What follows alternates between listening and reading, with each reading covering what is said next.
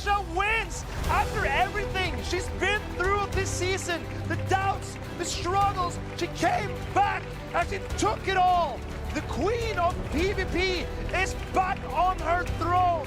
Polasha, Sevilla Special Champion. I'm Paula97, and I won Pokémon Regional, and I'm so happy right now. I have no words.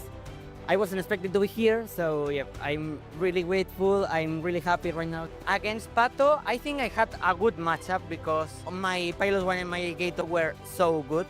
And luckily, in the last game, I saved my Pilot 1 for his Togekiss because I was expecting another different thing in back. I think my team was really good because it was core breaking everyone. I was a little bit weak to fire, but I beat 3 of them, so I was placing my team a lot of core breakers and they worked. The most fun part that I find is try to build some teams, to try to analyze the meta, how is it evolving, and I get motivated with walls. For example, I get the Travel Award 3 times. I mean, it's always fun to meet some people, to go to the tournament, and you are meeting with some people that normally you are not faced in real life. The people is amazing, to see the community, do some tourism, obviously. I love traveling in general. I will be in Prague competing.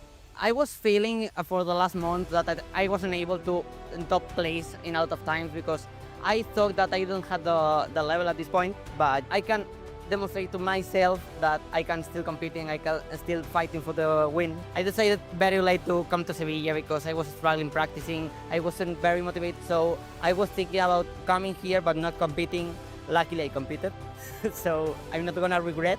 I mean, you have to still playing. I mean, sometimes you are playing, for example, Go Battle League, and you are feeling that everyone can beat you. A lot of time you are going to struggle, but yeah, the main reason for being here is just enjoy the game. If you enjoy the game, it will be, you will have like better days and worse days. If you play every single day and you are thinking about your teams, you're gonna improve.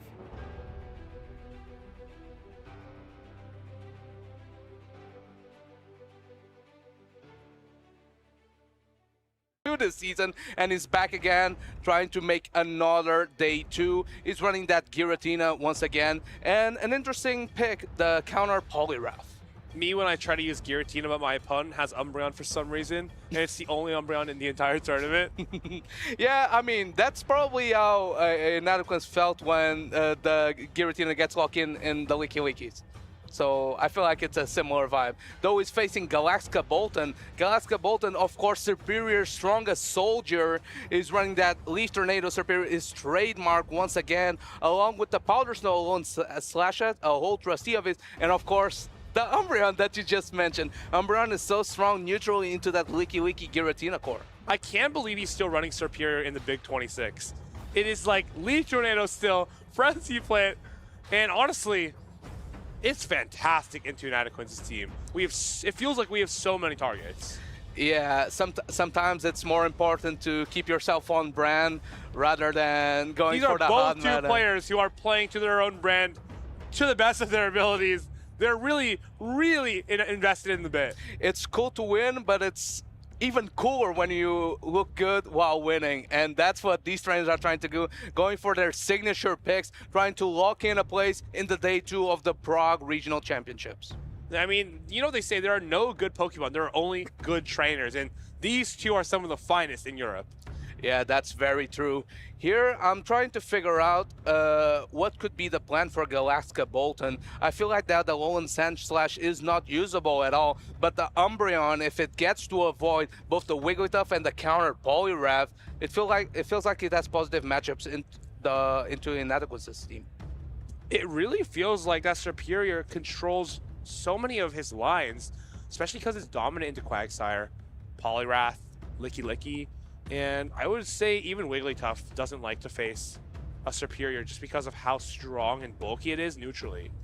Though Inadequance has that Brave Bird coverage in his Talonflame, the regular version, to have a better matchup into opposing Shadow Quagsire. And if you look at Galactica Bolton's team, the only resistance to flying type attacks is that Alolan Sandslash that doesn't like to take Incinerate damage. Actually, Galactica Bolton has 2 Pokemon that take 2 times super effective damage versus that Incinerate of the Talonflame, both the Fortress and the Alolan Sandslash. I feel like running the Alolan Sandslash would be absolutely evil. Like, He literally has Talonflame and Poliwrath. I don't think we'll be seeing that. What we will be seeing is Feraligatr, though, into the Giratina. And with the backline, I'm kind of curious how this is going to work because it doesn't seem like the Talonflame has much room to play. Feraligatr has become one of the premier anti-ghosts in this meta with the coverage move Shadow Claw, though Giratina gets to throw for us. Same type attack bonus. Dragon Claw is gonna land massive damage on that Feraligatr. Goes for the bait. Is it possible that you get both shields? Potentially, this Hydro Cannon will hurt the Shadow Giratina, though I believe it can withstand it. Choose not to throw the second Hydro Cannon. Goes into the Talonflame, gets met by the Licky Licky. Here comes the Licky Licky. Does he throw this Shadow Ball? I think you throw the Shadow Ball here because Body Slam is actually not enough to knock out. So if you're Galactica Bolton here, you no-shield this. Okay, you shield this and try to get 2 flies off against the Licky Licky. Galactica Bolton going for the throw on alignment of the fly. This Licky Licky, I think, is barely thick enough to endure, but Inadequate's investing on the Licky Licky. He wants more rollout damage. Body Slam number 2 is coming up. Do we ever just shield this and just toss the fly off? I think this is fine as the Talonflame because Giratina is going to have to come back into this. Is this enough to knock out, though? It should be enough to knock out. Forces Giratina to come back in. We can use Feraligatr to neutralize the Giratina, and it's a Volt Switch Fortress, right? Yeah, and this Talonflame, I believe, it's barely not in range for the counter knock from Poliwrath. Gets to the fly, gets to KO that Giratina. That's a massive pull from Galactica Bolton. Not only do we have the Volt Switch Fortress ready to go here, but we also have the Feraligatr with the Hydro Cannon. We can kind of set this up 2 different ways. We can just throw the Hydro Cannon immediately, or we can come into the Fortress. Realistically, it doesn't matter. It looks like you could just Sand Tomb this, and then just wear away at this Poliwrath. You can get the Dynamic Punch off, but it's not going to be even close enough to knock out. I think this is an optimal play because you get to debuff the Poliwrath with Sand Tomb, and Feraligatr is guaranteed to win that charge attack priority. Dynamic Punch coming through. It's only neutral into the Bug Steel type. I don't think this will be enough to KO. Can this Fortress get to another Sand Tomb? I mean, we say that as if we even needed the Feraligatr here. Volt Switch Fortress is more than enough to clean up the Poliwrath. Sand Tomb, not going to be enough to knock out, but that next Volt Switch should be getting the job done. You can obviously just throw this as well. Galactica Bolton, really interesting the way he played that. Yeah, interesting. And he even got Talonflame stuck in one of its worst matchups. That is that rollout Licky Licky. Though the Shadow version puts up so much pressure, Incinerate plus Flies was threatening knockout, so peeled away the protections out of Inadequates, and now the Volt Switch Forces were at free reign in the back versus that Poliwrath. Just throw as many Sand Tombs as you want, the Hydro Cannon will take care of the rest.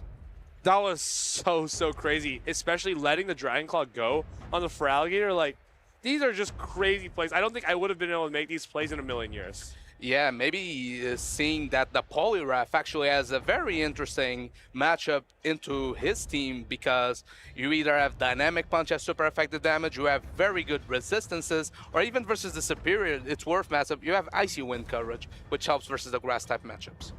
I wonder if we see the Superior being brought, though. Inadequate's definitely brought a couple of targets. Brought the Licky Licky, brought the Poliwrath, but if he goes strong to Superior, this could prove to be disastrous. I see disaster in the horizon. And I think you do too. Yeah, let's see if he does indeed do that. Galactica Bolton is known for taking some risks in this matchup. He's not Superior's strongest soldier for no reason. Leaf Tornado Superior has often got him off of some tough situations, but now he's in a position that he actually can take risks because he's 1-0 ahead. And you know that to face Inadequates and to get a win, sometimes you have to take some risks. Yeah, as these players still take their decisions, they cannot take their decisions lightly at all because they have everything to lose here. This is win and in to the gate to day number 2. Yeah, the player's still thinking it through. Inadequates maybe trying to understand where it went wrong. He had a Licky Licky into the Shadow Talonflame and still wasn't managed to pull that off. Is the Poliwrath going to be benched now that Volt Switch Fortress was shown? Are the Talonflames going to come into play? The Battle of the Talonflames, which hasn't been... No one's even using Talonflame. Yeah, no one's using Talonflame, but both these trainers, proven track record, choosing the Firebird as their pick. And we have lock-ins. Decisive game number 2. Inadequacy, if he loses, it goes on. Galax trying to get the win. we have the Leaf Tornado Superior into the Wigglytuff. I feel like this is a decent matchup for Superior. Superior has a pretty dominant matchup here. I wonder if he goes immediately for that Leaf Tornado, though. It's his signature move at this point. Doesn't even need that Aerial Ace. Superior should always win this matchup pretty comfortably. It does take, I think it does take the 0 shields because you can hang on to this Icy Wind pretty effortlessly. Yeah, besides being a very tanky mob, he has tanky Pokemon. He has access to Frenzy Plant, one of the best grass-type attacks in the game. Frenzy Plant, the community they move is reached again, but it's already in rage for Leaf Tornado. I don't think Inadequance will want to invest in this Wigglytuff because if he gets the debuff, it's going to be dire. So what can we really do about this Giratina now? Because we can kind of stay in and just play for alignment, but now that Quagsire in the back is incredibly scary. And if you look into the back line of Galactica Bolton, he has a lot of interest in staying in this matchup because the Talonflame wants to avoid this Giratina at all costs. And of course you have the Umbreon, one of the elite counters to the Ghost Dragon type. But I feel like the Talonflame is just stuck here. Can the Umbreon muscle through everything on Inadequate's team? I find that unlikely. Well, a lot of Frenzy Plants into the Giratina, even if Resistor are adding up. This Giratina is at max energy. Here comes the Umbreon. That's a very good place to take all this energy, though. Umbreon is one of the bulkiest Pokemon in the Open Great League. You land this Dragon Claw. Do you throw another Dragon Claw into this and then try to sweep with the Quagsire? I think that's a great call. I think this is great chip damage because now Quagsire can deploy multiple charge attacks, and since the Umbreon is already chipped, they will threaten potentially a knockout over time. Quagsire comes through. That Umbreon has already a foul play loaded. Choose to throw the first one. Quagsire is behind 2 Protect Shields. Let's see if the Umbreon can pull away at least one so the Talonflame can do some work in the back. Foul play is landing on this Quagsire. No shields deployed yet by Inadequates. I wonder if we can try to catch... Oh! Stone Edge is very aggressive, but I like it. I think you have to shield this. It's your last Pokemon, pretty much. You know, your Talonflame is going to have a difficult time in the back. The issue is, what are we going to do with the Talonflame? And I think this gives some indication to Inadequates on what might be in the back. The Umbreon usually doesn't use any Protect Shields, but shielding moves from the Quagsire. Quagsire closing in on another Stone Edge, not before the Umbreon reaches another foul play. This foul play lands, but the same problem continues. He has to shield if you're Inadequates. You can knock out the Umbreon, but then you have to throw the Stone Edge. You should make it an Aqua Tail against this Talonflame, and you're just good to go, right? I think you even might reach a Stone Edge. This Stone Edge is gonna knock out the Umbreon, and here comes the Talonflame. It's energy dry. This Quagsire is already ahead on energy, closing in on a Stone Edge. It's gonna get the knockout into the Talonflame. Inadequates is able to tie up the series. Stone Edge does about 200% damage to a Talonflame, gives it a salute. Quagsire knocks out the Talonflame. And we're going to a game number 3. Things are getting silly here in losers round 8. And I think earlier, I almost saw Galactica Bolton lock in Superior in the front with Alolan Sandslash in the back, while Inadequates had Talonflame queued up.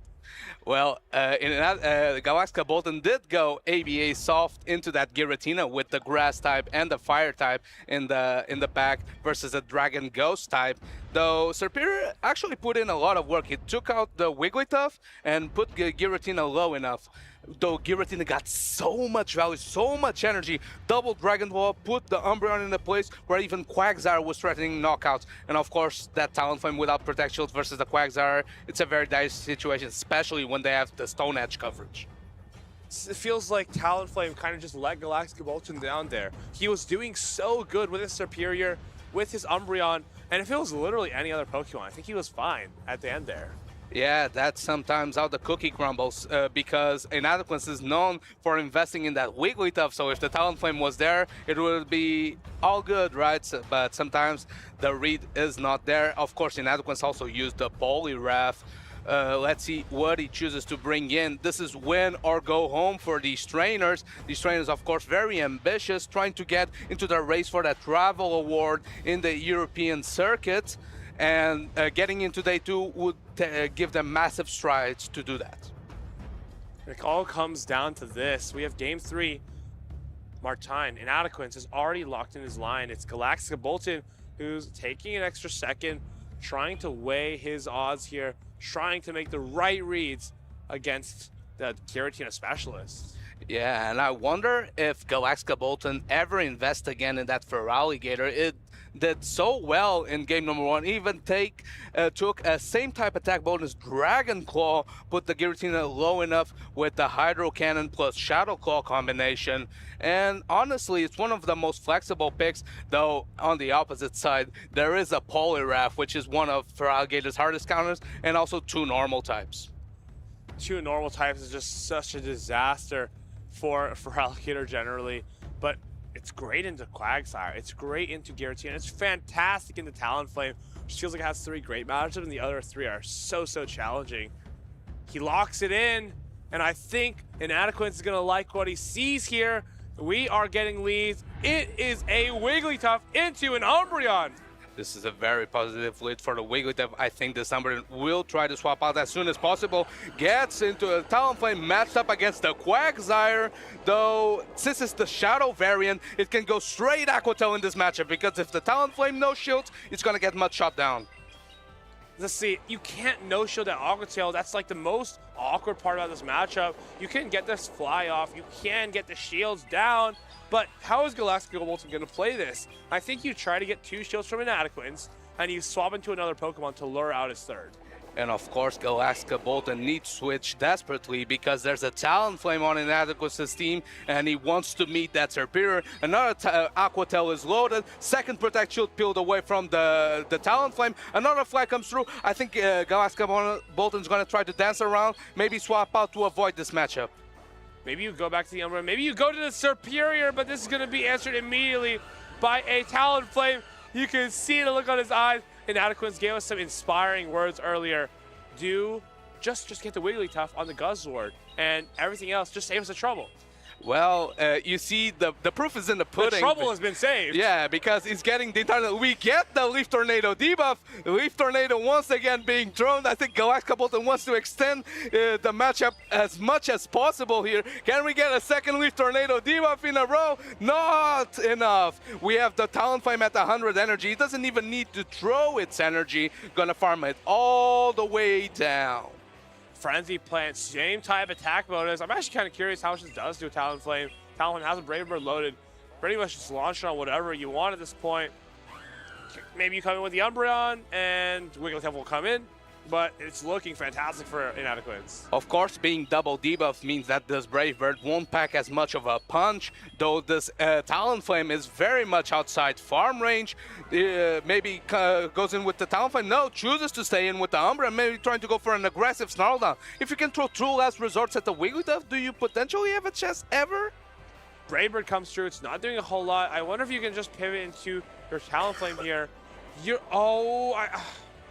I thought I saw vision for a second. I was wondering maybe if you could catch a fly, sneak it, incinerate, be ahead on energy, knock out the Quagsire, but maybe that's a little bit too much to ask for. Quagsire comes in now, and that's all she wrote. Yeah, that Aqua Tail was loaded, paying attention. Inadequance doesn't stay in with the Wigglytuff for long, gets the knockout on this Talonflame, and now the Umbreon is just too low, has too much heavy lifting to do. This will be the end of the run for Galactica Bolton. Inadequance makes his way into day number 2. Fantastic team reads is what is so special about this trainer. It's one of his greatest skills, and it's not an easy thing to do, especially when you're playing against trainers who understand the matchups, understand how to pick lines to the best of their ability. Getting those calls right is what's going to allow him to save himself the trouble and get into day number 2. That's why I feel like this matchup versus Galactica Bolton could have been tough. Galactica Bolton is known for running some erratic lines. This is a trainer that's not afraid to go all in and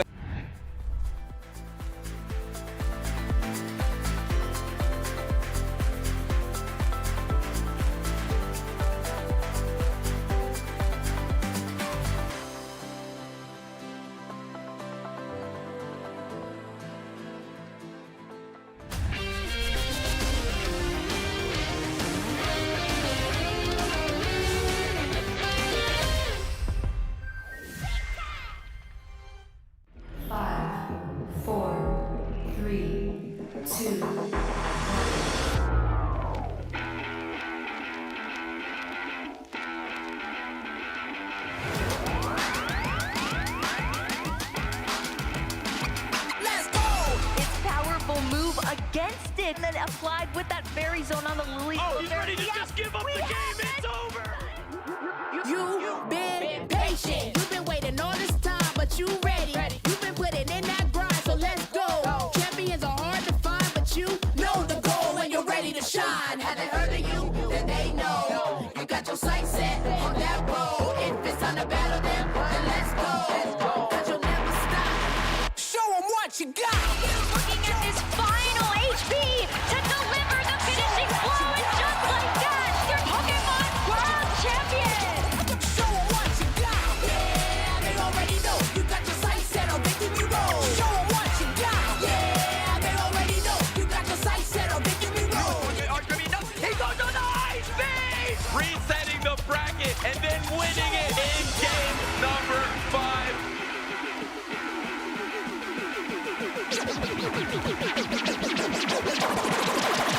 Show them what you got. Yeah, they already know. You got your sights set on victory road. Show them what you got. Yeah, they already know. You got your sights set on victory road. Put your hands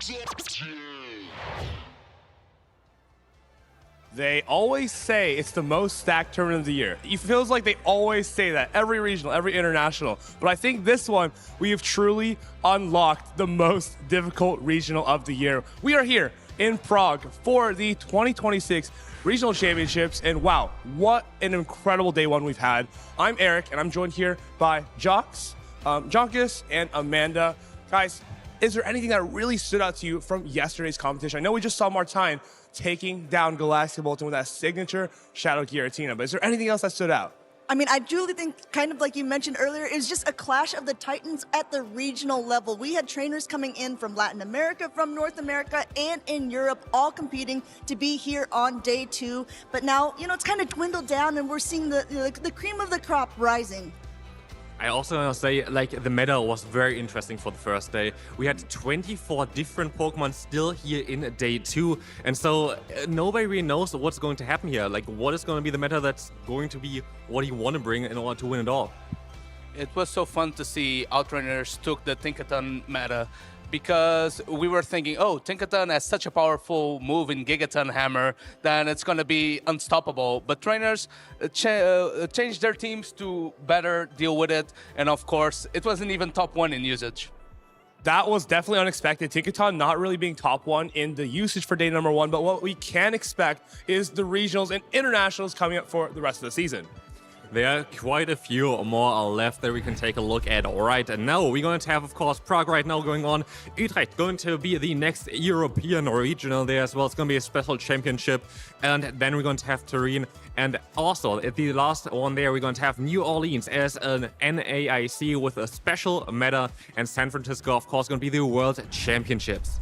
And to get to those World Championships, you're going to need to accumulate championship points. Or if you want to save everyone the trouble, just take that first place, getting a direct invitation to those World Championships.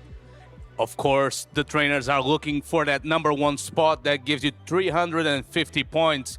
It scales down 2nd, 3rd, and 4th. But of course, Europeans are looking to get their place on the top 65. If there's a new champion, the invite cascades down and more trainers can get in. So many top trainers, so many talented trainers from all across Europe. But of course, a couple have stood out from the rest. So as we can see, the ones with the golden tickets next to the names do have those direct qualifications for Worlds, so we will possibly see them in San Francisco. A lot of them competed actually here in Prague, but the leaderboards are going to shift a bit after this, so take a good screenshot of it, because I think after this weekend, it may change. And while all these trainers are pretty much qualified for the World Championships at this point, you see a lot of them already have that golden ticket next to their names. They're going to be fighting for just a little bit more, because to go to these tournaments, you can also earn travel pricing. For example, 1st through 4th, if you go out of region, you're going to get $3,500. That's for internationals or those World Championships events. So there's still so much to play for, so much to prove, and still a couple more tournaments this year to see what these trainers are made of. Of course, at these regionals, fantastic pricing, $2,500 for first place, and you're also going to get some booster boxes. I believe this tournament is Perfect Order, one of my favorite sets. You can pull the Meowth special illustration rare from those, so hopefully our trainers get to enjoy a little bit of that. Of course, these regional tournaments are there's so much to play for. We still have 12 trainers inside of today's tournament. They are still battling for that first place. A lot of the trainers, honestly, today do not have that direct invitation to the World Championships yet. Are there any that you would be excited to see maybe punch that direct invitation to the Worlds? I'm actually very excited to see how Sir Corey goes on because he chose a bullet seed crate, which is a pick we weren't expecting. It's a Tinkaton meta, and you choose to build your team around a Pokemon that has every single one of its moves resisted, but he covered that Tinkaton so well, covering with the Talonflame, with the Jellicent. So looking forward to see how he hangs on. I also really want to see on how Sakura is gonna do, because I just love the Credillia. Like, having a grass type in the current meta seems to be so cool, and it's like such a Pokemon that has been very strong in the past, but like is now apparently back again. And also, he's been doing quite well for himself in the last few regionals as well. He's kind of slowly building himself up, and now he's in the top 12 already. I want to see where he goes. Yeah, there are definitely a lot of good competitors, ones that are well known within our circuit, and also some of them who have, kind of made day 2 before, but are really starting to really make a name for themselves. We have XXL Cactus, who is actually a local player from the Czech Republic. He is in this top 12, and I'm excited to see if he's going to be able to take it home in our first inaugural Prague tournament. It'd be very cool to keep it local. There might be 12 trainers left, but we're going to see who is going to start the day off. We've got 4 matches on the winner's side, and in the lower side, there are a couple competitors waiting for the results of these winners' finals. Are there any that you are super excited to see here?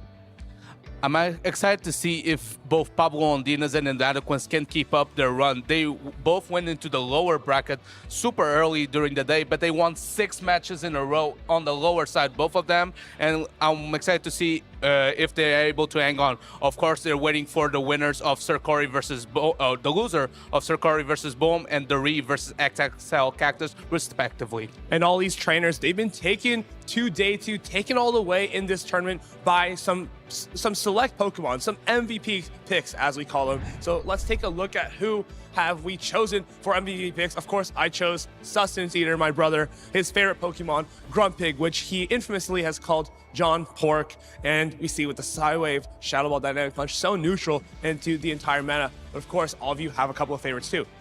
Yeah, I'm backing up Sir Corey. Sir Corey, of course, has a challenge in Boom, which has been a trainer that has made top 8 in every single tournament that he has participated on. But I feel like if he's able to get over that hump, over that hurdle, he has a very good shot at taking it all the way. It's funny that you bring up Boom, because he is my MVP as well, and I picked Licky Licky for him there. Licky Licky is actually the #1 used Pokemon of day 2 competitors, but I think that Boom just does it better. If you're going to talk about his record there, I want to also say that he's played more games on stream than off stream in his entire career.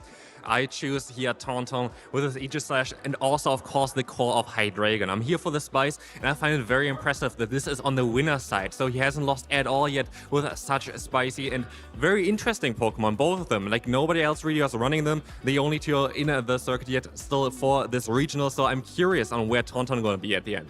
It's always so interesting, right? Because you see his Pokemon, his interesting Pokemon is Aegislash, and that even covers up the fact that he ran a Shadow Hydreigon, I believe, with Dragon Breath, Brutal Swing, and Access to Fly. So what a crazy selection from Tauntaun Matus. Very excited to see how he does today. We all know him as the Dragon Tamer, but maybe someone will be able to put an end to this madness. Of course, you're going to have to stay tuned to watch all of that. You can catch all the action for these tournaments on Pokemon.com/broadcast. As always, we're not just on Twitch, though. We're also on YouTube at Play Pokemon. So go ahead, leave us a follow on our channels. And of course, as always, on social media, do #Play Pokemon. Let us know who is your favorite to win today. I know we've talked about a lot of players, a lot of Pokemon, but it's going to be a very exciting day in general. Is there any last things you guys have to say about these players, these trainers? What are we going to see today?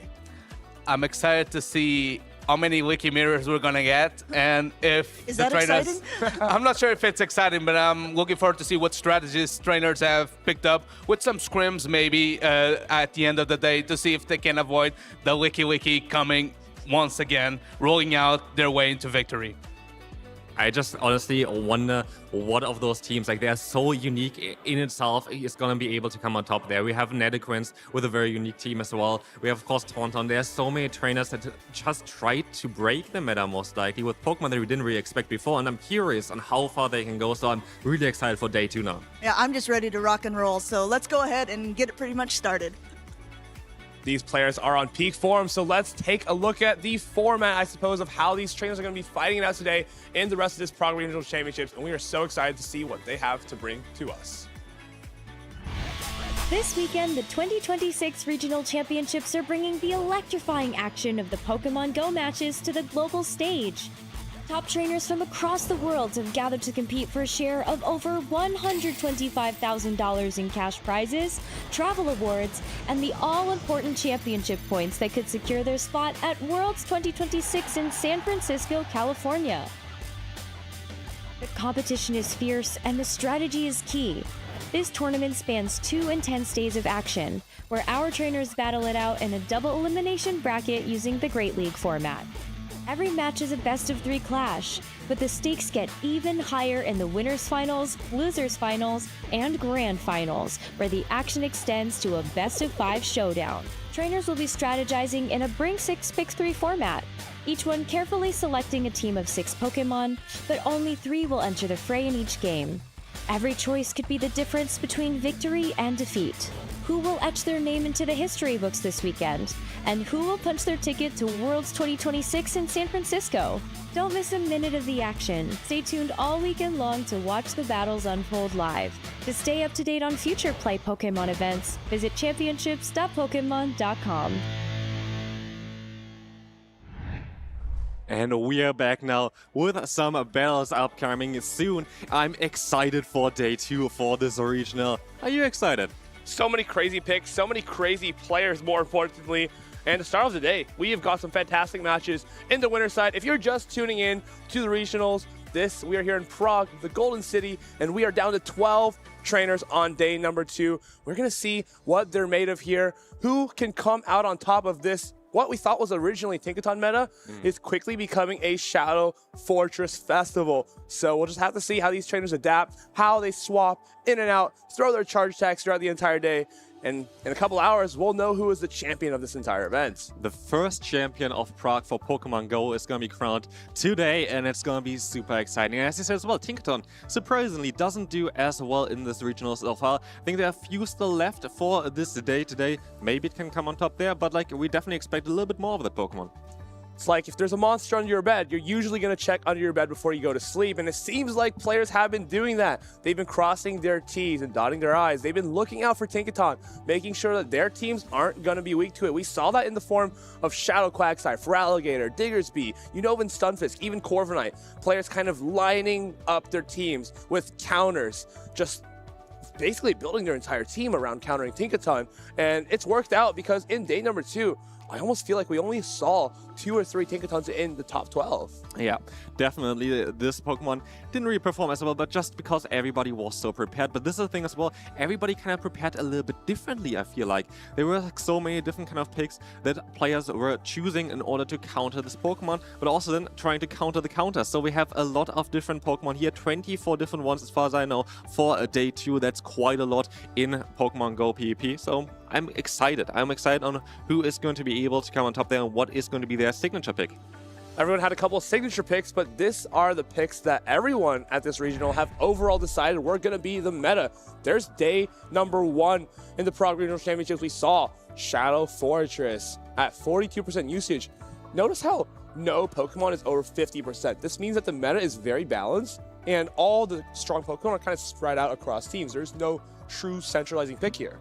And we didn't really actually see as many Corviknight in day 1 as well on the stream, but we can take a look now as well at the day 2 and how this is going to change. I don't know which Pokemon is going to be on top now, and we of course saw already the Licky. Licky is going to be the number 1 spot now with 67% of the teams having this Pokemon. Of course, Shadow Quagsire there as well with a 100% shadow rate on the number 2 spot. While most of these Pokemon were seen yesterday on this usage, I want to draw everyone's attention to Grumpig and Talonflame, which didn't have those spots inside the top 12. I believe Gourgeist was on there yesterday and Corviknight instead of those 2. So it's interesting how those were kind of pushed out. Seems like Corviknight was replaced with another flyer and Gourgeist suddenly able to put out that ghost damage and also very quick, fast attack damage in the form of Incinerate has been replaced with something of the likes of Grumpig. Psywave Shadow Ball spam is incredibly effective and very, very powerful into most of this meta.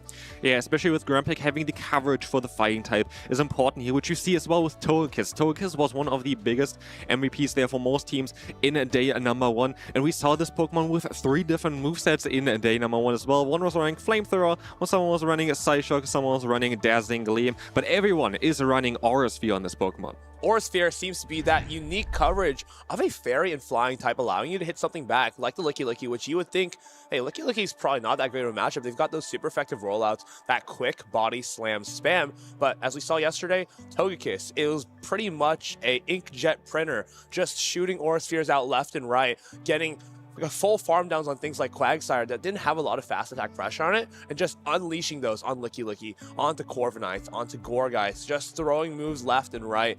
And I said yesterday, I think it's like the central Pokemon in this meta right now. Yeah, definitely. Especially like this is very difficult to counter. Like one of the better Pokemon to counter would be, for example, even the Grumpig, because it can resist usually the Aura Sphere and the Psyshock. But again, you don't really know if this is going to be the case. Here, for example, for the Pokemon Spotlight, we see that Dazzling Gleam is one of the premier charge attacks there on this Pokemon as well, which allows you to do quite a bit more in like neutral matchups, for example, against something like the Stunfisk. But here we see the key wins, the Annihilate. We saw an Annihilate as well at the end of a day number 1, and the key loss is going to be the Credilli, which we saw as well already, and it's still going to be in day number 2. Credilli, though, it gets a little bit interesting when it switches that charge, fast attack, from Acid to Bullet Seed. It's actually going to struggle a little bit more up against Togekiss because you can't knock out with that Rock Tomb after the recent changes. Rock Tomb does just a tad less damage, so Credilli gonna need that acid, but we'll see if Sir Corey can muscle his way through the Togekiss in today's field. Of course, Dazzling Gleam is gonna help you with some matchups like Altaria, maybe even just landing more neutral damage against a Quagsire. We saw one of the biggest problems yesterday was when trainers swapped the Togekiss into the Quagsire. The Quagsire just bulky enough to hang onto an Aura Sphere and make it to 3 Aqua Tails, making quite an uncomfortable situation. Especially also with the Quagsire, we saw different movesets as well in day number 1. We saw Mud Bomb, or we saw Stonehenge, and of course Stonehenge is going to threaten the KO against the Togekiss, but the Mud Bomb doesn't, of course. You're going to rather go for the Aqua Tail, but it was just a very prominent matchup in day number 1. But I also kind of want to talk about as well is a Guzzlord being now in the number 2 day number 2 meta there as well. A Pokemon that, of course, is not going to enjoy the Fairy type matchups, and there are quite a lot of Fairy type Pokemon in the current meta. We've seen even teams with double Fairy types in day number 1. Some, I think, even in day number 2 still. What's more interesting to me is that some trainers have decided to put Sludge Bomb away, actually preferring Dragon Claw there, since Sludge Bomb was previously used as coverage for Pokemon like Azumarill or Florges. Now, we've heavily shifted in favor of Dragon Claw, since Pokemon like Licky, Pokemon such as Feraligatr, you're going to want that heavier hitting charge attack to secure those knockouts a little bit quicker, because Brutal Swing might be fast, but it's not strong. Yeah, that's definitely the case. We saw a lot of times that Dragon Claw came in clutch in day number 1. But again, I found it also quite interesting on how many different kind of Fairy type Pokemon we saw in day number 1. We saw the Clefable even having a lot of play there, and not that many Tinkaton. Like, this is something that was quite interesting. And this was kind of a gamble, because we predicted that Tinkaton was one of the most common Pokemon, and then bringing something like a Guzzlord is definitely a bit risky. Guzzlord, though, if you look at the top meta now, we're looking at Licky, Volt Switch Fortress, Shadow Quagsire, Feraligatr, and Guzzlord is looking absolutely menacing into some of those Pokemon.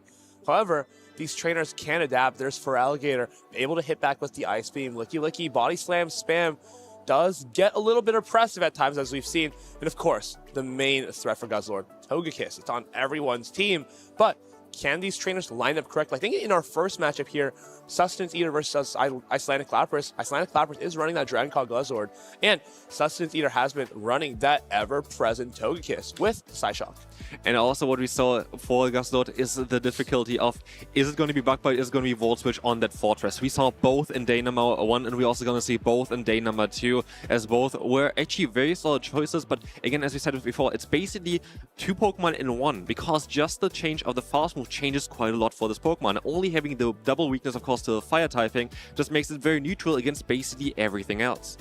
Like Giratina has Altered Form and an Origin Form, but Shadow Fortress has a Volt Switch form and a Bug Bite form. One is a dynamic Pokemon having so much coverage, able to debuff, move in and out of matchups, and the other version, Bug Bite, just allows you to be a completely different beast, allowing you to secure switch advantage when you need it, commit 2 shields to the Shadow Fortress, and let the Bug Bite do the work. And both of these trainers have Fortress. We're seeing both sides of the coin in this matchup today. Sustenance Eater with that Bug Bite Fortress, and Icelandic Lapras with Shadow Volt Switch Fortress. Yeah, it's going to be very interesting to see on how this is going to turn out. But I'm actually really curious about the Grumpig. I haven't really seen this much of Grumpig at day number 1, but I do think it's a very interesting Pokemon in the current meta. As we said already as well before, a lot of times Togekiss is running the Psyshock and the Aura Sphere on this, which is going to be resisted by this Psychic typing. And just having the coverage of Dynamic Punch is going to be amazing in a meta where the Licky is the most common Pokemon.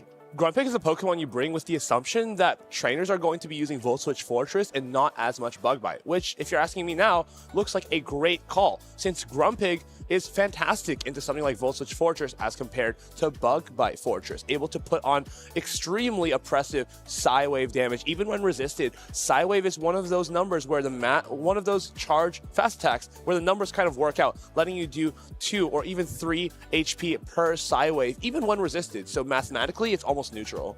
We saw a very interesting matchup in day number 1 as well. We had on one side the Medichim and on one side the Grumpig.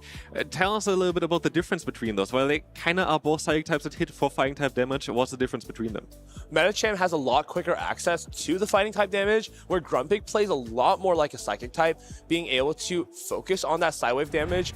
Your Dynamic Punches aren't really what seals the deal, but let's see if Sustenance Eater can seal a deal here with his Grumpig, or will it be Icelandic Lapras who rises up with his Dragon Claw Guzzlord? And we're going to see us on Icelandic Lapras side as well. One of the only Tinkertons that made it to day number 2, but he actually used it quite to some success in day number 1 as well. He used it quite a bit, and the Gigaton Hammer does so much damage. Just take a look here at the team again. We see the Dragon Claw on that Guzzlord, of course, which is going to be an interesting change for the meta. We see as well in day number 1 some Guzzlord still with the Sludge Bomb, but Dragon Claws seem to be quite strong for Icelandic Lapras in day number 1.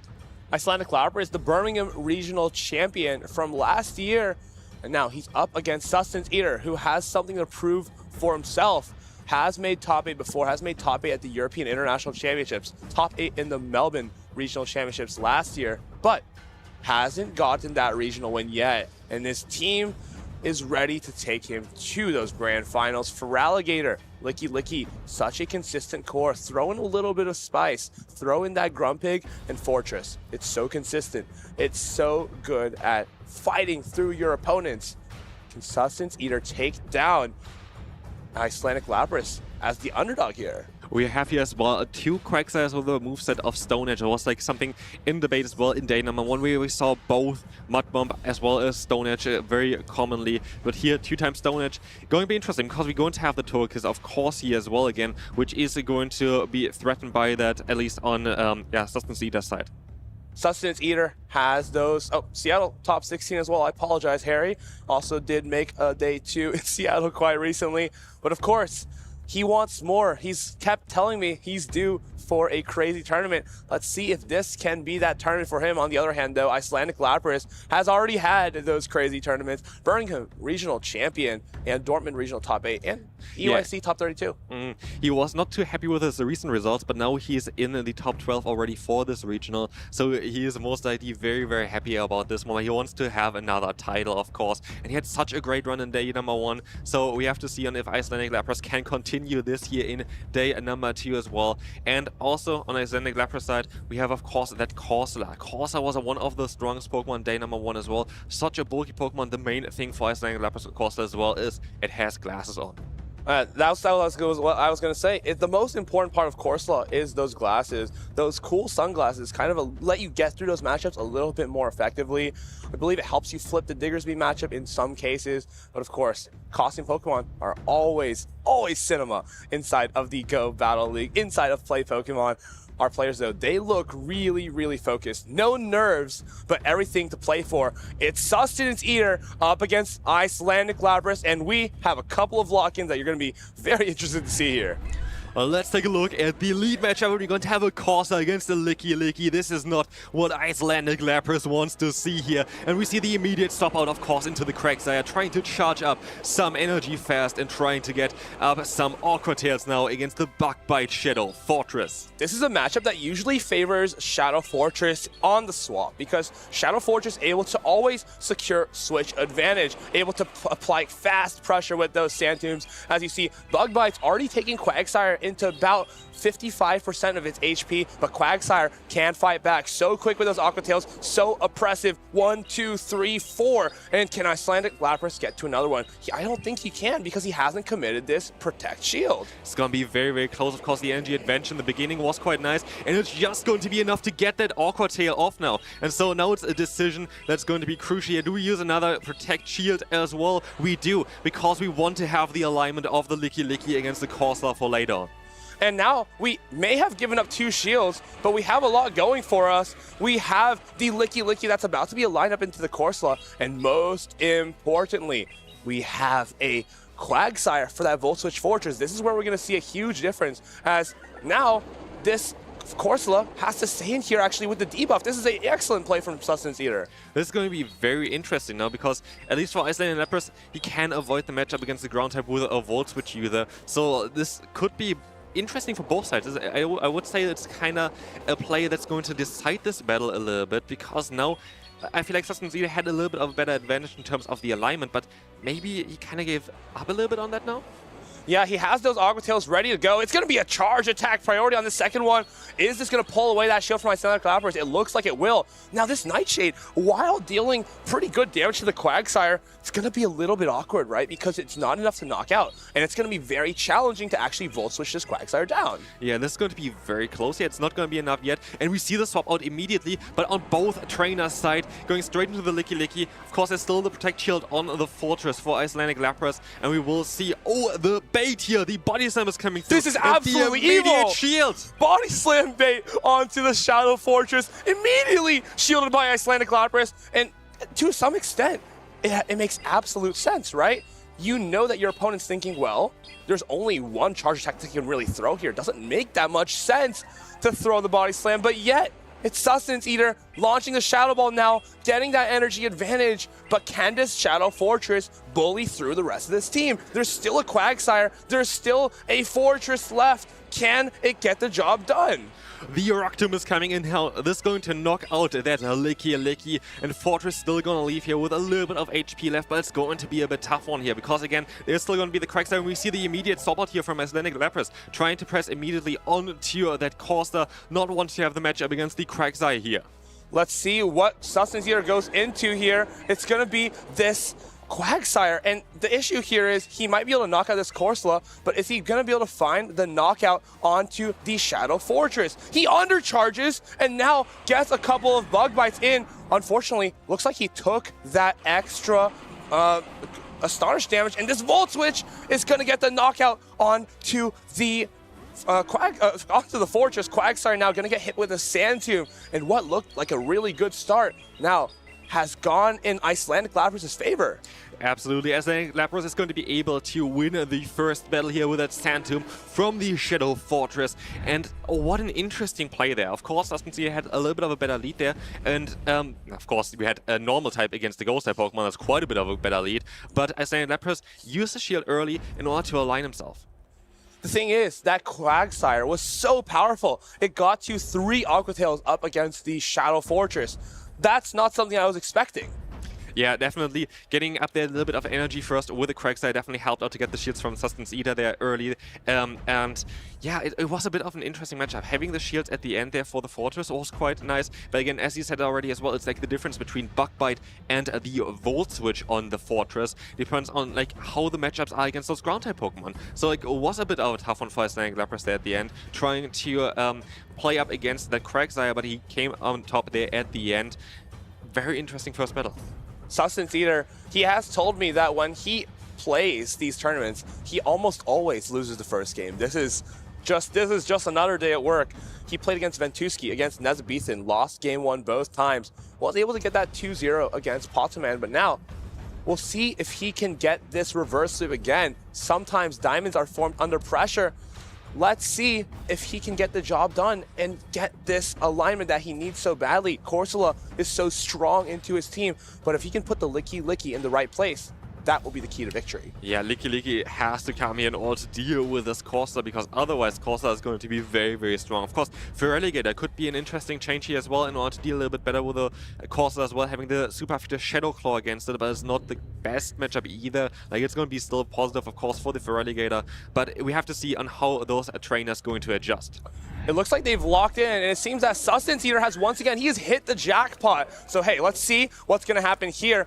Will he go for the Quagsire again? Yes, he goes for the Quagsire. It's answered by the Feraligatr now. What a fantastic adjustment from Sustenance Eater. This is a fantastic adjustment for sure, because this is going to be such a better matchup than what we've seen prior. The Feraligatr is going to be able to charge up to the Hydro Cannon insanely fast and doing so much damage, as we can see here. Of course, Icelandic Lapras is kind of forced to go for the hard-hitting Stone Edge here, which takes quite a bit of extra energy. Reaching straight for that Stone Edge. Sustenance Eater gonna put up that Protect Shield, gets the Stone Edge call correct. And now, can Sustenance Eater farm this down before a Stone Edge is reached? No, just gonna opt to throw that Hydro Cannon. Better safe than sorry. And Icelandic Lapras immediately opts for that no shield.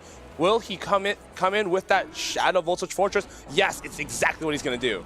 We have here the Volt Switch now doing super effective damage, and it's just a back and forth on if Bug Bite or Volt Switch is better. It just depends on what you're going to face, and that's why we say as well, it's basically two Pokemon in one. As we're going to see here as well, the Hydro Cannon is going to get shielded straight away, but you have to still throw a charge move before. No, you're going to try to go for the full farm down, but you have to most likely invest yet another shield, and I'm not too sure if Icelandic Lapras is too happy with the situation right now, because the Rock Tomb, which mainly does the damage, is not going to go well against this upcoming Quagsire.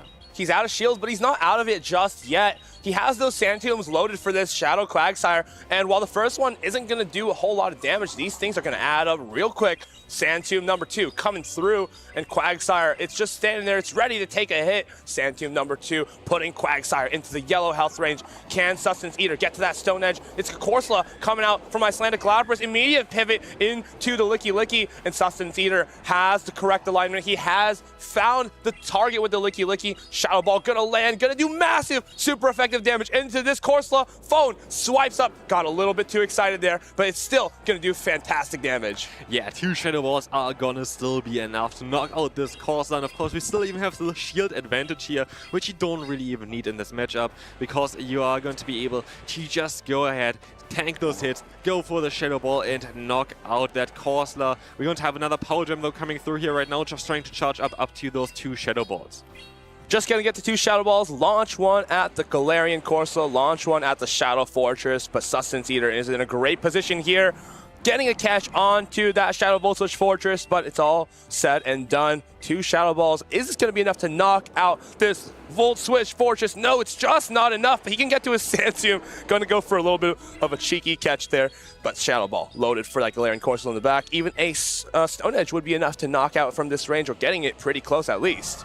Here we're going to have now, of course, the Corsair coming back in, but it's not going to appreciate the incoming Stone Edge. This is going to be enough to knock out this Ghost-type Pokemon, and so it is a 1-1, and we're going to have a final game 3 here for this set.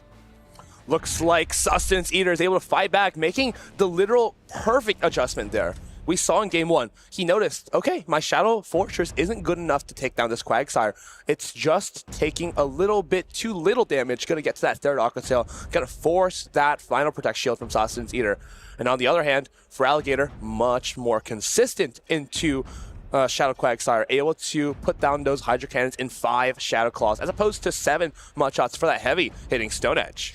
I'm interested in how those trainers are going to adjust now, because what we just saw are 2 times the exact same lead, which was 2 times very good for Sustenance Eater, but of course we saw the adjustment there with the Feraligatr, which helped out against the Quagsire. But is Icelandic Lapras going to go for yet again another Corsair lead, or is he expecting yet again another Licky? Licky has been so present in this entire tournament, has very few true hard answers other than that Poliwrath from Inadequance, but no Poliwrath to be seen here. We do see Tinkaton though, that could be a pretty legitimate answer to Licky, but at the same time, Tinkaton it's so risky to bring. Your opponent has shown Quagsire and for Alligator both games already. Yeah, Tinkaton is an interesting adjustment, but even if the moves are resisted, we saw it already on stream yesterday, those Gigaton hammers are going to chunk. So it would be an interesting adjustment there. It could help out with those scenarios, but as you said already as well, the Feraligatr especially is going to be a tough one to deal with. Are you going to bring something like the Gust Lord maybe in order to just at least resist the fast moves as well as the Hydro Cannon? But then of course you're going to have to be a bit careful with those Ice Beams. Ice Beam is always going to hit that Guzzlord for super effective, but it's always just barely not enough to knock out the Guzzlord. Guzzlord, it's so strong because of that fast attack pressure. Dragon Tail, Dragon Claw, Brutal Swing, spamming out those charge attacks like there's no care in the world. Yeah, I'm curious on how these terrains are going to adjust. Of course, I assume we're going to see the Licky again on Sustenance Eater's side. It was such a strong Pokemon. It's so difficult to take down. But, like, yeah, it's going to be an interesting one. I don't think that we're going to see the same leads there again because I feel like Icelandic Leopard was like, okay, yeah, that's not what I want to try again.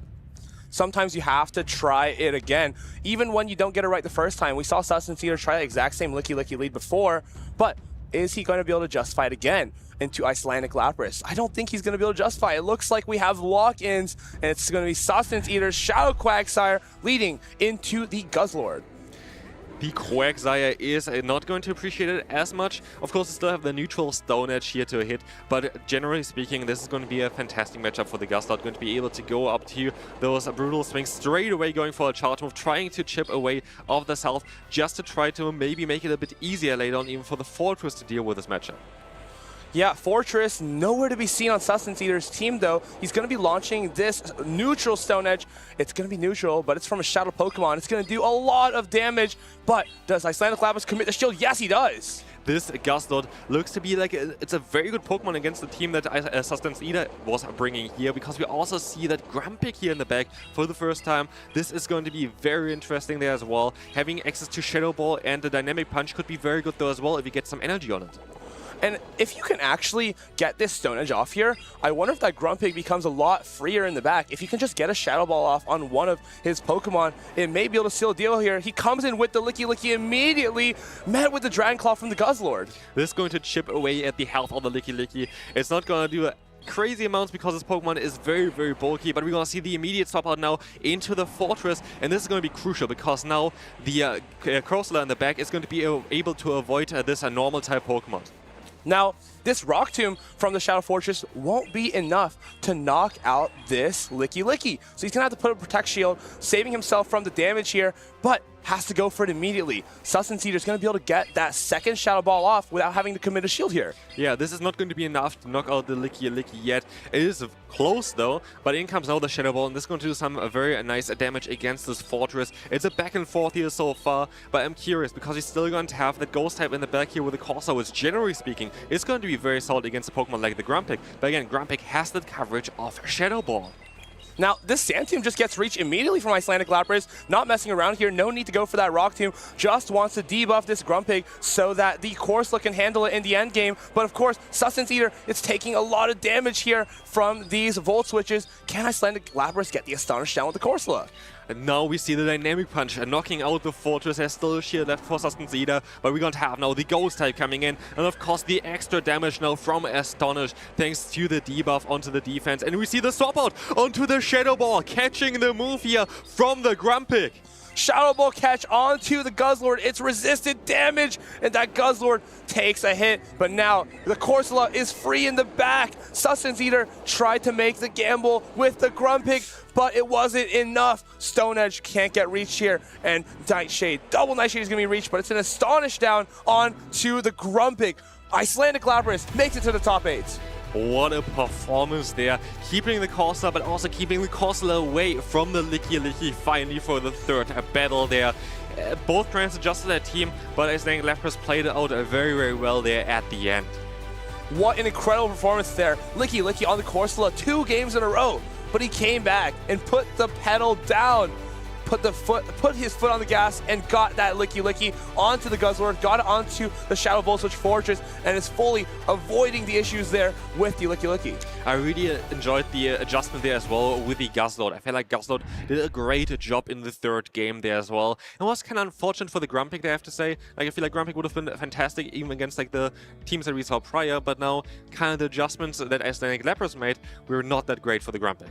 Yeah, I wonder what was the thought there of playing the Grumpig in that final game. We saw Icelandic Leopards Corsola, one of his favorite Pokemon, bring it to almost every single game.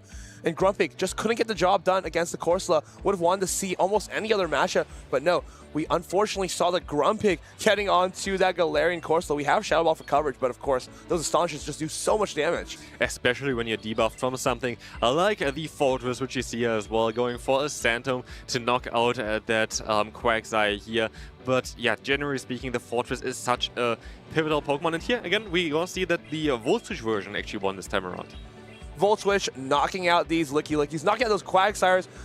I wasn't really convinced on Volt Switch before, but it's looking fantastic now inside of the Prague Regional Championships. We'll see how far Icelandic Leopards can take it if he can secure another regional win for himself. This catch here was amazing as well. The Shadow Ball caught on to the Guzzlord. This just kind of sealed the deal here, because this, of course, allows the Corsola to just sweep endgame. Corsola, it's so strong neutrally. Sustenance Eater pretty much only had that Licky to deal with that Corsola. And for Alligator, it was so hard to bring into that Volt Switch Fortress. Icelandic Leopards, a really interesting team composition, a really smart team composition, is going to allow him to get a little bit further in this tournament. Speaking of Volt Switch, though, we do have 7 Fortresses still in the tournament. 3 of them are on Volt Switch, and 4 of them are actually on Bug Bite. That's quite interesting. Same as well for the Quagsire. We're going to have currently still 8 Quagsires left, and 3 of them are going to be with Mud Bomb, and 5 of them going to be with Stone Edge. Very interesting. Mud Bomb, I felt like we saw almost more of it yesterday, but it seems like today players are pivoting towards that Stone Edge. However, this is a lot more unexpected than Quagsire and Fortress. It's that Aegislash. It's that Shadow Hydreigon on the side of Tonton Matus. Yeah, this is of course my caster pick there as well. I want to see the Hydreigon succeed here because it's such a cool Pokemon together with the Aegislash there. It's such a cool core because like if you play Aegislash for a little bit in the Go Battle League, you know it's going to be a bit tough to kind of get used to it. But the best way of playing it is trying to get the shields from the opponents early, and I feel like the Hydreigon does a great job at that. Hydreigon, it's so good against Pokemon like Unova and Stunfisk, even Pokemon like Licky, which just don't have enough fast attack pressure into them. But of course, so many ways to play this. We saw him just pair the Aegislash and the Shadow Hydreigon together yesterday.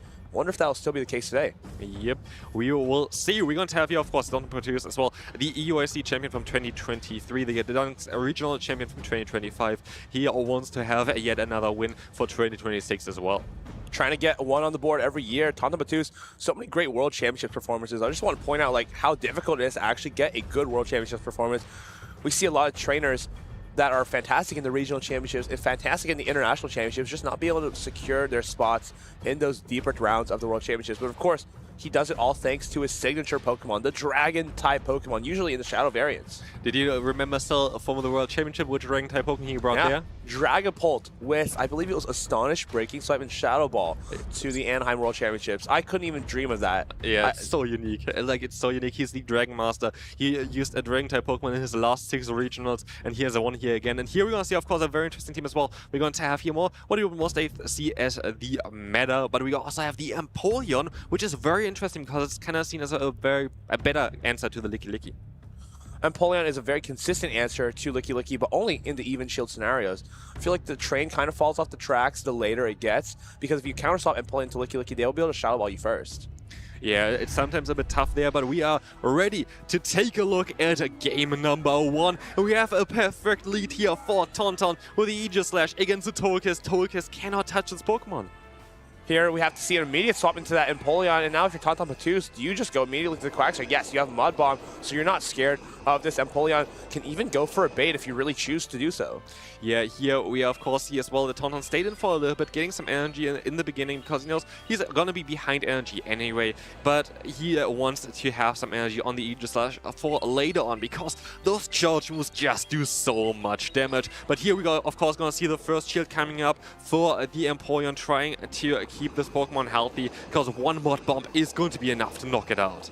And now this kind of makes it awkward for Tauntaun Battus because he farmed a little bit extra on the Aegislash, but it's going to make it difficult for him to throw this final Mud Bomb because he has to be afraid of a potential catch from the Togekiss. Yeah, the Togekiss could very likely come in here, but let's take a look at this specific moment here. Do we see a no-shield? We do see a no-shield. The thing is, if they would go into the Togekiss in order to catch the move, the Aegislash is just going to go and come in there and try to get as much energy as possible.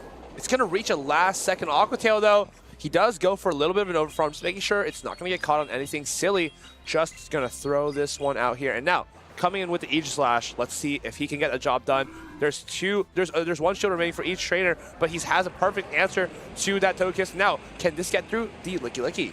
This is going to be such an interesting matchup, but we're going to have still a shield here on Tauntaun's side, and we're going to see a no-shield immediately because one body slam is not going to be enough to take down the Hydreigon. So we will see a fly or two, I think 2 Brittle Swings maybe? No, okay, we're going to see the fly coming through here. Let's see on how much damage it's going to do. Fly, it's not same type of attack bonus, but it's from a Shadow Hydreigon, so it's going to look like it's super effective into this Licky Licky, almost knocking it out. Going to force this final body slam, and now Aegislash is going to come in and try to clear this field out so that the Togekiss can get knocked out by a Gyro Ball. Yeah, the Hydreigon is going to try to knock out the Licky Licky here first with a Dragon Breath, going to succeed in this. And now, of course, Togekiss doesn't really have any coverage for the Aegislash there. We're going to have Psyshock resisted, Peck resisted, the R Sphere resisted, and the Fly is coming through as this is going to knock out already this Togekiss, winning Tauntaun the first battle. Wow, Shadow Hydreigon put on an absolute show there, knocking out the Licky Licky and knocking out even a Togekiss. Even though Togekiss should technically be good against it, it just takes too much damage from that neutral Fly. Yeah, this was interesting. You saw again on how strong that Hydreigon can be in the right position, but also, of course, Tauntaun had a fantastic lead there. We saw the Togekiss, and we saw, of course, then the Aegislash, and again, this is such a dominant lead, and if you can just keep up the alignment then for the end, you're just going to be in such a good spot. So the thing is, Kaifia, it's going to be difficult for him to bring that Galarian Corsola now because the Hydreigon is all over the field. Yeah, the Corsa is going to be very difficult to bring here. And like, you need to kind of see it to counter this Aegislash. And I do think we have to mostly see the Quagsire every single game. But a Pokemon that could be very interesting there as well, it could be that Stunfisk. You know, in Stunfisk, we saw it played into Tauntaun Battus a lot by nickname yesterday, but it often didn't get the job done. It was lured out by something like the Togekiss, and then Aegislash kind of just ran free in the back, sweeping everything with those Shadow Balls, those heavy-hitting Blade Form Shadow Balls, those heavy-hitting Gyro Balls as well. Not even usually a good charge attack, but when thrown by a Blade Form Aegislash, anything looks like a good charge attack. I'm curious if we're going to see the Aegislash again as well for game number 2. It seems to do quite well for Tauntaun. We saw it already in day number 1 on stream on how strong this Pokemon can be. And we are ready for the game number 2. And we see Togekiss against a Fortress. Togekiss versus Fortress, usually a pretty good matchup for Togekiss because that Bug Bite is double resisted here, but he's got ABA weak to it. He has that Shadow Hydreigon in the back. Yeah, Shadow Hydreigon in the back again. I feel like he always brings Hydreigon together with the Aegislash. And now we see a no-shield coming up immediately, trying to get that shield advantage early with the Rock Tomb being super effective against the Togekiss. But we see a swap out here into the Licky Licky. And this means Licky Licky is not going to be able to go up against the Aegislash. We're very likely going to see the swap out now from Tauntaun into the Hydreigon. Always see them stay in for a little bit, getting a bit more energy. Because if he can keep this energy here, or try to maybe catch a Shadow Ball onto his Hydreigon, oh, just force him to throw the energy here, and then going to go into the Hydreigon most likely. Aegislash will be now against the Togekiss in the back. Yeah, the Togekiss is not going to appreciate it at all, and we see now, of course, the Hydreigon coming in, and Hydreigon would be able to easily take a Body Slam now, because we have to remember, we saw the Rock Tomb coming through already. But we're still going to go for Protect Shield, rather kind of keep this Pokemon safe, because as we said before already as well, Aegislash doesn't really need the shields, Hydreigon really needs the shields. Can it get this farm down though? It does! And now, how do you address this Hydreigon? You can come in with this Togekiss, just goes for the Aura Sphere immediately, just going to pull the final Protect Shield from Tauntaun Battus, but are you willing to call these baits? It's going to be a tough one. But do you even need to go for the bait as Tauntaun? I don't think you need to. I think you can just go straight for the Fly, because at this point, you just want to get the shields down or the knockout on the Togekiss, and we're going to get the shields down, which is most likely even a little bit better. As you're going to see here as well, most likely another Fly coming through, and now Tauntaun can just swap out into the Aegislash and trying to get some energy. But now if you're Kaifia, do you think it's that Quagsire in the back? His shield implies that he thinks it's Quagsire in the back. Now, you're just going to take this Aura Sphere to the Aegislash, resisted charge attack damage. This is going to do nothing to the Aegislash. You can try to come in with your Empoleon now, but is it too little too late? Shadow Ball, it's almost there. You're going to try to bank this, charge attack onto the Togekiss, maybe try to charge attack Brody Eagle Slash later, but Tauntaun Battus is building up to that Shadow Ball. Yeah, we're gonna see here that Tauntaun is just gonna get up to 2 charge moves, trying to go for a Shadow Ball. Is a Shadow Ball though enough to knock out this Empoleon? I'm not too sure about it, but what he could do as well is just go for a back-to-back. I think it's enough. Shadow Ball, Blade Form, Eagle Slash onto the Empoleon. This could be the game for Tauntaun Battus. Does it land? Does it connect for that 100% knockout there? And it's gone into the Empoleon. Shadow Ball into the Togekiss. Back-to-back Eagle Slash knockouts. Tauntaun Battus doing what he intends to do with his Hydreigon and Eagle Slash core. I honestly, like, running this at a regional championship and being so successful with it is just crazy. Easy, like, not easy, a quick 2-0 there, thanks to the Aegis Slash and the Hydreigon core. Like, who would have predicted this? This is, there's no other way to say it. This is absolute cinema from Tauntaun Battus. Eagle Slash, we haven't seen it have that much success before. We've seen it get a couple of top cuts, a couple of day 2s, but this could be its deepest run ever. It looks so dominant. It looks so dominant in Tauntaun's side. Of course, we saw a very good matchup in the lead in game number 1. In game number 2, we saw the damage that this Pokemon just can do. Like the Shadow Ball on a full health Empoleon, knocking it out. But then, yeah, of course, you have the Shield form, and you barely take any damage. Like, this is such an interesting Pokemon to run. It almost feels like you have everything, but you have nothing. Because when you're trying to charge up that first Shadow Ball, it feels so slow. That's that one drawback of using Eagle Slash. Look at this. Good luck, and Kaifia doesn't know what is about to happen in these next 2 games. Tauntaun Battus smiling because I think he has a pretty good idea of what he's going to do. You're going to see that Hydreigon getting that shield with Fly. Nope, just going to let it through. Fly knocking out that Togekiss. And that's game number 1 for Tauntaun Battus. Hydreigon, Shadow Form, so dominant, so strong, and so much aura. Here we see as well on why this Fly as a coverage is going to be such an important piece, because you are going to be able to hit now hard even those Fairy-type Pokemon that would usually resist both the Dark as well as the Dragon-type damage. And the catch onto the Aura Sphere here in game number 2 allowed Tauntaun to just kind of get a bit of an advantage there as well, and then getting up to 2 Shadow Balls, knocking out both Pokemon back-to-back. There's that Shadow Ball for huge neutral damage. If it knocked out an Empoleon, we do not need to go for the Gyro Ball there. Easy knockout for the Eagle Slash. Tauntaun Battus doing what he does best, taking Spice to the next level. We'll see how much further he can take it in this match, though.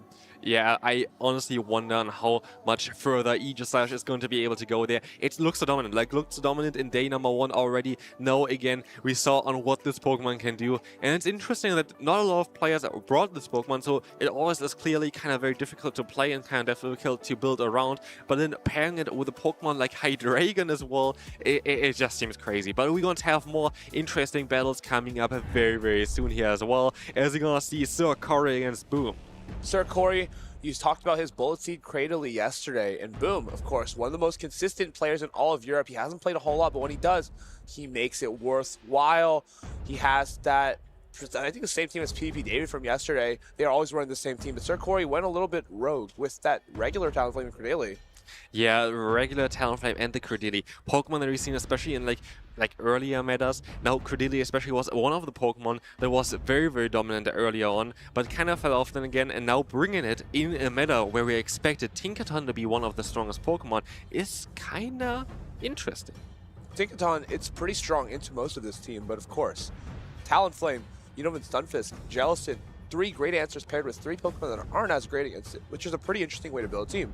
Yeah, and we have here the Wigglytuff as well, a Pokemon that also did quite well already in recent tournaments, but here again is going to be on multiple player side still as a preferred Fairy-type Pokemon. And what we see here as well, of course, on Boom's side is going to be a very, very strong team that we saw already in day 1 doing quite well. It's kind of the meta Pokemon that you kind of could expect right now. Togekiss is such a devastating Pokemon. If this Pokemon gets energy, it's going to be able to destroy so many different Pokemon in the current meta.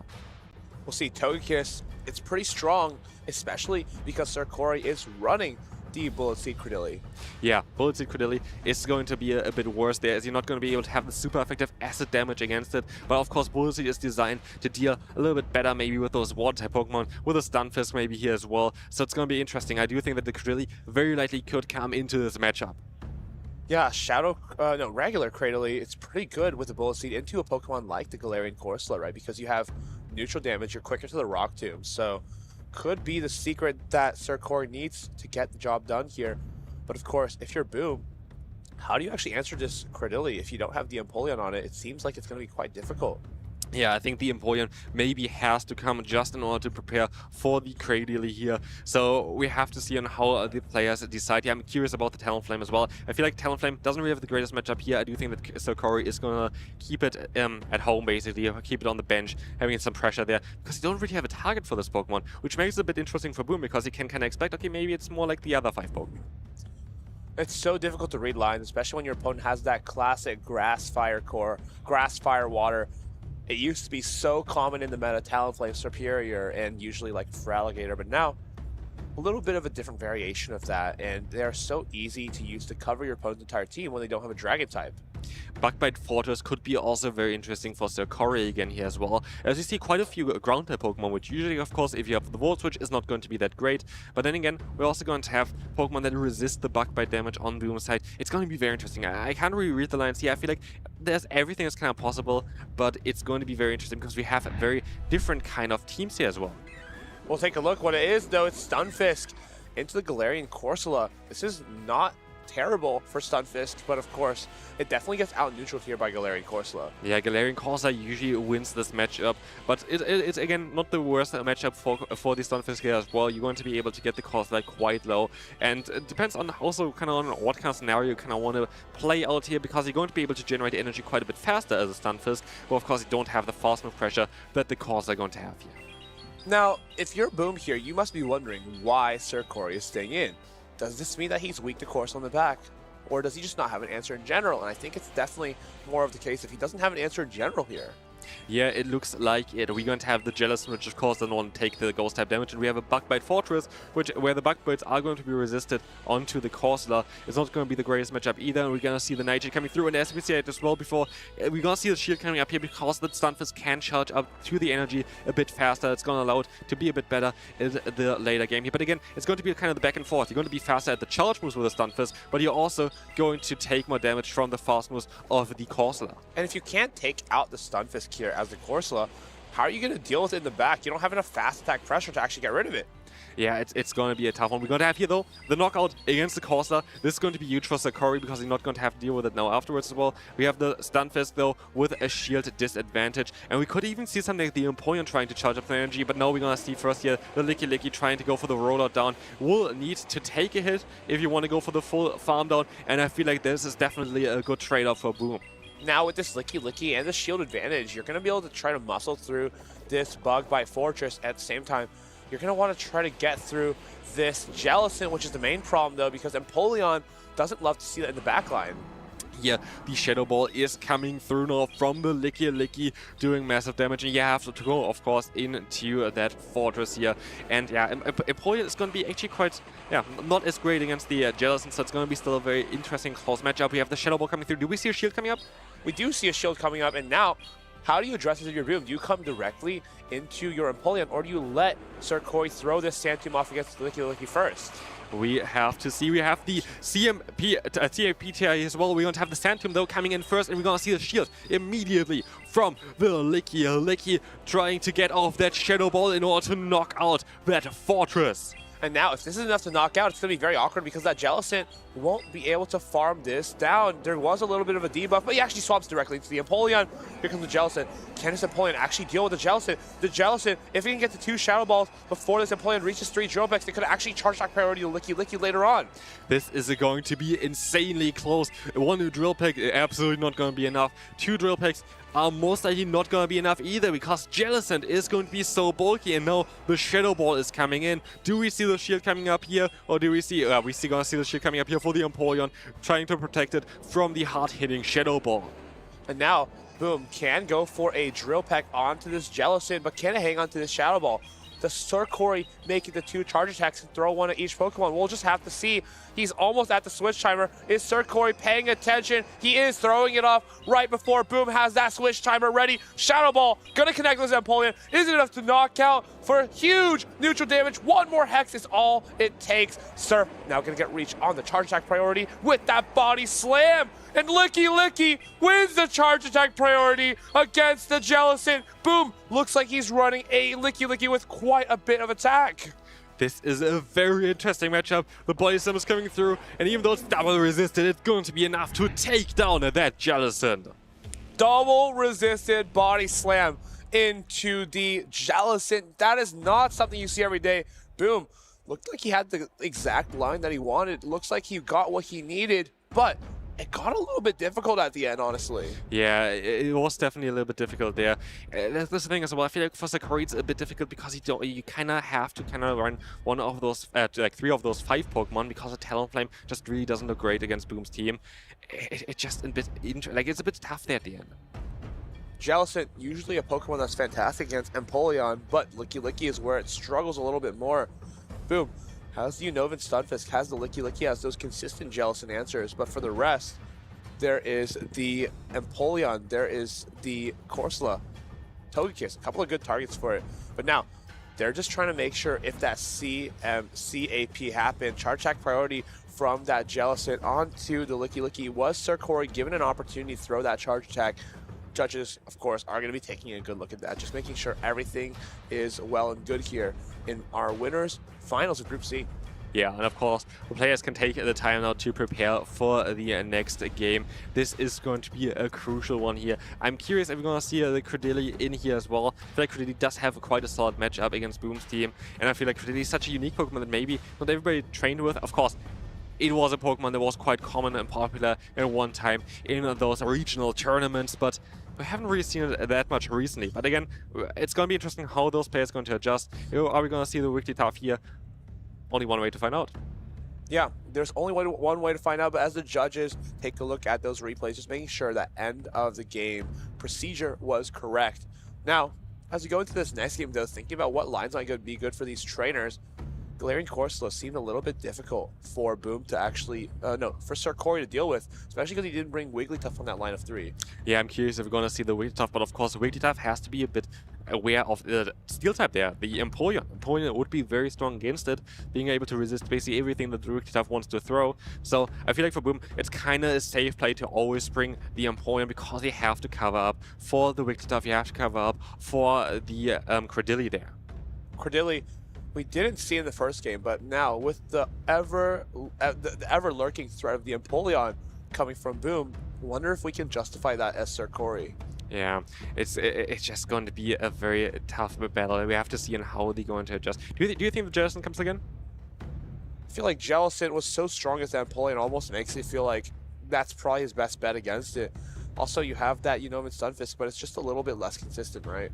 Yeah, like this is the thing as well. You have to deal with the Empoleon. It's kind of safe to say that Boom is always going to bring the Empoleon. And it's kind of safe to say as well that I feel like Sakari kind of has to bring now the Wigglytuff in order to deal with that Corsola, because Corsola was just so strong in the first battle. Galarian Corsola easily bullies through neutral matchups like the Talonflame, like that Unova and Stunfisk, like Bug Bite, Fortress. But of course, it's just that one funny Pokemon called Wigglytuff that it can't muscle through. Yeah, and so it's very likely that you're going to see the Wigglytuff to adjust for the problem. And honestly, Wigglytuff is very strong against Boom's team there as well. Like, there's only really the Steel type of the Empoleon that can counter it. So I feel like it's actually quite a safe play. Yeah, and if you're Sarkori, can you just double down on those Empoleon counters, knowing that he kind of has to bring that every game?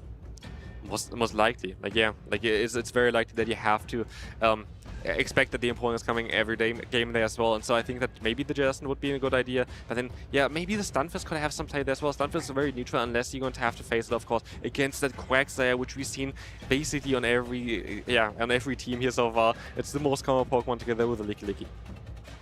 And now, does Sarkori take a bit of a risk? He can bring a Pokemon like the Credilli and just try to align it with something like the Quagsire, or even neutrally against the Licky against the Corsola. It's not so bad.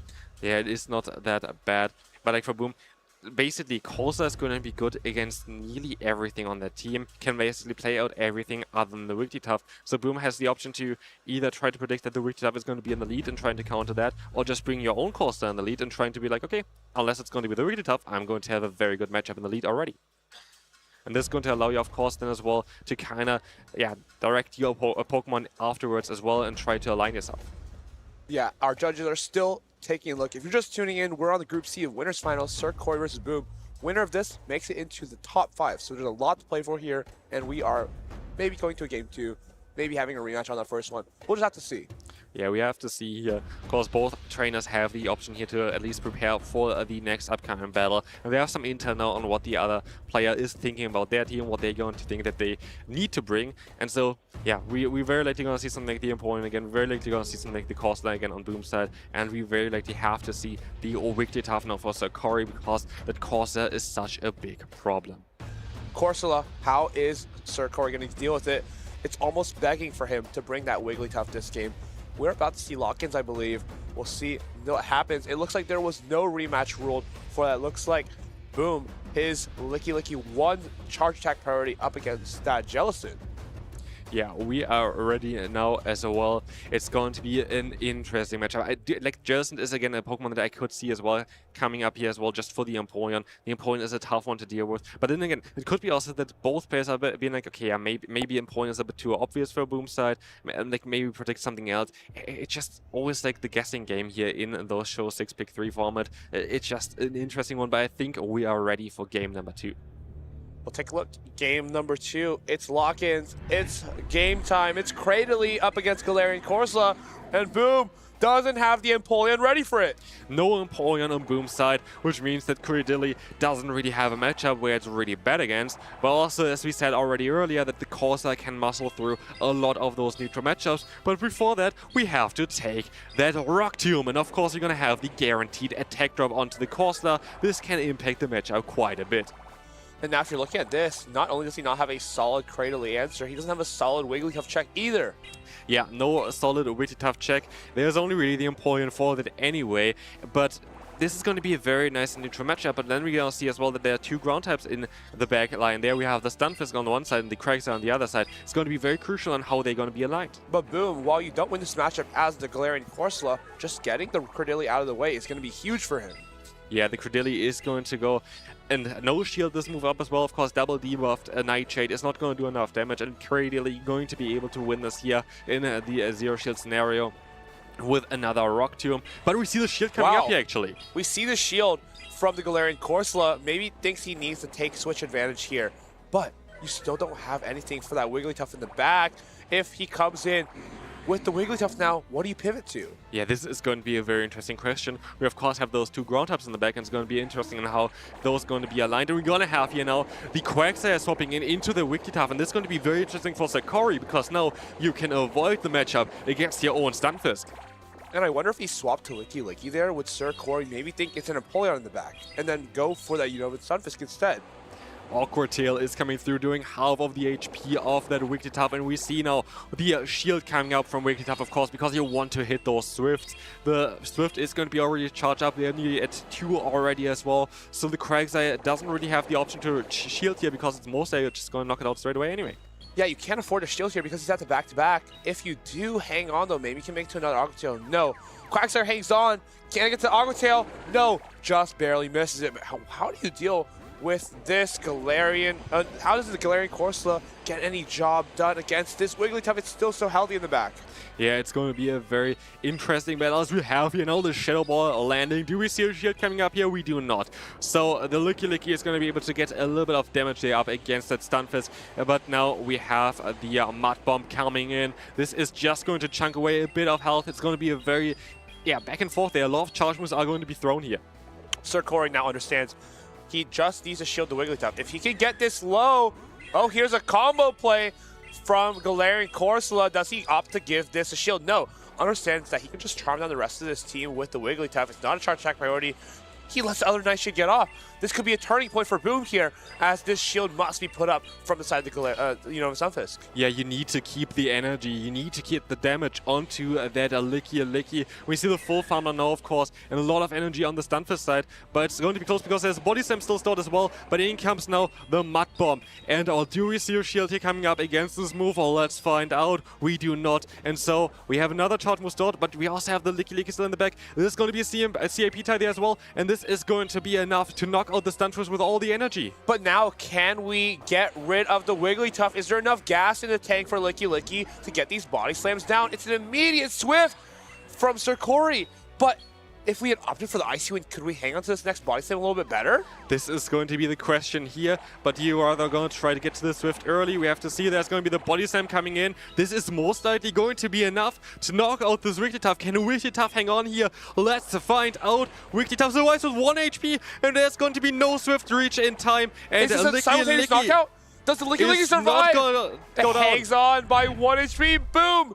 Top 5 finish. Another top 8 finish to his resume. One of the greatest trainers in all of Europe. Now has his 5th consecutive top 8 performance. What a close battle this was. 1 HP on that Licky Licky at the end. The Wigglytuff would have been better on both sides to go for the icy one there, right? It would have definitely been better to go for the icy win, because at that point, he just needed to focus on going for charms. Even throwing the Swift there, if he didn't throw a move at all, he could have gone for the full farm down, and that would have been a simultaneous knockout at the end. But it's always tough battling on stage there as well. So even tougher battling against Boom. Yeah, especially against Boom. Well, like honestly, like Boom always getting into the top 8 minimum at the regional championships. That is just insane. Like this is just insane. Yeah, like it's always so interesting to see others living your dream. I mean, top 8 at all of his tournaments. That is not something I have done, or I mean anyone else has done, to be quite honest.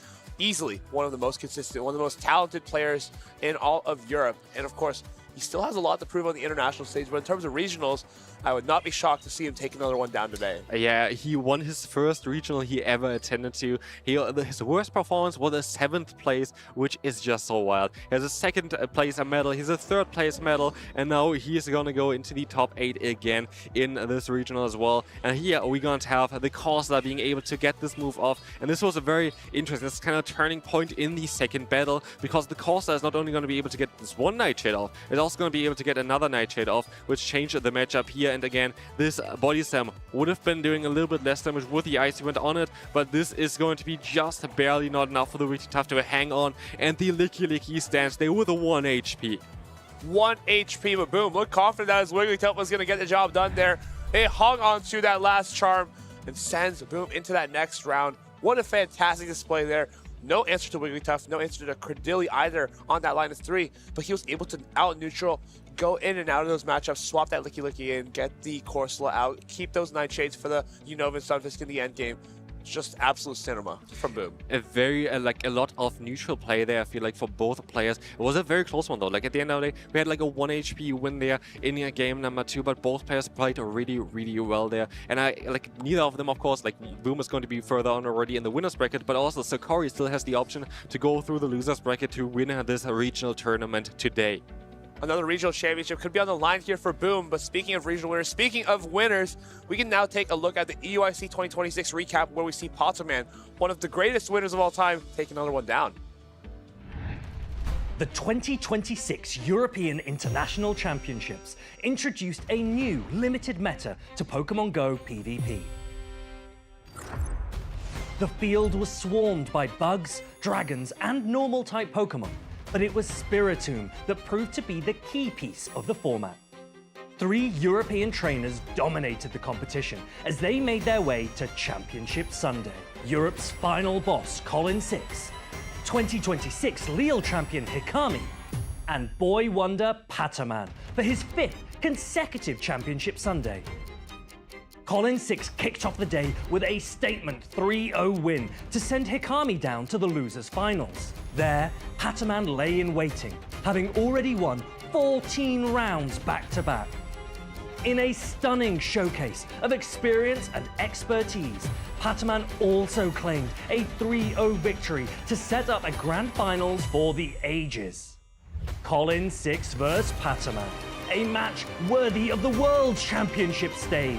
Pataman quickly reset the bracket with a 3-1 win, leaving everything to play for in the final best of 5. The 2 finalists fought it out until the 5th and final game, exchanging blows amidst cries and cheers alike from the London crowd.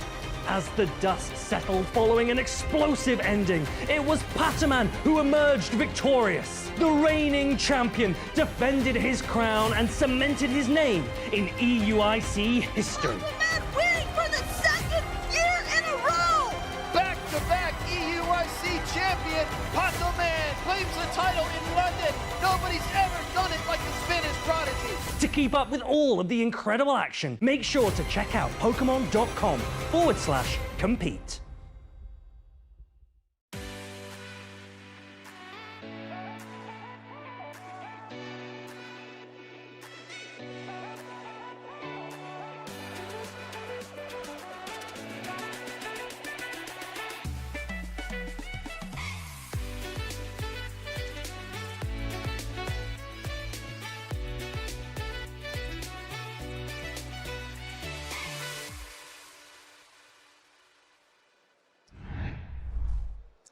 You saw so many swaps in those games. I bet you weren't expecting a double caster swap. Hi guys, I'm Jox here, joined by Amanda behind the booth. How have you been liking the game so far, Amanda? Wow, on the winner side of the bracket here and in this double elimination tournament, there's a little more, wiggle room up there, but man, the plays have been so precise, coming down to the absolute wire, especially in those last two games between Boom and Sir Corey. Absolute cinema, as Eric would say. Yeah, I bet you weren't expecting the bullet seed Credility to put in so much work. Boom had a tough matchup there, but he managed to wiggle around. Also, can we talk about that catch from Icelandic Lappers versus the Grumpig? One turn moves, no problem. He catches this precise counter by Icelandic Lappers, getting the win there, securing his place on the top 8. So, I mean, at this point here, we are still in this winner's side of the bracket. So that means that these trainers have come in from day one. They didn't lose their actual rounds yet, but one of them, unfortunately, will be knocked down to the loser's bracket after this. We have the Reeve on the left-hand side against XXL Cactus, who's a trainer from the Czech Republic. Of course, a trainer from the Czech Republic, also a Worlds competitor, no stranger to the big stage. The Reeve, though, has been having an insane tournament so far. He has played 2 regional champions, Rise to Occasion and Galactica Bolton, sending them both to the lower brackets. Absolutely, and he's running a very interesting team. If you're noticing here, he's got 2 Psy-Wave users on that, looking at that Malamar and the Grumpig. Grumpig actually jumped up into the top 12 usage for Day 2 competitors. We already saw Sustenance Eater using that earlier on. We'll have to see if the Reeve continues to use that in this tournament, but when you have a Guzzlord on the other side, do your Psy-Wave users start to feel a little bit maybe neglected, not as usable? I bet XXL Cactus is very happy to have that Guzzlord on that team, because otherwise, without the Dark typing on his team, that would be a tough matchup to handle. Though I believe the Reeve has enough answers to cover for those Dark types. So let's see if we have some double Psy-Wave shenanigans going on, or if XXL Cactus's Guzzlord scares them away. Now these teams are pretty similar. One thing we have noted with the Fortresses is that this one is on Volt Switch. I believe the majority of them, we had a stat was that the Bug Bite users were more prevalent in Day 2. We'll have to see if XXL Cactus can prove us wrong here. Fortress coming in right away up against the Reeves. Unnovan, Stunfisk in the lead here. And this is a Volt Switch Fortress, so he's trying to swap right away into that Quagsire, not before doing a Volt Switch. Answered with the Feraligatr. It has access to Stone Edge and a pacing advantage. It's going to be charge attack priority. Feraligatr wins that. Feraligatr going off first here. No protection used on XXL Cactus's side here. Going to take it all on to that. One thing to note as well is this one is running the typical tech on that Quagsire, which is Stone Edge, getting the first shield off of the Reeve here. Wants to keep his Feraligatr nice and healthy. And I think this is very nice for XXL Cactus. He gets the shield advantage in this matchup. The Feraligatr needs to throw again,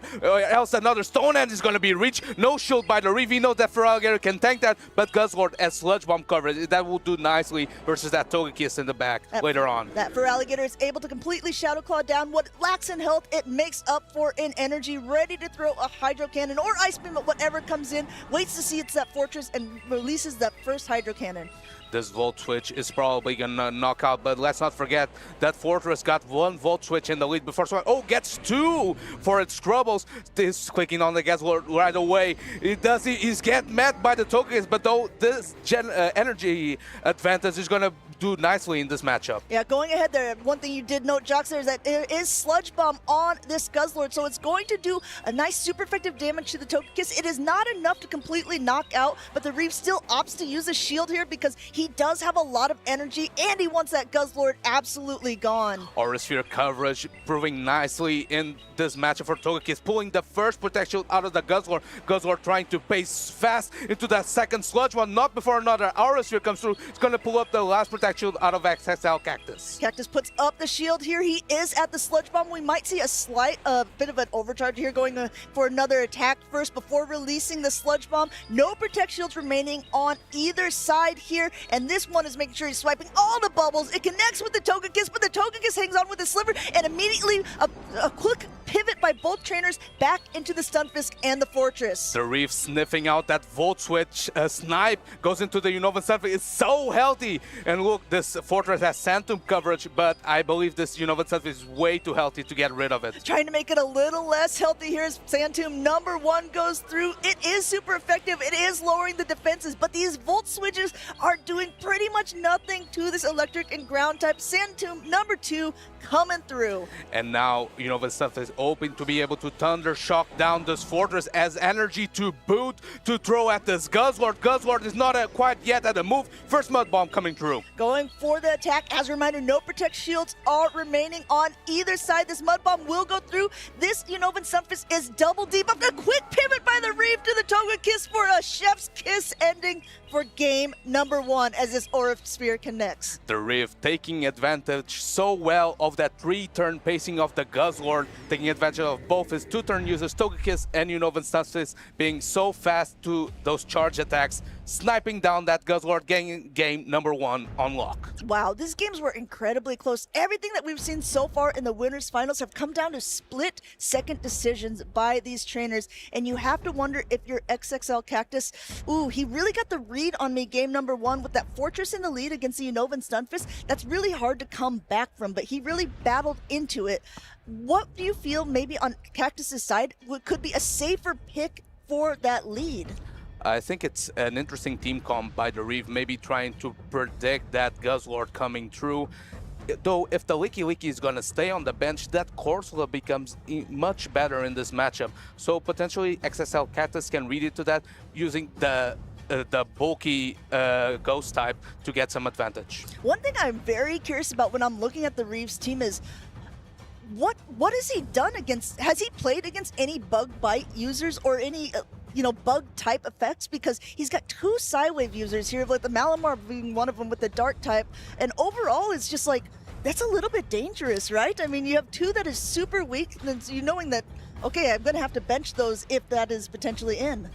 As Inadequate said yesterday, you just have to align your hard counter into it. Oh, he has that Togekiss, a flyer that is also part fairy type. It resists completely those bug bites. It's a very positive matchup though XXL Cactus doesn't have that bug bite Fortress. It is indeed the Volt Switch version, which is a way worse matchup for the Togekiss. Yeah, it's like, oh, you just gotta win. That is a good point. Let's take some notes, trainers, if you're wondering at home how to be the next regional champion, and both of these trainers want to be that. The Reeve is 1 game away from continuing on that winner's side of the bracket, but Cactus could do what we call a reverse sweep and be able to take game number 2 and 3 to remain on the winner's side. There's still so much to play for in Winners Group D. I believe part of the reason why trainers have deep tournament runs is making a meta call, and that meta call was, I'm just not gonna see enough bug bite fortresses to scare me away. Maybe that's what happened during the group. That's why the Reeve has gone so far. He has beaten 2 regional champions so far. We have lock-ins, game number 2. We have the Licky lead into the Fortress. Going ahead now, more neutral picks overall. This Licky, of course, will be trying to go for that Shadow Ball, and XXL Cactus wants to slow its roll out, literally, either with the Rock Tomb to be able to lower the attack or a Sand Tomb to lower the defense, getting that first Protect Shield as that Shadow Ball goes through on the side of the Reeve. Important to mention that the Reeve did not bring that Togekiss. That means that the Guzzlord has very positive matchups into the whole team. Switches the Feraligatr into a Volt Switch. Fortress has so much energy loaded. Gonna throw the first Rock Tomb, nerfing the attack of the Feraligatr. Nerfing the attack, the Shadow Claw's already not going to be doing too much to this Dark type Pokemon here. And now that the attack is lowered, the Ice Beam won't be as effective should the Reeve be able to get to it. Cactus doesn't even want to let him get there. He's saying, okay, I'm going to put this Brutal Swing through, and you are not going to be able to get to an attack at all. Doesn't survive quite well enough that brutal swing. The Guzzlord is able to Dragon Tail it down. Here comes the Malamar, though. Malamar doesn't have a positive matchup since Psywave is heavily resisted. Guzzlord reaches the first brutal swing. Guzzlord looking so good here for Cactus in this game number 2, just charging up a little bit more energy. He does need to be a bit wary because this superpower is going to be super effective against the Guzzlord here. No shield by Cactus's side. As you can see, gets it knocked down really low, but the defense and attack of the Malamar are also now down as well. Cactus now knows the whole team of the Reeve is gonna get the last Protect Shield out of this Malamar. This Guzzlord can't be farmed down. Can the Reeve get rid of it? It catches a brutal swing on the Leaky. Leaky gets the rollout through as well. Going ahead, just saving up a ton of energy on that Malamar. Switch timers were up, popping back out to hit this brutal swing on the Licky, and now we're into the Quagsire on the side of Cactus. But there's a Shadow Ball coming through, and this is actually the heavy-hitting attack that Quagsire would hope to avoid. And look at the health management by XXL Cactus. He has 2 Pokemon pretty much at full health, not after this Shadow Ball.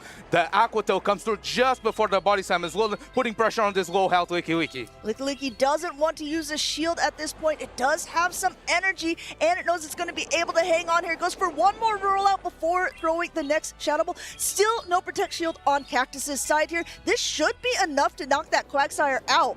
XXL Cactus putting all his trust on the Volt Switch Fortress. This Malamar has energy low, doesn't throw it away. Fortress throws the Sand Tomb. I like this play a lot here. This Sand Tomb is going to lower the defenses here, and Malamar has to be able to throw something as that Guzzlord comes back in because those Psywaves are doing nothing. And now this Guzzlord will go down, but the Volt Switch Fortress is still so healthy. I think this is a very bad position for the Reeve. Can you take out this fort? Can you reach a superpower? No, Volt Switch Snipe. And now the Licky just doesn't have enough in the tank. I think this is going to be a tied-up series. Going ahead now, trying to do as much as he can. Cactus ties up this series and winners Group D. We're going into Decisive game number 3.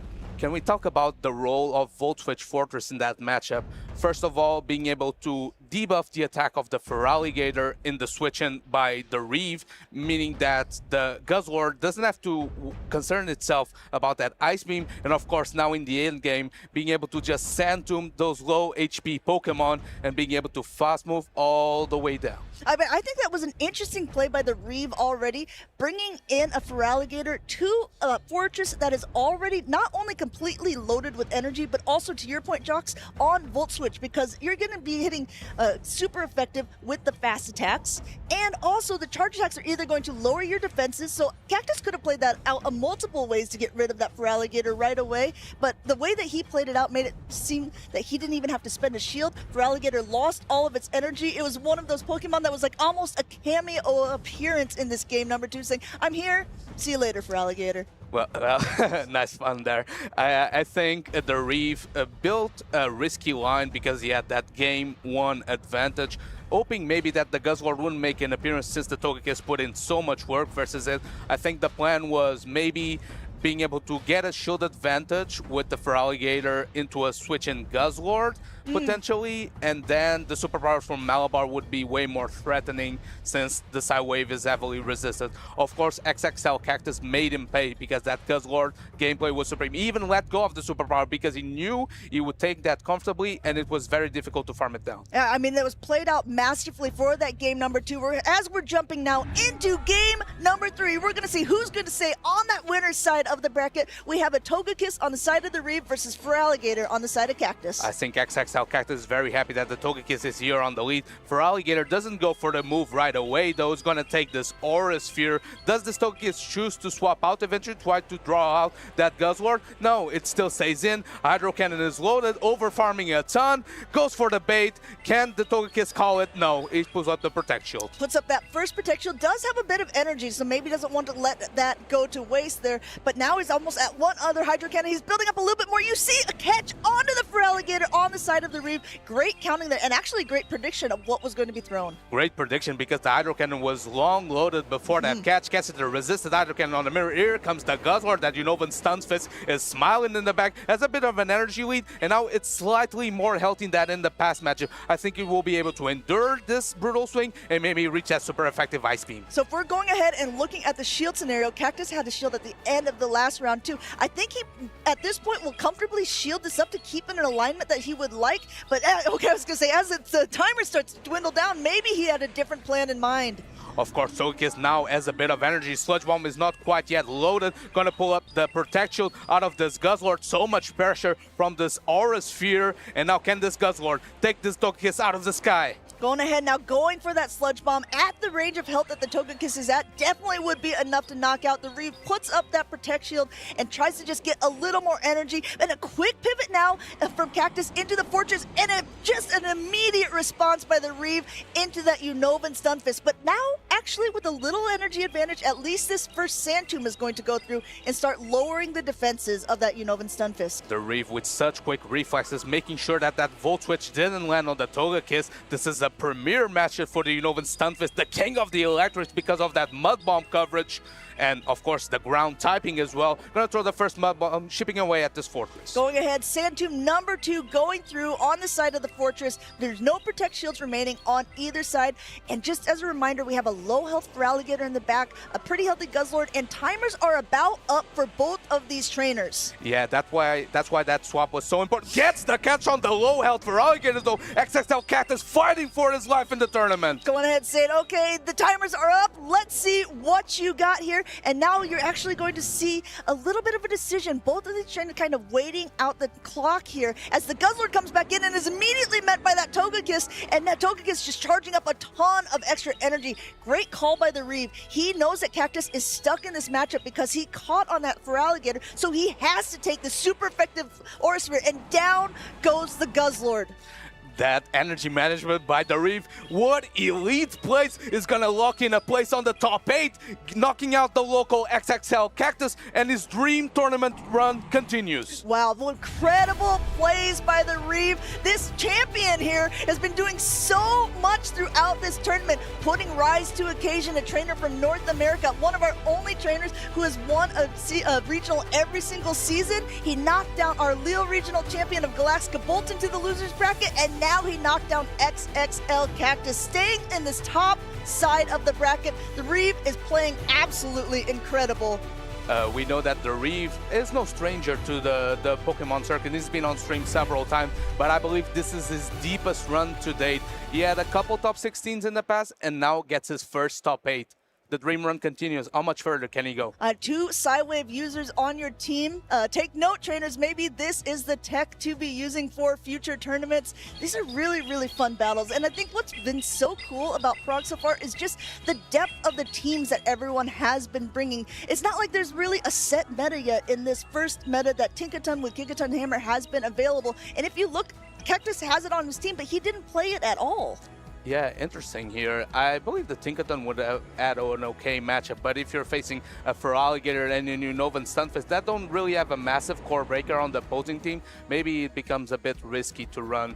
Of course, the Reeve relied so much on that Togekiss. The game that he benched it, he actually lost it because that Guzzlord was so threatening into his whole team, but he made up for it on the last game. XXL Cactus trying his best to try to escape the defeat, but it wasn't enough. The Reeve here with massive patience here. He knew that XXL Cactus was switch lock, and look at that energy management. He KO'd the Guzzlord, and he was able to charge attack priority with the Fortress, getting the KO with the Aura Sphere, and the Reeve here pumping his chest. He knew exactly what he needed to do. He knew exactly how many pecks needed to be able to go for both of that Guzzlord and that endgame, and actually taking it still in that winner's part of the bracket. And of course, if you're XXL Cactus, I believe you're pretty happy with how your tournament has been going so far, but you want to make your home country proud, right? You want to make that top 8, and he's going to get a chance to do that in the lower bracket, since this was only the winners finals of his group. Yeah, this is a double elimination tournament, so your first loss puts you down to that loser side of the bracket. Of course, if you lose again,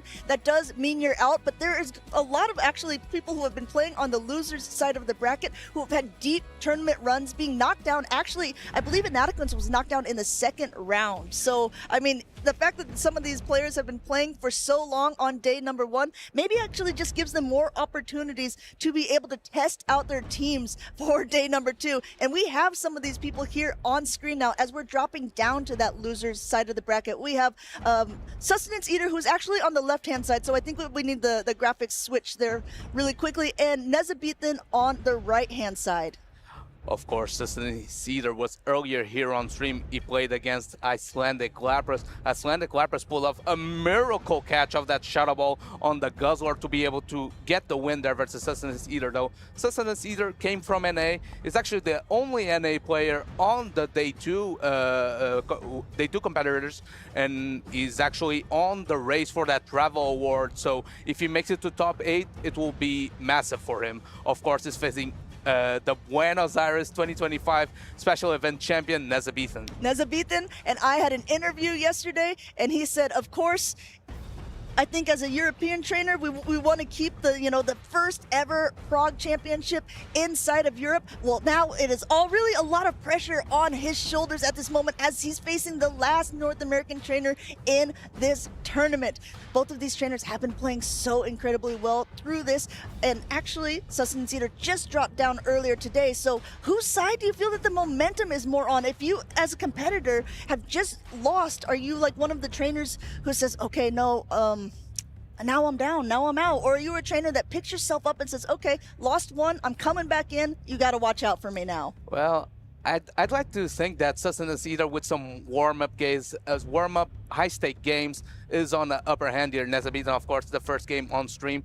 Of course, Sussen Cedar is another trainer running that Grumpig that was also on the team of the Reeve. But of course, it's met by another Guzzlord. What's going on? That's the Tinkaton meta, and we're seeing Guzzlord all over the place. One thing we have to note too is Nezabethan was the trainer who knocked out Patoman from the tournament yesterday. Patoman running a Fortress that was a bug bite, I believe, the same as Sussen Cedar, but he really relied on the Gourgeist in those matchups. So if any of these trainers have kind of been doing any research, maybe watching past the VODs from yesterday, Sussen Cedar maybe could take away a few things about how Nezabethan had that playstyle against him, and you have to wonder now, is the Gourgeist going to come against a team when that Fortress is there, but also there's a Grumpig with a Shadow Ball that can hit back so quickly? Actually, both these trainers defeated Patoman and Sussen Cedar on the point, upper side, and Nezabethan on the lower side. That was an insane series. Let's see who gets to go into the top 8. We have that Grumpig lead into the Guzzlord. Terrible lead for Sussen Cedar. Sussen Cedar would have to get up to the Dynamic Punch because those side waves aren't going to be doing too much. Takes one and then goes into the Licky Licky, a rather safe swap that we've seen for a lot of trainers in this tournament. Nezabethan actually kind of comfortable in this position as well. Goes ahead and throws that first Brutal Swing because the Body Slams don't do too much to the Guzzlord, and Sussen Cedar is definitely not going to be throwing that Shadow Ball. And of course here, Nezabethan staying in on this matchup because he has that Gourgeist in the best. That Ghost typing will prove dividends versus that Grumpig, the Psychic type. Of course, Brutal Swings come fast at the same pace of Body Slams. Another Brutal Swing is loaded, charge attack priority, Guzzlord wins that. Going ahead, throwing yet another. No Protect Shield used on either side of the opponents here. Now this Body Slam will be coming through. It will get that Guzzlord a little bit lower, but as we can see, Nezabethan has opted to stay in this matchup, saying the Licky Licky is actually probably my big target here, and I know that I'm going to be able to knock it out if there's no Protect Shields needed. And of course, Nezabethan going for the overfarm instead of KOing on charge attack priority this Licky Licky. Licky Licky pulling the Protection. This might prove to be nice for that Grumpig because that fighting Ghost coverage is pretty much unresisted throughout the whole meta. But look how much energy, though, is on this low health. As it comes in, wow! I think Nezabethan maybe didn't look at the team sheet and thought it was a Volt Switch, but he lets that Guzzlord go down with so much energy. Now the Grumpig comes back in, throws a Seed Bomb at this here, but wow, that Guzzlord expended his shield and lost all of that energy. If you're Nezabethan, you gotta compose yourself. The game is not over quite yet. This Grumpig has an energy at start, but this Unova Stunfisk is tanky. First Shadow Ball coming through. Does the Unova Stunfisk choose to shield it? It can endure it. It chooses to no shield. It's gonna overfarm a bit more before throwing his Mud Ball. Yeah, I mean, I think that now that he saw the Fortress, he's saying, my Gourgeist has such a good matchup with it. I'm just going to save the shields and all the opportunity for that and try to get this Grumpig as low as possible. Now, Grumpig is already now at another Shadow Ball, charging just a little bit extra. This should be enough to knock out here. And Nezabethan, you can see, really trying to concentrate here. He knows that he's got to make some good plays to be able to keep it. Actually, the Stunfisk holding on to be able to get through, but look at Sussen Cedars Fortress play here, bug biting down so much. This is really great plays by him and actually going for that Sand Tomb. Let's not forget that Gourgeist takes takes neutral damage from these bug bites thanks to his grass typing. Protect shield coming from the Sand Tomb, that Rock Tomb bait coming good. Here, the Gorgeist is over farming as much, but gets the KO on the Fortress. That's massive. He has 2 seed bombs loaded. Is this Grumpig low enough where it can withstand? It has 1 Protect Shield. 1 Protect Shield. You see Sustenance Eater debating if he even wants to use it because he knows there are 2 loaded. Essentially concedes the matchup there, and Nezabethan takes that by the skin of his teeth there because that was incredibly close for the fact of how that mid-game turned out. This tournament is proving to be something that's testing the psychological psyche of Nezabethan, because versus Patoman, for example, he threw a resisted Shadow Ball into a Licky that he still won that game, and then he came back and reverse swept Patoman. And of course now he made this misplay, let's say, and he let all that energy for the Guzzlord go down, but he had such a good team comp advantage, and it comes himself cool and collected. He'll still won that game. He now gets to breathe, settle down, and try to get day 2. I mean, I think it's something that we have to keep in mind when we are watching, as you know, as people at home. Of course, there's a little less stakes than when you're up on stage, and if you really kind of put it into perspective, it wasn't so bad. Yes, that Guzzlord went down with a lot of energy, and yes, there was a shield that was expended, but the Gorgeist being aligned to the Fortress was actually what Nezabethan wanted. So best case scenario was that he could have thrown an attack and still let that Guzzlord go down. It was because you don't want to swap out and not have those 2 aligned. We got the bug bite speaking into of the aligned. Gorgeist. Gorgeist finds its target once again. Will he pivot right away? Does a couple bug bites before switching. This seed bomb is going to be super effective onto the Feraligatr. Will he choose to shield this? Gorgeist looking so strong here in the lead and also in the swap. No Protect Shield from Sustenance Eater. Takes that super effective damage, but knows that it can. And now in comes a Celio to just sop up all this water or ice damage, taking that on the chin right below the whiskers. And this is a regular Celio, not the Shadow version, so it can take multiple Hydro Cannons, no problem. Here Nezabethan doesn't choose to overfarm, throws right away that Body Slam. Wondering now if the Fortress can bug bite this Celio all the way down and pull some strings in the back. But this is actually pretty interesting. You have to come in with the Fortress here because obviously as a Togekiss, even though you can hit back with the Aura Spheres, you don't want to be taking that damage from the Powder Snow. This Surf is now coming through on the Shadow Fortress. If you're Sustenance Eater, you've already seen the Gorgeist and you think maybe the Fortress has already done its job here. Just going ahead, getting up a little more energy before throwing. With that fast energy generation just before another Surf is loaded, the Fortress is forced to throw that Sand Tomb before he has to pull up a Protect Shield. Gets the KO here. The Gorgeist is going to come back in. He does a couple more bug bites, essential, but here comes the Togekiss. Mats its hardest foe in that Stunfisk, and Nezabethan is in the driver's seat in this matchup. Nezabethan maybe was a little bit shook in game number 1, but he is on point with his predictions with game number 2. Using a Protect Shield here on that Unovan Stunfisk, wants to keep it healthy, wants to keep sure that he's going to be able to get some alignment here and start stripping shields away from Sustenance Eater as well. Sustenance Eater recognizes it needs to get that Gorgeist out of the way there and is deciding Togekiss might be the best way to do it. And of course, the way Sustenance Eater swapped into that Togekiss, it has that turn advantage, so it's able to get to a second Aura Sphere before the Togekiss has the Stunfisk has 2 discharges loaded. Discharge is loaded, but he's overfarming as much as possible just before the switch call comes up. Throws another discharge. Great awareness by Nezabethan. Wow, credible plays here and getting the last shield off of Sustenance Eater here. He needs to be able to take this game if he wants to stay in the tournament. Swaps into the Fortress here. That's a great start. No Protect Shields remaining as this discharge will connect, but I think we're going to see a quick pivot now by Nezabethan, and then we're going to see that go-ahead Gorgeist to start taking it all away. Of course, you're getting a departing Sand Tomb. I think Nezabethan's still in a pretty good spot because Togekiss is going to have to spend energy to get rid of this Gorgeist. Gorgeist is only 1 Incinerator away from Shadow Ball. Psyshock comes through, and Nezabethan now has a choice. Can either win this matchup with the Gorgeist or the Unovan Stunfisk. It's good to have choices in life, and Nezabethan chooses to shield up this Gorgeist. Throw the Shadow Ball here for a swift and clean 2-0 victory against Sustenance Eater, knocking out our last North American trainer in Prague. And this is the resilience that makes champions. Champions are built under pressure, and Nezabita is ready to take on the top 8 from the lower bracket, is able to knock out the last North American in competition. The title is staying in EU. Which is really funny for a trainer such as Nezabita going ahead and taking that title away from a different region, but in this inaugural Prague Regional Championship saying, okay, I know that I'm coming from that loser side of the bracket, but I also want to be here for this event.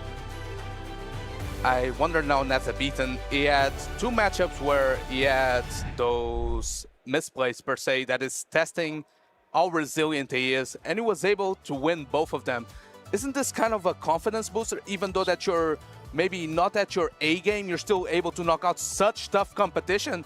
That means maybe if you can turn things around in your gameplay-wise, you're in a good spot to win the entire thing. And a lot of times, it's not that you have to play a perfect game, right? Sometimes you just have to play better than your opponent or even have a team comp advantage. I would argue for that last game, Nezabita really had Sustenance Eater just red, right? I mean, he had a good lead. He was able to stay calm against that Spralligator safe swap. And then from then on, he was just really in the driver's seat. Sustenance Eater did a great job in the games too. He had great energy management. He knew his counts. He was right on point. He wasn't letting the Incinerate damage go through to his fortress. But in the end, it just wasn't enough to overcome. Gorga is proving to be a little superstar here for Nezabita, putting in so much work versus those bug-bite fortresses. Of course, taking out the flyer as well with that Shadow Ball coverage. Gorga is proving to be a great anti-meta pick in this Tinkaton meta. Yeah, the Tinkaton meta, the Fortress meta, the Licky meta, I don't know. Gorgeist might have definitely found its spot here, and Nezabita is a trainer to prove it. But we are now still on that loser's side of the bracket. We saw Sustenance Eater playing earlier on against Icelandic Lapras. Now Nezabita, he is knocked out of the tournament, and we just saw Kalfia play up against Tonton Batuz. He will be up next against Nickname. And both of these trainers got knocked down by the Aegis/Shadoweye Dragon core, but now maybe they're both happy that they're gonna see a normal team for once. I was talking with Nickname about this, and he actually told me that though him and the Kalfia, they've compared teams often, they've scrimmed against each other, they've never actually played against each other in a tournament. So this will actually be the first time, and it will be on the loser side of the bracket. So this will be a big moment for both of these trainers. Kalfia got 3rd at EUIC in 2025. Nickname was one of our EU champions who has won multiple titles in one season. So again, this is a Titan showdown. And it's funny that you mentioned that because both of these trainers were coming off stellar seasons previously.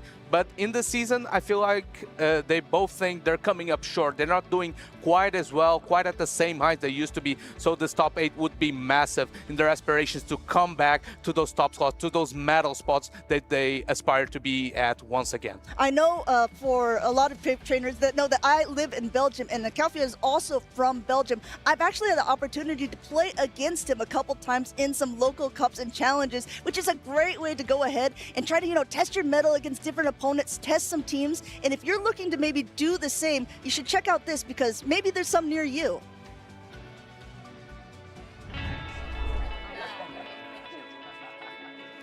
Hey, do you want to play? Yeah.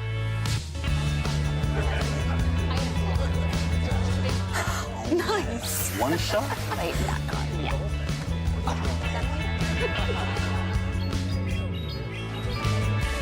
I'll use twin cannons. Great game, guys. Bye. See you next week. Come play at your local Pokémon League. Of course, if you want to own up to your skills and you need to build those championships points to be at San Francisco, that's the goal. That's where everyone wants to be at.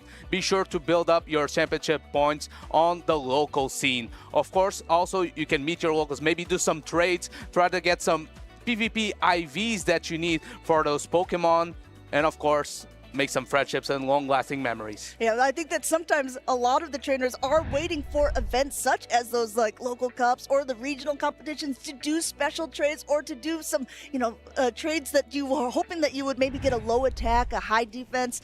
Some of these trainers, again, have never faced each other despite being such well-known trainers. I'm really excited to see how these two are going to face off against each other. Today was Calfia's first time this season coming in on that winner's side of the bracket, so we did see him just lose earlier on. Looking at the team compositions, is there anything that jumps out to you, Jox? I reckon they are fairly similar teams. We see that Kaifio chose to run that Corsola and Empoleon, while nickname as that Feraligatr. That's kind of the difference. And that Fortress as well, who's been the choice for so many players during this tournament. Of course, they're fist bumping. They respect each other a ton, and this is going to be a great battle. Both of these trainers want to turn their season around. They want to make it to the top 8 of the Prague Regional Championships. We have lock-ins, and we have the Corsola lead into the Feraligatr. This is a deceivingly decent matchup for the Corsola, even though it's taking super effective damage. It's just that the Corsola is so bulky and it's able to pace quite quickly here. These Nightshades will come in a little bit after the Hydro Cannons. Nickname also knowing that he's going to win charge attack priority, overcharges a little bit here before throwing this first Hydro Cannon. No protect shield from Calfia's side. And of course, Corsola is happy that is not facing that Licky Licky. We saw a lot of trainers going for a catch on the Licky Licky. Mickey Kaifio was sniffing that because he threw that Nightshade on a line. Yeah, making sure that that wasn't going to be caught on the Licky Licky. That would have been so annoying for this Ghost-type Pokemon. But look how much energy is on this Feraligatr, even though there's quite low health left on it. And Calfia chooses to let that Corsola go down. We'll have to wait to see what he will come in with. Immediately coming in now with this Licky Licky. I like this play now, swapping into the Licky Licky of nicknames. I really like this play by Nickname, banking that Hydro Cannon, because the Feraligatr is likely to win charge attack priority versus most of Kaifia's team. Reaches a Shadow Ball with that Licky Licky versus the safe swap. Quagsire pulls up the protect shield from Kaifia. Great shield by Kaifia. Yeah, he knows that this is going to be probably the most effective attack that the Licky Licky is going to throw. And actually, if you're looking at the team of Kaifia, he has a Mud Bomb version rather than a Stone Edge. So it's going to be able to pace a little bit quicker to that heavier hitting attack there. And now the Licky Licky is already at another Shadow Ball. Does Calfia want to use both of his shields in this mid-game matchup? Regardless if you use the Protect Shield or not, the rollouts won't add up enough where it gets the KO. The Quagsire can take this move comfortably, but now the question is, he goes for another Mud Bomb. I don't think this is quite enough to KO the Licky Licky. Can the Licky Licky choose to get to another move? Licky Licky got an extra rollout. It's choosing to invest on the Licky Licky, nickname is. Going ahead and just going for another rollout here for timing, and now goes for a Body Slam. Not really a bait necessarily, just hoping that it could knock out. And Calfia uses his last shield in this mid-game matchup as well because he is already at another attack. Doesn't even matter. Doesn't even matter, says Nickname, as this Hydro Cannon from the swapped-in Feraligatr takes out that Quagsire that was loaded with energy. That banked energy proving in clutch, but now the Licky Licky gets a great value, 2 rollouts worth of energy in the backline now. Nickname has a shield advantage as a low-health Licky Licky and a Unnovan Stunfisk that resists the rollout. Calfia's Licky Licky is against the world here. It is fully loaded with energy. First Shadow Ball going through on the Unnovan Stunfisk that Nickname has brought in. He uses that last shield there as well because he knows it's going to be that heavy hitting attack, and we'll have to see how these trainers want to do it, as it's just building up a ton of energy for both of them here, throwing that Mud Bomb on the side of Nickname, and it's going to have to hit the Licky Licky. That Feraligatr snap is going to prove key for Nickname because all that energy from Quagsire is gone, and now goes for the Licky Licky, gets the Shadow Ball, gets resistance, putting a cherry on top on his performance game 1. Wow, Nickname saying, okay, I didn't catch that Nightshade from the Corsola, it doesn't matter, I will catch a Shadow Ball from the Licky Licky here, going ahead, throwing a Body Slam of his own, which if you're in the Licky Mirror, that's what you're going to want to be throwing here, and Calfia has to overcharge a little bit because there's still such a healthy Unnovan Stunfisk in the back. I think he's just going ahead and conceding at this point, saying, it's just too high of a hill to climb. And if you think there was no chance for Kaifia to win that game, Nickname shutting that door down, gets that game 1. That's a statement win for Nickname. He wants that top 8 badly. Nickname saying last night, hey, I might be good again, as he's able to make it to day number 2 here. He has won the first game on stream here. He needs one more to be able to stay in this bracket. Now, we were talking about the teams here, and we noticed that Quagsire is on Mud Bomb, and also you were pointing out the different picks that Calfia is using. One more thing I would like to point out, he's also running the same team as the other Belgian trainer, Boom. Okay, interesting. And Boom made his way into the top 8 on the winner side. He just defeated Sir Corey earlier on the stream. Speaking of, that Empoleon is quite decent into that Feraligatr Licky core that Nickname chose to run game number 1. I wonder if it could have some play in this matchup, because if you notice the Quagsire of Nickname's team, it doesn't have that Mud Bomb coverage, so that matchup is slightly better. Maybe that's why Nickname chose to run the Unova Stunfisk, because it has a positive matchup into the Water Steel type. Definitely. I mean, Empoleon has a lot of play, especially because that is a Bug Bite Fortress and not a Volt Switch one. We'll have to see if he wants to bring it in game number 2. Maybe game number 1, he just thought, oh, you know, Nickname's going to over-predict it, and it was looking pretty good for that trainer. Nickname taking a couple more seconds to lock in. He's one of those trainers who, I think he really likes to go over every scenario, right? And that's something that maybe you can take away if you're playing at home too. If you're going into a matchup of a show 6 pick 3 and you're picking your 3 Pokemon, you have to decide, if it's X in the lead, what am I going to do? You know, and just kind of go through that whole little matrix to help you decide what is the best Pokemon, what is your safest bet for a lead or potential safe swap. And I'm wondering now if the Corsola will be benched, since the Licky looks to be decently safe into Kaifia's team, and you always have that risk of that Nightshade being caught. Of course, the Nightshade wasn't caught because Kaifio switched it up on his play pattern. He didn't play regularly through that move on alignment, which wasn't optimal, but it avoided the catch. But of course, Nickname said, I still want to catch some resisted moves. Let me get that Shadow Ball from Licky. I think those two both have a really nice energy management, and really the Feraligatr knocking out that Quagsire with all the energy just put Nickname into that driver's seat for game number 1. Both of these trainers are locked in. We'll have to see how it plays out for game number 2 as we have that Shadow Quagsire up against Unova Stunfisk in the lead for Kaifia. If Kaifia was in a bad spot before, is in an even worse one now. It goes into the Quagsire mirror. Quagsire, having one turn advantage, is able to pace to the Aqua Tail without getting a much shot through from Kaifia. Now we have to remember that the tech is a little bit different on these, but doesn't even matter at this point, as now the Feraligatr comes in, but this Feraligatr is actually now way behind on energy. Kaifia goes for the Mud Bomb and gets that first Protect Shield from Nickname's side.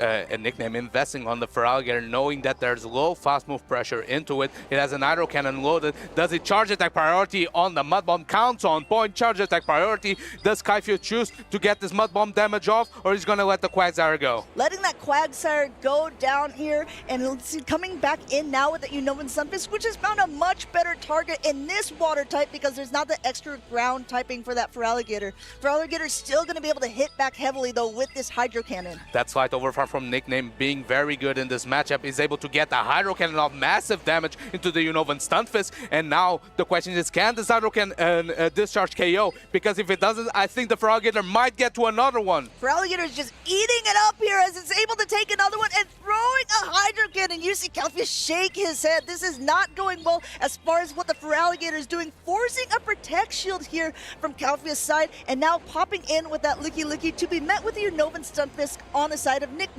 Quick reaction by Nickname, not allowing the farm down. The Unova Stunfisk is evenly matched in terms of energy. First Body Slam coming through from the Licky. Licky needs to throw a combination of Body Slams and Shadow Balls to KO the Unova Stunfisk, but of course, there's a full health Quagsire in the back, so Nickname is in a good position here. Yeah, Nickname saying, okay, no matter what, even if it's a Shadow Ball, go ahead. I'm going to let this Unova Stunfisk do what it does, absorb some attacks, just start to get your energy low. Kaifia still rolling out here, getting a little bit more energy before throwing a Shadow Ball. Still no Protect Shield on that Unova Stunfisk. And if you're Kaifia here, I wonder if the play is maybe trying to catch a resisted move on the Unova Stunfisk. Nickname is kind of covering for that. He keeps throwing Mud Bombs, even though it's more energy cost, it prevents that catch on the Unova Stunfisk. Yeah, Unova Stunfisk doesn't want to take a Mud Bomb. It would be able to take a discharge, no problem.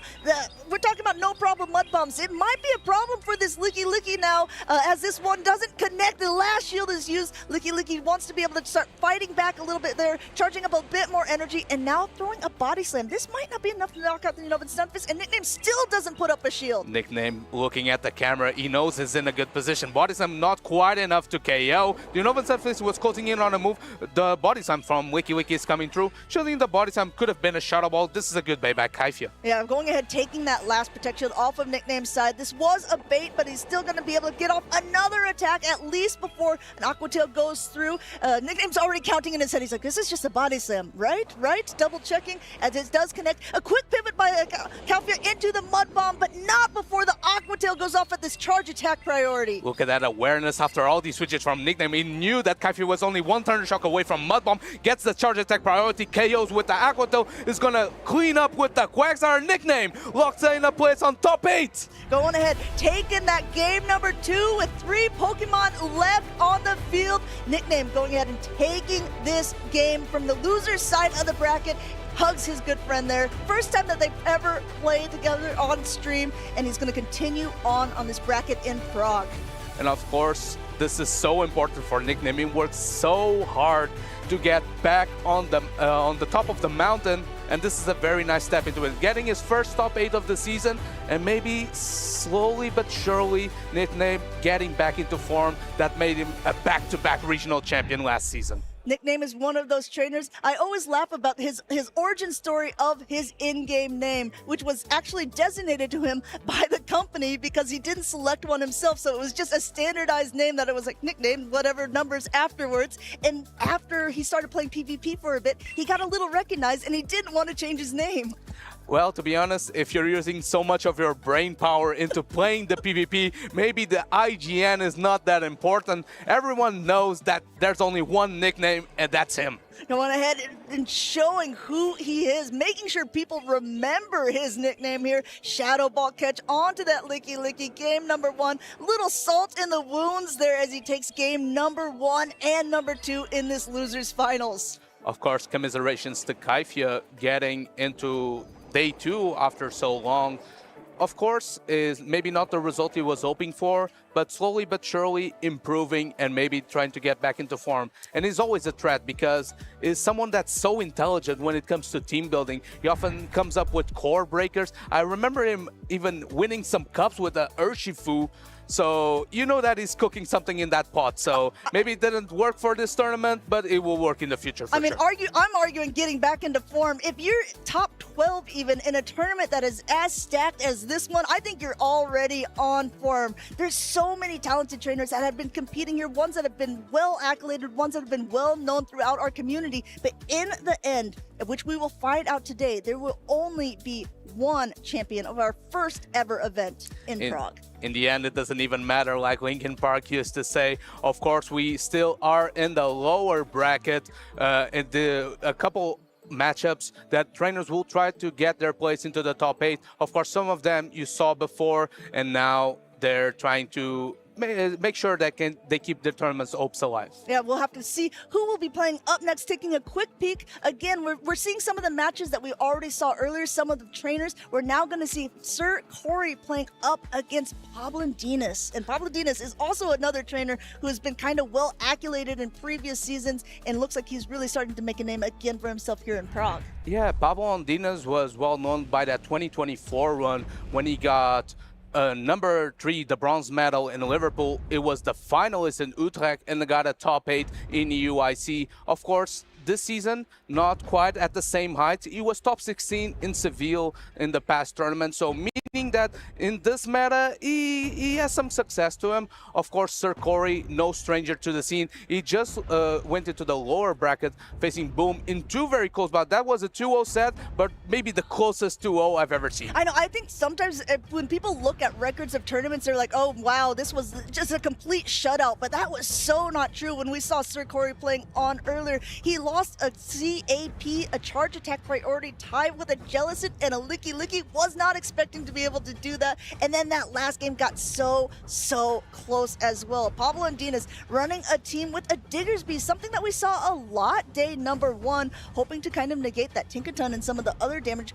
but we haven't seen it so often in day number 2. This is the first one that we've seen on screen. And of course, one of the few trainers that opted for that Volt Switch Fortress, the Shadow version. We're often seeing Bug Bite and the potential it has to sweep under 2 shields, but of course Volt Switch makes that non-safe type attack bonus electric damage be very threatening into the water types, and of course your energy generation is much higher, making Fortress a very good setup mon. It can even debuff the defense of the opponents with that Sand Tomb, making your own fast attacks and charge attacks do even more damage, or Rock Tomb to make your Pokemon survive for longer. Yeah, Fortress was the number 1 used Pokemon on day number 1. It dropped a little bit in usage, but still 7 of them are in the tournament here. Pablindinas up, leading that Diggersby up against a Wigglytuff on the side of Sir Corey. maybe expecting that bug bite further because he went so strong to it. That Wigglytuff lead is pretty good into Diggersby because it has that Icy Wind coverage. Diggersby has the pacing advantage though, going for the first Scorching Sands. Scorching Sands has the opportunity to be able to lower the attack of the Pokemon. We'll have to see if he will be able to get it. Doesn't get it on the first one. Icy Wind guaranteed to do so on the side of this Wigglytuff. Now throwing not only that, it's also super effective damage against Diggersby, but Diggersby is very, very thick there. Being able to take it now pops out into the Empoleon. And of course, getting the Wigglytuff stuck on that charm means that the Empoleon gets a bit of an energy lead into this Unovan Sunfist. Of course, Hydro Cannon is super effective into the ground type, but Unovan Sunfist can take one of them, no problem. Also, yeah, being able to have shields to hide behind here, this isn't the worst matchup for the Empoleon, but speaking of shields, Pablo Dinas decides, don't need him, as he goes ahead and takes his discharge there, does hang on by a third, so that means he will be able to get to a second Hydro Cannon. I reckon this draw of the discharge makes a bit of sense because I think Mud Bomb wasn't quite enough to KO, so you get a bit more value out of this matchup because you're going to have to use a Protect Shield anyway. You're going to farm down this Empoleon, and you have energy to boot to throw maybe at the Diggersby, who doesn't have a charge attack quite loaded. Diggersby is one of the harder counters here for the Unovan Sunfist. Discharge, no problem. Mud Bomb still doesn't hurt too much at all. Just gives an opportunity to charge up a little more energy. Now pops in the Jellicent here to be met by the Licky Licky on the side of Pablo Dinas. A Jellicent has that surf coverage that does neutral damage into the normal type of Licky Licky though. Licky Licky is behind 2 Protect Shields. Even though it doesn't need to shield the first few surfs, it can shield, keep itself pretty healthy, and this Shadow Ball is going to hit hard. Going ahead now, waiting there, throwing this Shadow Ball. Wanted to make sure that it wasn't going to get caught on that Wigglytuff because that wouldn't have been fun for Pablo Dinas. Has to take it on the Jellicent there on the side of Sir Corey and lets a rollout go through. Since these are both 3-turn attacks, every time someone throws a charge attack, the fast attack will still go through from the opponent's side. Of course, the energy generation from X allows the Jellicent to get to its moves slightly faster than the Licky Licky. The rollouts aren't adding up as much, so it's not quite in body slam range. Another Shadow Ball comes through. Sir Corey chooses to let it go. Gonna bank his trust on that Wigglytuff. Wigglytuff still has a shield to hide behind, and then still there's Unovan Sunfist that the Licky Licky has to get through here. There was a little bit of an energy advantage, so throwing this body slam, and Sir Corey has to decide where he wants to use his shield. Not here, not on the Unovan Sunfist. It's going to be on that Wigglytuff, and it might be tough to go through at this point with the shield. Licky Licky barely survives to get the parting body slam into the Wigglytuff. Wigglytuff choosing to no shield because she knows that the Diggersby gets to move so quick, but it might be just a bit too low. Diggersby has an energy load. He has back-to-back Fire Punch loaded as well. Going for a full farm down. Is this a simul knockout? Wow, both of them going and both of them down. What a close matchup. Literally, Sir Corey's matchups can't be closer on day number 2 here. This is a tie game for the first round of this losers finals. Sir Corey showing that he doesn't want to go down without a fight. He's making his opponent sweat. I wonder there though, Pablo Dinas already had the Scorching Sands loaded and Sir Corey only had 1 Protect Shield, so he reached that back-to-back Fire Punch. Made me assume that Diggersby would withstand all that charm damage, so didn't want to risk giving extra turns to the Wigglytuff. I wonder if he could have just fired back-to-back Fire Punch and still be healthy enough to survive the charm that sneaked through. Truly, at the low health that the Wigglytuff was at, that could have been the play, but we'll never know at this point as those both were simultaneously knocked out. Something that you don't see very often within the competitive Pokemon Go, but it is definitely not out of the realm of possibilities. And if you're Sir Corey, I feel like you're pretty happy with how this turned out because you had your Ghost-type Jellicent with a shield disadvantage stuck into a Licky Licky, and you still managed to tie this game. So you gotta maybe change things around, maybe predict that Licky Licky is gonna come through a bit more. Maybe that Cradily makes a return because it does pretty well into that Diggersby Licky Licky core. Yeah, I mean, Licky Licky, our most popular used Pokemon on day number 2 alongside that Shadow Quagsire. Sir Corey's team is actually quite original in comparison to what you've seen from a lot of the competitors there. He has that Bullet Seed Cradily that we wouldn't necessarily expect to be doing so well, but has been really negating how people want to bring in their water-type Pokemon. He's got a Talonflame, Wigglytuff, Unovan Sunfist, and a Jellicent.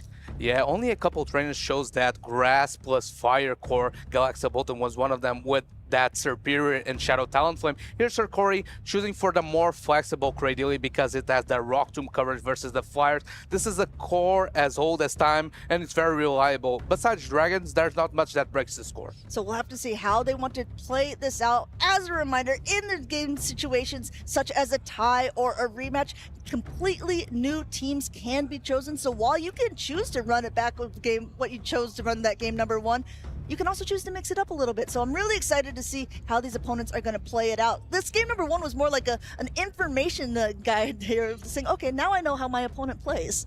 You got free information because you didn't have to give up any games for it. We have the Corsola lead into the Bullet Seed Cradily, opposite to the Acid Cradily, which would have its fast attack resistant. The Bullet Seed here, it's for neutral damage, and it's going to pace much faster to those Rock Tombs. Now, Sarkori sort of played out a very, very similar match earlier on today when he played against Boom with the Corsola in the lead. So he kind of has an idea of how this could play out or how it should play out. Going ahead now, Pablo Dinas takes that first Rock Tomb. It lowers the attack of the Corsola, and now he fires off this Nightshade, not protected by that Cradily. Since he was able to debuff the attack of the Corsola faster with this Bullet Seed coverage, now he chooses to not shield the Nightshade. Gonna reach his second Rock Tomb. This is not threaten a knockout on the Corsola, but we'll put it in the yellow HP. Going ahead now, just going ahead, taking that on the chin and waiting to see that that's not caught on anything. Now throwing yet another Nightshade. We know that this is not going to be enough to knock out the Cradily, and it's really choosing at this point who wants to use a Protect Shield, if anyone, to be able to win this matchup. If Pablo Dinas doesn't use a Protect Shield here, this Cradily will knock it out. Of course, Pablo Dinas, you're choosing to let go of the course. It's already was gonna be triple debuff. I wonder what he can farm down. It goes in with the Wiki. This rollout don't add up that much. Can the Rock Tomb be reached? It's gonna be so close. It does not roll out down. 4 rollouts advantage for the Wiki. This is massive. Yeah, that is actually quite painful to go through. 4 rollouts, so much free energy, and now Pablo Dinas swaps out into his Diggersby. There's no good answer for it in the back. Unova Sunfist can't handle it. Fortress can't handle it either, as this Fire Punch is going to connect and knock it super low. This is a very good damage by the Diggersby. Of course, Bug Bites are neutral, and the Fortress is still behind 2 Protect Shields. I wonder if you send Tomb right away, you can put enough of a dent into this Diggersby when Unova Sunfist can later on Mud Bomb it to get the KO. Going ahead now, trying to do maybe what you're saying here, Jox, is Santum number 1 coming through. This will lower the defenses of a bulky Pokemon here. And now another attack is going to be loaded. Does Sarkori want to use both Protect Shields here on this low host Fortress? Yes, he does. You see that Bug Bite chunking through this bunny. It's going to reach another Santum very soon. Goes into the Wiki trying to predict it. Great reaction time by Sarkori, preserving that energy on the Fortress. Shadow Ball coming through from Pablo Dinas. So much energy loaded on his Wiki. Reminder, 4 rollouts at the very beginning. Cradily wasn't able to Rock Tomb here. Now just trying to get up a little bit of energy and health advantage too, as his first Mud Bomb goes off, getting the first Protect Shield off of Pablo Dinas' side.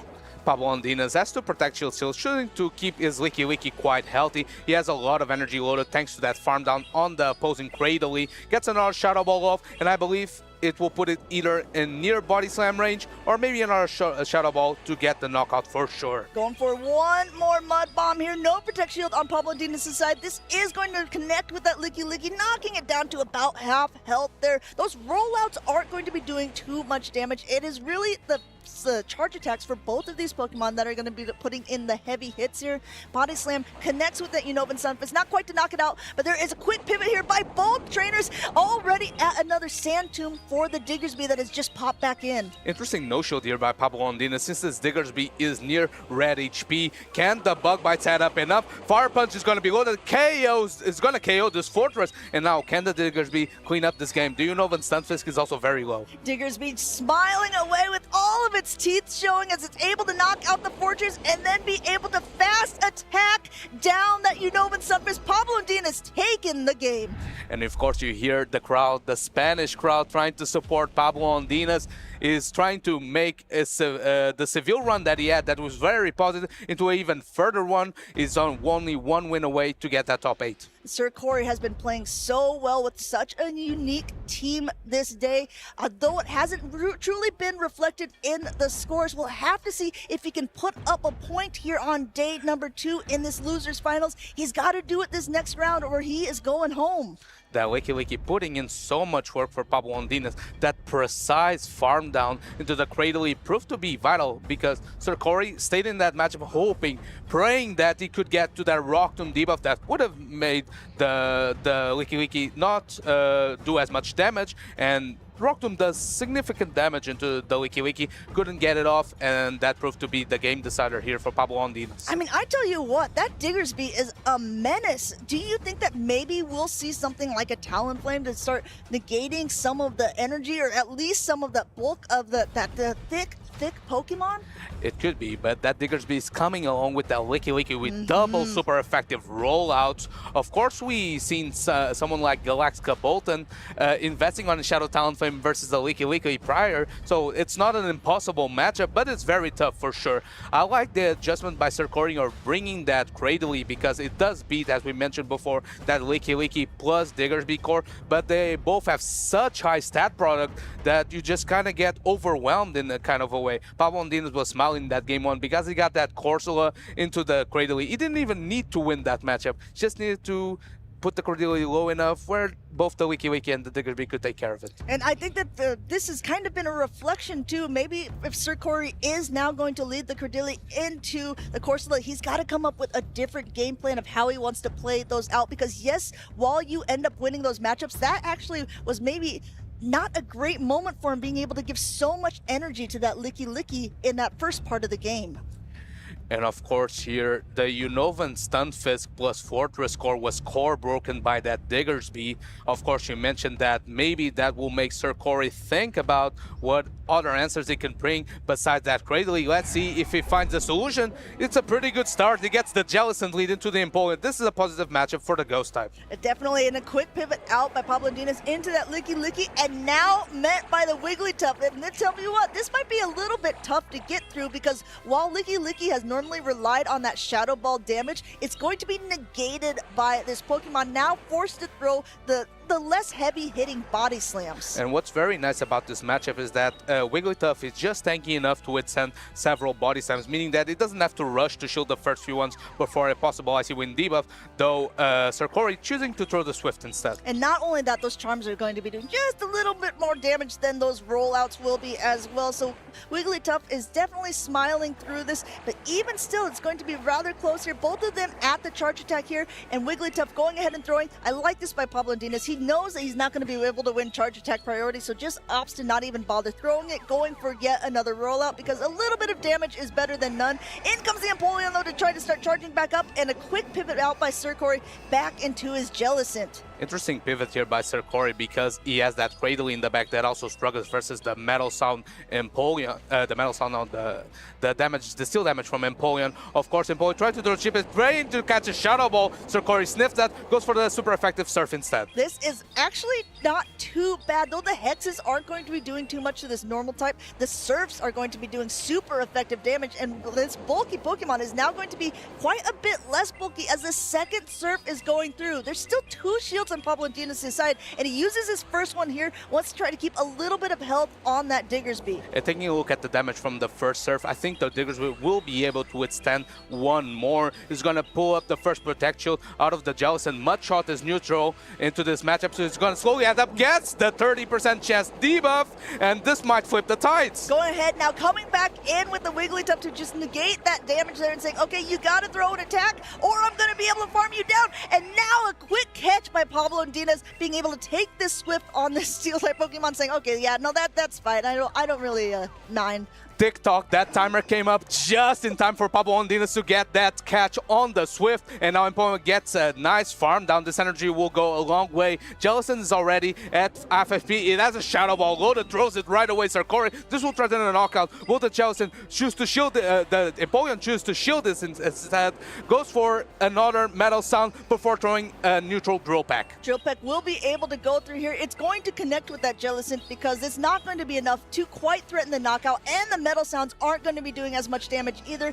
Going for a couple more attacks here and actually throwing the Surf just in case it was that Diggersby popping back in, saying, okay, I know you caught on me once. I don't want to let this attack get caught again. Covered for the catch, but the Surf does not quite enough to KO. Simultaneous swap by both trainers. This Diggersby has two Scorching Sands. Loaded to enter the first one into the bullets hit Cradilly. Can Cradilly withstand enough ground type damage to KO this Diggersby? Going ahead now, not shielding the first one, and second one is already ready to go. Keep in mind, this is that Bullet Seed variant, so it is going to be doing a little bit more with its fast attacks, and it's actually remaining a little bit healthy. Going for the Grass Knot, there's no Protect Shield remaining on that Diggersby, and there's very low health on the Empoleon. All the bubbles are being swiped here. We're knocking out that Diggersby. Sarkori, knowing that he has to get rid of this Empoleon and a Hydro Cannon loaded thanks to that Surf Throne, though if he did throw that energy into the Cradilly, that was still a protection, and of course that Jellison as well. Already recognizing the writing was on the wall for game number 2, Pablo Ondinas goes ahead and goes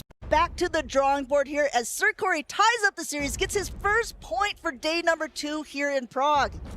That Bullet Seed Cradilly ended up being very nice in this matchup because if he had that acid version, maybe versus an energy loaded Diggersby, it would have been so as easy as it looked, because Sarkori though was able to pace so fast into that super effective Grass Knot, being able to tie up the series. Is not out just yet. He has a last say in this matchup. And this is what we love to see. I mean, maybe as a competitor, you don't love to be in the position, but we're taking a loser's finals here from the day 1 to actual decisive game number 3. And this is high stakes for both of these trainers because, yeah, if you're on the winner side of the bracket, we've already seen it. You get another chance to play. You get to be able to play a little bit more, maybe adjust for the mistakes. But once you lose on that loser side of the bracket, you are out of the tournament. So after this next round, one of these tournament players will be done. Pablo Ondinas can't keep up his dream run in this tournament. Let's not forget that he was knocked out in round number 2 versus Bakemi,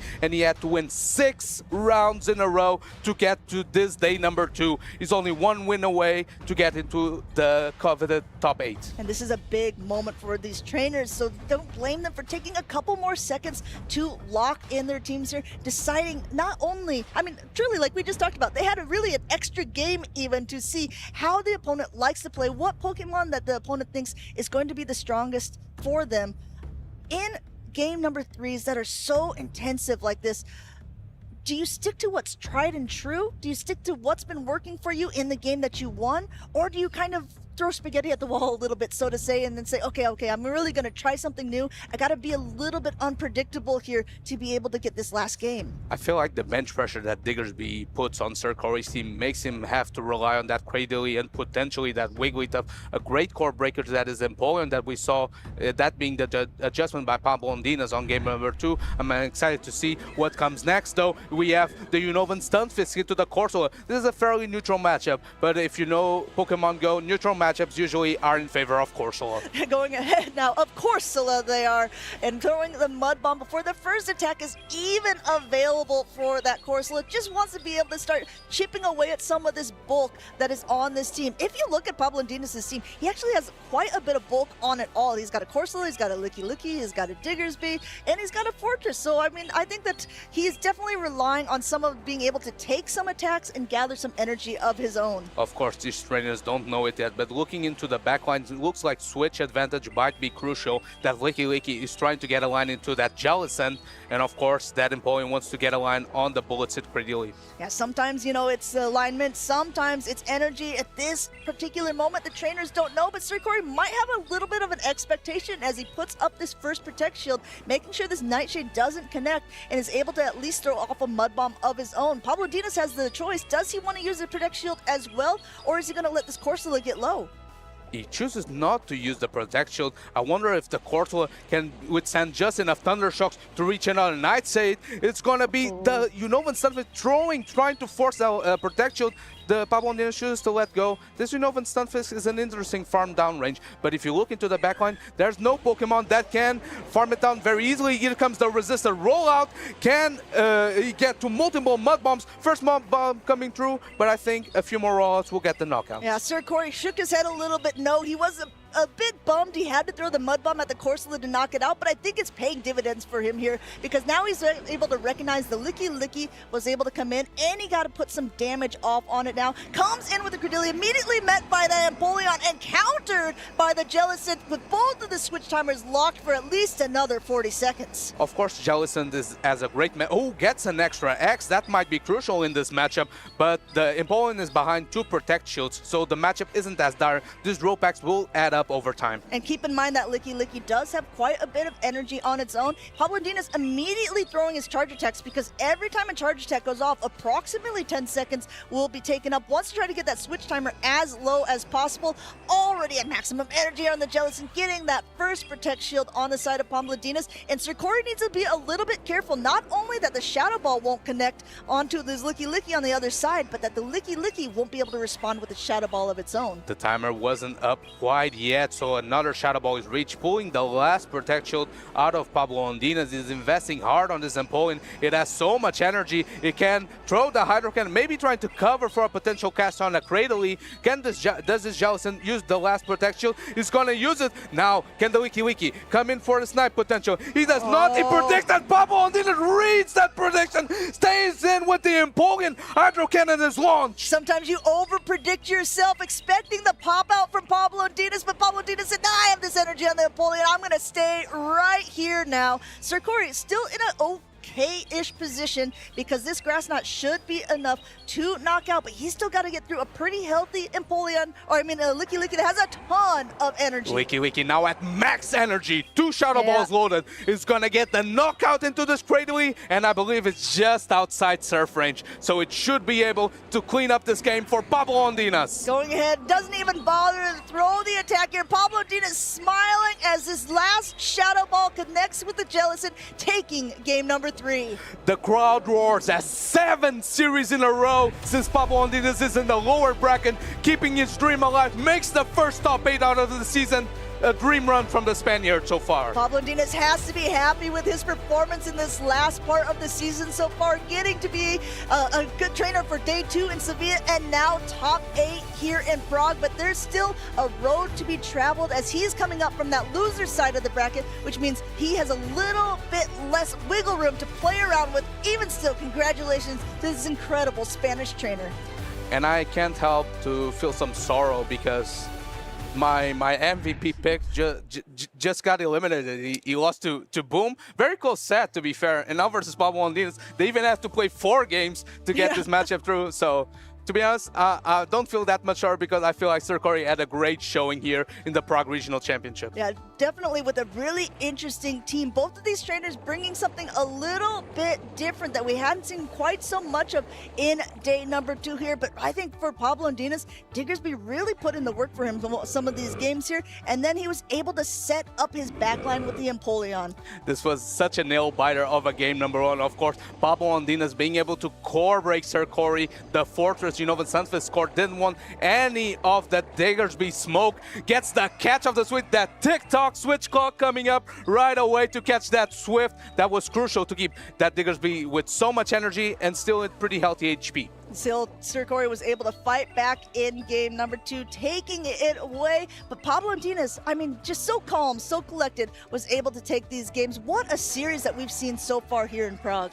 And this patience by Pablo Undinas here, predicting that Sir Corey would predict the instant swap by both trains, staying in with the Empoleon. Oh, interesting, mate. You switched the Cradily into my Metal Sound Empoleon. Thank you very much. That still damage plus the Hydro Cannon was just enough to put the Cradily on Shadow Ball range, and then with that much energy banked, it just had to Shadow Ball the Jellicent to get the win there. It's so hard to predict, right? Sometimes do you want to play, if you're in the lead and it's such a neutral matchup, are you playing for an energy advantage on your Pokemon that you're coming in, like you're going to be able to farm down a low health Pokemon, or do you really need that alignment?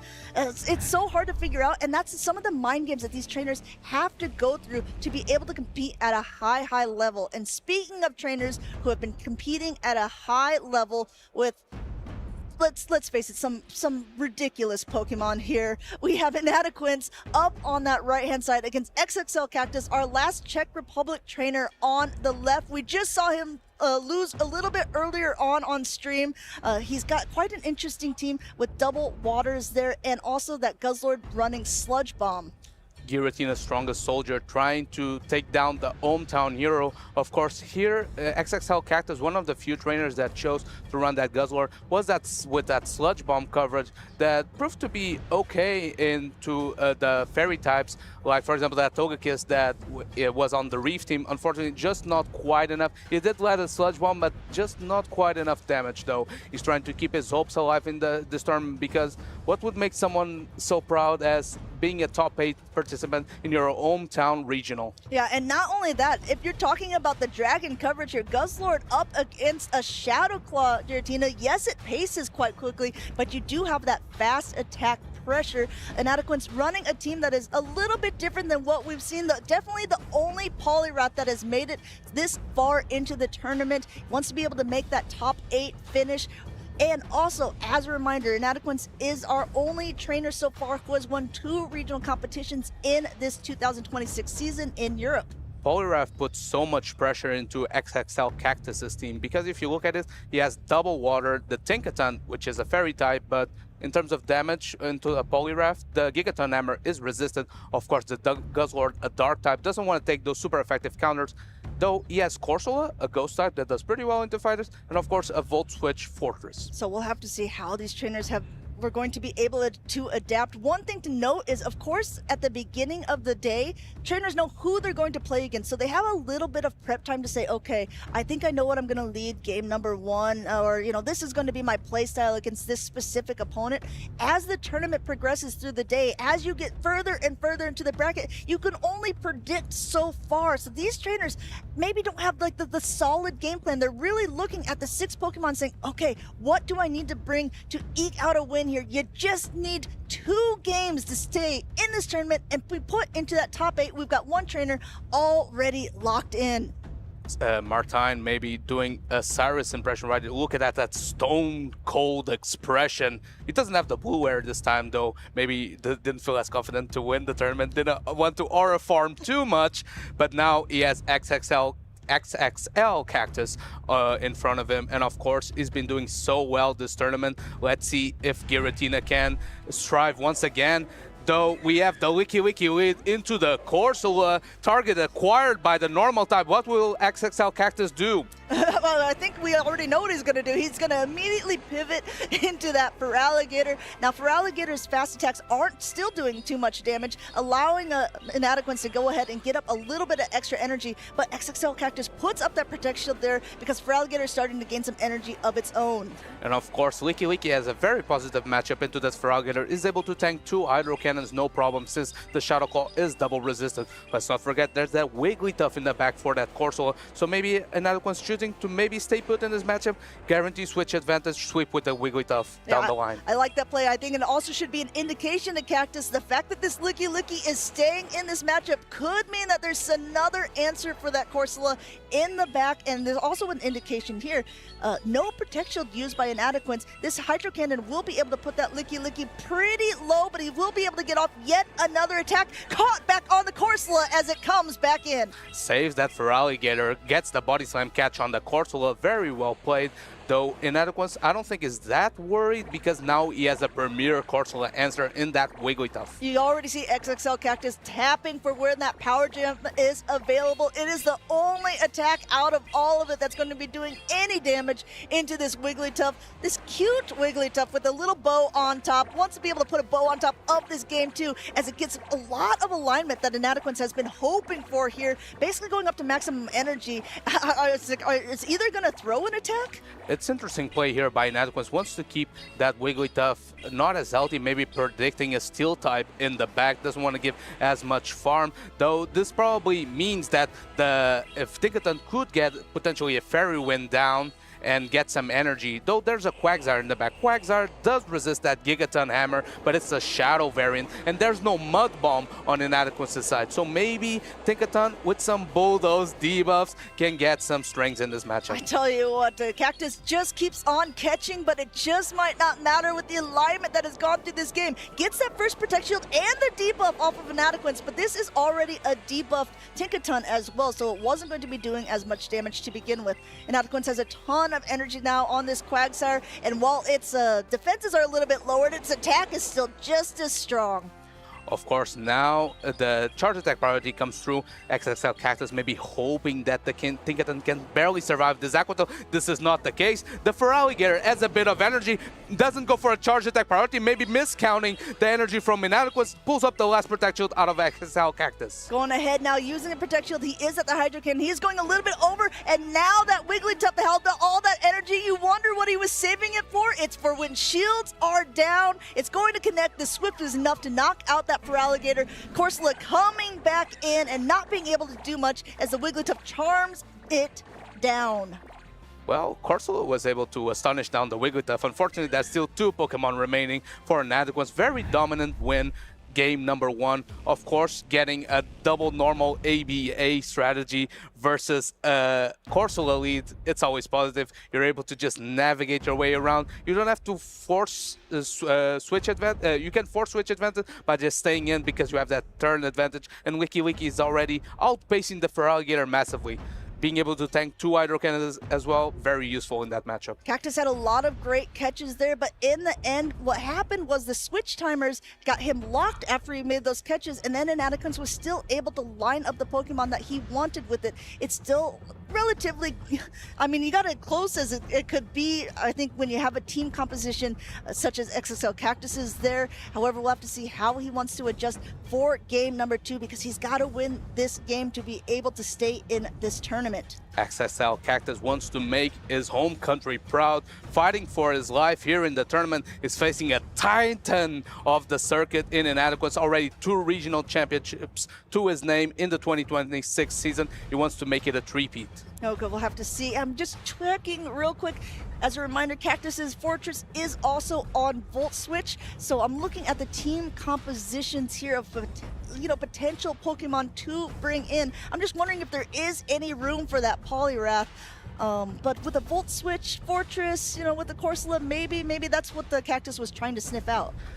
Interesting though that matchup because yes, you have Volt Switch, but it's not same type attack bonus. Also, Rock Tomb is resisting by the part fighting type of the Poliwrath, so you're just pretty much boosting your Volt Switch damage with that Sand Tomb. That got a rework in the Memories in Motion season. Of course, it deals a significantly more damage now, but I feel like that matchup is not that bad for the Poliwrath though. It creates such bench pressure, forcing XXL Cactus into certain team comps. We have the Wiki lead into the Feraligatr, this time on the lead. On the lead here, we'll have to see if they want to stay in the matchups here. Those Hydro Cannons definitely put in work to that Licky, but in the meantime, they're just charging up a ton of energy, throwing right here. No Protect Shield used on the side of Inadequacy. Going to let that Licky get to about half health or so. And if you're XXL Cactus, I feel like you're pretty happy with seeing Wiki on the lead because Feraligatr can just stay in, try to chip away at his Licky surely but surely,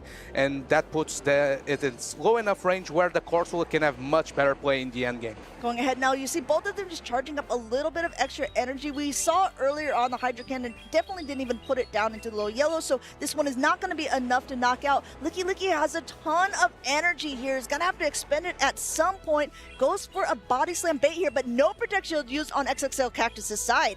Of course, Wiki overfarming just enough before the Hydro Cannon is loaded. Charge attack priority. Feraligatr wins that. It's going to potentially force a protection out of Wiki. It chooses not to shield advantage from that Wiki matchup. I think that's pretty good. Yeah, coming in now with that Poliwrath, Inadequacy is not scared to bring it. He brought it in game 3 there too, but the Hydro Cannon is still able to reach on that Feraligatr side. Inadequacy knows nothing that this Feraligatr can really throw will hurt too much. Doesn't use the Protect Shield at that moment either. In comes that Corsola, which I think Corsola was trying to find that earlier on. Immediately gets hit with an Icy Wind. Icy Wind trying to reduce the offensive prowess of this Corsola. Of course, Ghost type damage is unresisted by Inadequacy's backline, so I want wonder, oh, he does an extra counter before swapping out. There's that Tinkaton in the back, which I guess it's quite happy to not see this Quagsire. Horsel can maybe chip it away for a bit, but not distinct the switch timers too much, because else that Poliwrath will come very quickly. Yeah, going ahead and just noting too that the Corsola has been lowered in attack, so not bothering to shield up that first Nightshade. Even still, that Quagsire is getting a little bit low. XXL Cactus puts up a Protect Shields gear, and Adquins is running Stone Edge and Aqua Tail and builds up to it each time to force the XXL Cactus to make a decision on whether he wants to use the shield. Now finally using a shield as this next Nightshade is thrown. I wonder now if there's a window of opportunity for Inadequate, since the switch timers are so distinct. The Quags are going to chip away into the Corsola, maybe put it in Icy Wind range, or maybe deal with it by itself. Going ahead now, just charging up a little bit extra. He did throw the Aqua Tail. He's going to throw another one right before that next Nightshade is available. This should be able to knock out, but the Quagsire is so low. I think this Corsola, he barely hangs on as a Nightshade throws on alignment right away, trying to get rid of this Quagsire. The job by Quagsire is done. No, it's just to invest even further on this Quagsire. That Tinkaton in the back, though, has shields down. And if we know something about Tinkaton, is it likes to lay that hammer. Going ahead now, recognizing I think that Cactus wasn't going to get to the hammer beforehand, maybe hoping that this Bulldoze should be enough, doesn't want the dynamic punch to be reached, and that's exactly what he's able to do. No, holding on by a thread, the defense falls, doesn't even matter. Punch is completed, and there is an Aqua Tail loaded. As a reminder, on that Quagsire here, charging up a little bit of extra energy. It's a race here, going for another charge attack priority tie. Inadequate maximized the mud shot damage that he could in this matchup. Is this enough to put the Tinkaton in Aqua Tail range? He does get the knockout, and now Aqua Tail banked again for that Corsola. Quagsire sweeper! Wow, Quagsire at the end there, low health, doesn't matter, all the energy in the world. Aqua Tail after Aqua Tail, Inadequate stays in this tournament. Loser side of the bracket doesn't even matter. And just like Pablo Ondinas, Inadequate lost very early in this tournament. He dropped down to loser's bracket in winners round 2. So this means this is his 7th win in a row in the lower bracket. And if we know something about Inadequate, is that he's used to those deep tournament runs. Can he pilot this Giratina, his Poliwrath, into another championship? Inadequate always uses a team composition that is a little bit different than his competitors. He wrote on his social media, listen, in a Tinkaton meta, in this Licky meta, you would have to be crazy to bring Giratina. And I guess we can call him a little bit crazy. Yeah, I had a chance to film a recorded segment with Inadequate and a couple other trainers. And I was asking him, well, you know, team building is so tough these days. What was the pick that you were considering and you choose not to bring? And you know what his answer was? Oh, I was going to bring Giratina, but with a different fast move. Yeah, at this point, it's the only different option that it could seem to be. Even still, even with the competitor bringing something that is so unique, he's been able to do so well, not in just this tournament, but this season so far. He was our first winner of the season in Europe. He was able to win another one a little bit later on, and he's still well on his way as he's now made it into top 8 in our first ever regional competition here in Prague. XXL Cactus so close to getting into that top 8, but unfortunately it was not meant to be for the Czech hero. Yeah, I tell you what, there was such a different play style, right, that you've seen these players play through. XXL Cactus is a trainer who we've known throughout the circuit. Yes, his tournament dreams are over, but he played so incredibly well, and he's got to be proud of a top, day 2 finish, at least here in the Czech Republic. Of course, XXL Cactus, no stranger to medals. He was 4th place in the Warsaw tournaments a few years back. He wants to get back into those glory days world. He's been a consistent Worlds competitor, so that means he has the skills, the tool set to make another deep run. This wasn't his time, but I'm looking forward to see where he gets in the future. And as a reminder, those were back in the time when we first got the championship points, it was 50 competitors from Europe that were able to make it to that Worlds competition. This year, it has been up to 65, so he's coming home with a lot of different championship points from this tournament alone. That's enough to bring him up on the leaderboard. We might even see him again at Worlds yet again 2026. Speaking of championship points, of course, these trainers, even the ones that have won events before, just like Inadequate did the tournaments prior, he's still fighting for that travel award, right? Because we have the luck to have such a talented player, but also such a talented caster. So he doesn't get to play as many events as he probably would have liked as a player. So due to the shortness of events, maybe he doesn't get as much championship points as he could. Though when he does compete, he does pretty well. So getting further, getting another top cut, another top 8, puts him further in that travel award race. That's absolutely true. Another way, besides regional competitions, besides local cups and challenges, that you can gain a ton of championship points are at the international championships. And we actually have one coming up in a couple months at North America International Championship. It's going to be in a limited meta, and Eric is going to tell you a little bit more about it. We are here at the Prague Regional Championships. We're looking forward, though, to the North American International Championships. We have a couple of players here from North America, one from Europe as well. And we're going to be looking at some of the top picks and some of the most interesting picks. We're going to start with Sustenance Eater here, who just got his winner's side day 2. And give us one interesting pick and then one top pick for the NIC meta. I'm really excited to be looking into Pelipper specifically. I think with the new wing attack changes, Weather Ball and Hurricane, I think Pelipper is a great pick that could have a lot of opportunity to shake up the meta. And then for the more meta pick, I would have to go with Grumpig. A lot of different things, and Shadow Wall is a lot of pressure into the Psychic set at the top of the meta, so I'm excited to use that as well.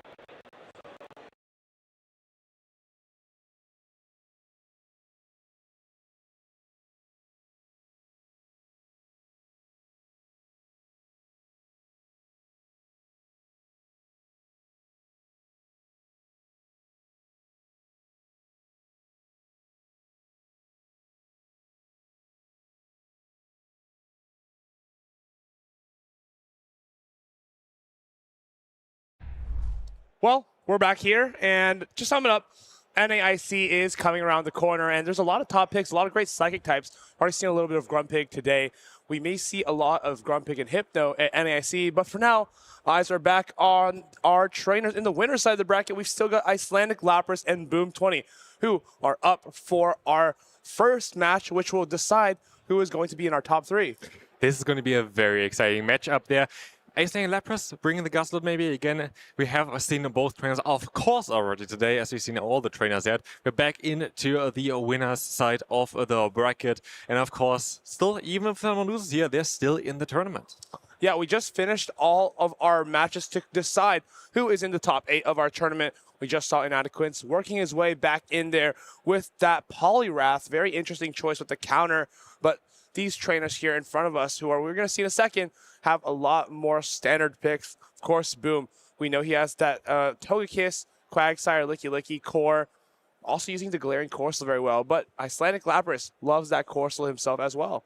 Yeah, the matchup that we just saw was insane as well. Surviving on the 1 HP there with a Poliwrath at the end. In Inadequance, we're still going to see more from him here. But yeah, we have also, again, the Tinkaton on Icelandic Lapras side, which I'm excited for because we just saw a Tinkaton getting knocked out. Tinkaton, it seems so strong when it is, but sometimes when it gets caught on one of those water types, it just loses a lot of that value. How will Icelandic Lapras draft his 3 going into Boom 20, though? What will he decide are his aces going into this matchup? Boom had so far, of course, an amazing run as well. He always has amazing runs. He never really misses, always in the top 8. And here, yet again, we're going to see here on Boom's side, the Empoleon. The Empoleon was very strong the last time around we saw. Empoleon has been great for him, especially able to take down Pokemon like Togekiss, answer Licky as well. Just having a lot of neutral play, even in its worst matchups, Quagsire and Stunfisk, you can hit back with those Hydro Cannons. Boom 20, one of the best in here, one of the most consistent, and of course, you have to be backed by a strong team. And this is definitely one that can take it all the way.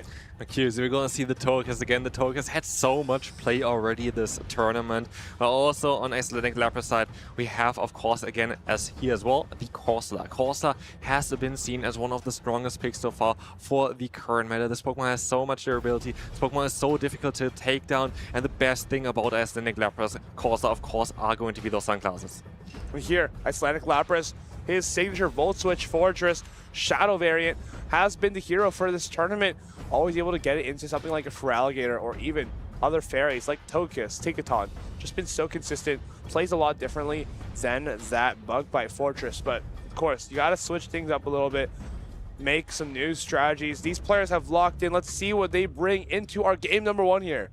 Well, let's take a look at game number 1. We're going to have that Guzzlord meeting a Togekiss. This is not what you want to see if you're Icelandic Lapras. And I think he's going to pivot right into that Quagsire. This is a fantastic lead for Boom 20. This Quagsire will be able to fire off this Aqua Tail immediately. This is getting a little awkward because as Togekiss, you don't want to stay in here because you need to keep it for the Guzzlord. That is true. The Guzzlord otherwise is going to have a very solid matchup. As you see the swap out here straight away into the Quagsire mirror. Of course, we had the pack damage already on Icelandic Lapras at Quagsire, so you're going to go into this matchup with a little bit less health than the other one. Now this matchup is going to come down to whether the Quagsire can win charge attack priority against the other Quagsire, as now both of them have reached an Aqua Tail. They both have the Aqua Tail already. We're going to see Boom going for the full charge here, and it's going to get it down already into the red health. It might even allow you to farm down in the 2-shield scenario here, as you're going to see the first shield coming up for Icelandic Lapras. Icelandic Lapras kind of understands that he needs the switch advantage here as he wants to align his Corsola into that Togekiss rather than his Guzzlord. Aqua Tail going to get reached here for Icelandic Lapras, and Boom also has one of his own. Especially with the Guzzlord moveset, not running the Sludge Bomb, rather running the Dragon Claw. You have nothing that you can hit the Togekiss with, so it's very important to keep the alignment here. Do we see another shield coming up? We do not. The Quagsire goes down. Now, this is going to be very difficult as you can come in here, farm this all the way down with the Guzzlord, but the Togekiss is going to resist all of your charge attacks. Licky is going to meet the Corsola in the back as well. So we'll have to see how Icelandic Lapras can kind of deal with this. Can he predict that there's a Licky in the back? And if he even can, what will he do about it? Yeah, it is going to be a bit of a tough one because now, of course, we're going to see the Togekiss coming back in and the immediate swap into that Corsa meeting the Licky. There's not a lot that you can do. You can see it already on Icelandic Lapras' face. He is not happy with this matchup. It's a fantastic matchup here for Boom. Shadow Ball, super effective onto that Galarian Corsola. Only need 2 to knock out, but those Power Gems aren't going to be doing much in return. Icelandic Lapras, Corsola, his ace Pokemon for this tournament, but these Power Gems are going to start adding up on a Licky. It's not enough because that Togekiss is still lurking in the back.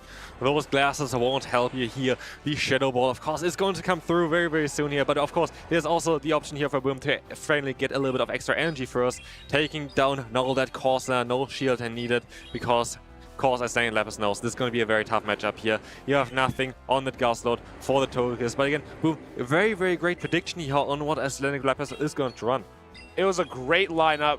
He had that Togekiss for that Guzzlord in the front, called kind of that Quagsire being in the back, got the exact alignment he was looking for, and kind of came down to the Quagsire winning charge attack priority over his Icelandic Laprases. We see the full rollout. Of course, both players know this game is over, and Boom is going to be able to take home the first battle here. What a fantastic win from Boom 20. A great line read from him into Icelandic Lapras. And if you're Icelandic Lapras now, how do you adapt to that? I saw him go with the same line back-to-back against Sustenance Eater earlier today, but can he justify running that line back after leading into such a difficult position with the Togekiss? Especially with Togekiss. When this Pokemon gets some energy advantage, it is just so difficult to take down later on because it does so much damage with the charge move coverage that it has. And of course, that was not deleted as Icelandic Lapras wanted to see there. Are you going to just leave the Guzzlord on the bench now? Guzzlord is so good into the rest of Boom's team, though. It's just that Togekiss that I kind of has to worry about.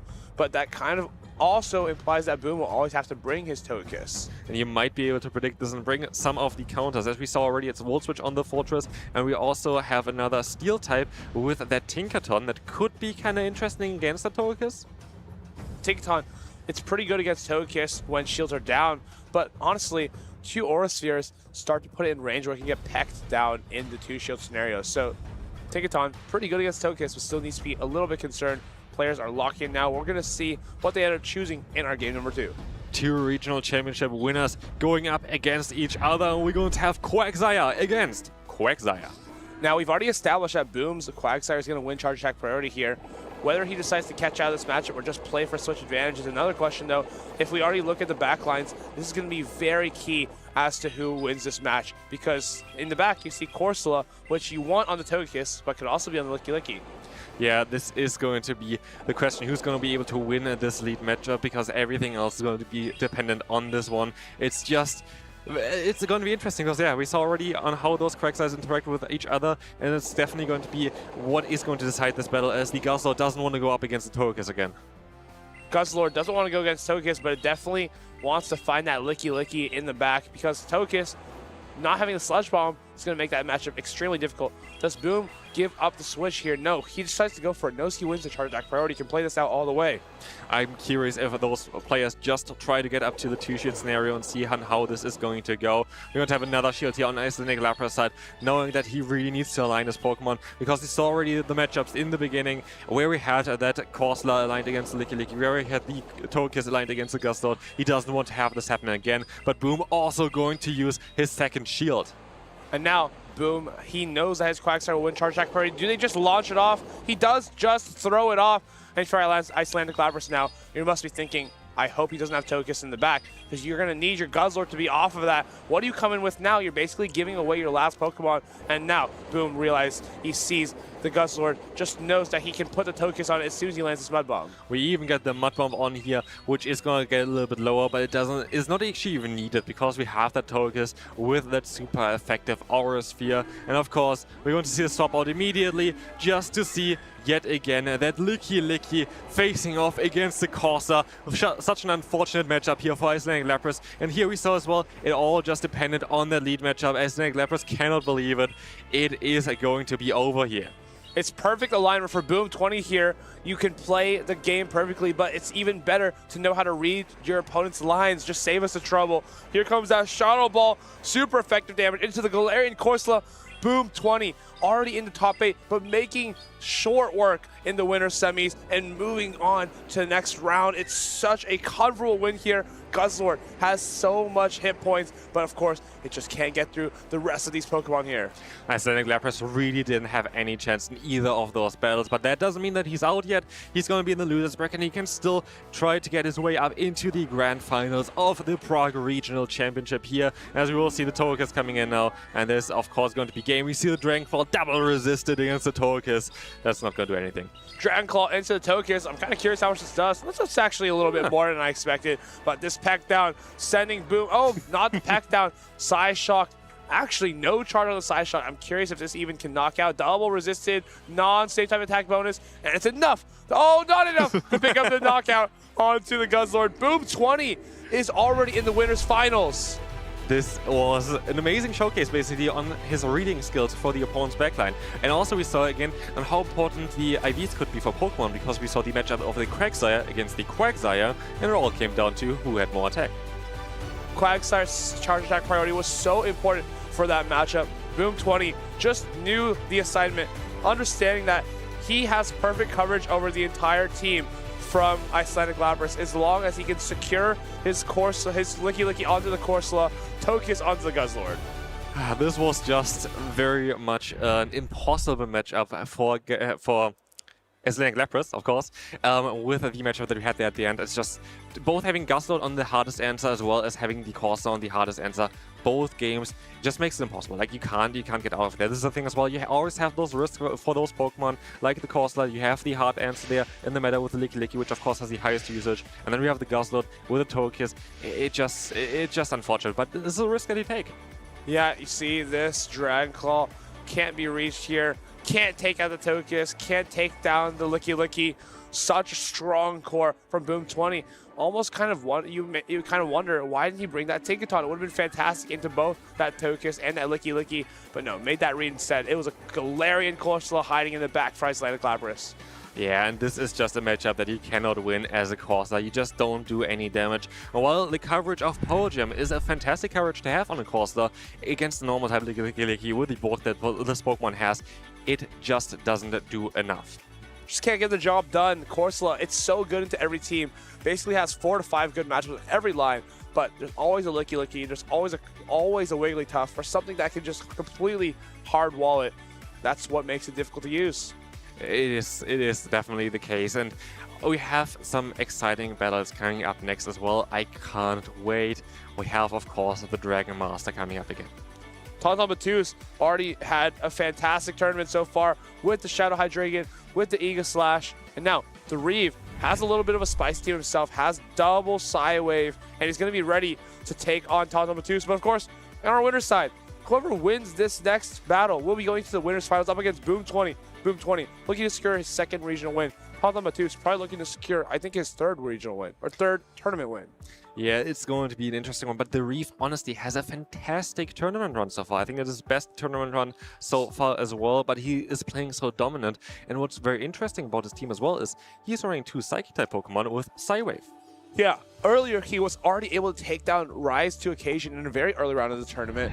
And with those 2 Psywave users, as long as your opponent doesn't have a Bug Bite Fortress, you're kind of good to go. Especially with a Melamar, you don't want to face especially a Shadow Bug Bite Fortress. You're not going to be too happy with that. But it's very interesting to see. Like, you have 2 Psychic-type Pokemon with the Fighting-type coverage. I feel like Fighting-type coverage is something that's quite important in the current meta with all the Licky that you see around as well. And that's why Togekiss is also such a strong Pokemon that he has on the team as well. Togekiss, it's so strong into almost every team, it feels like. But Tonton has that one funny Pokemon, Aegislash, resisting everything from Togekiss.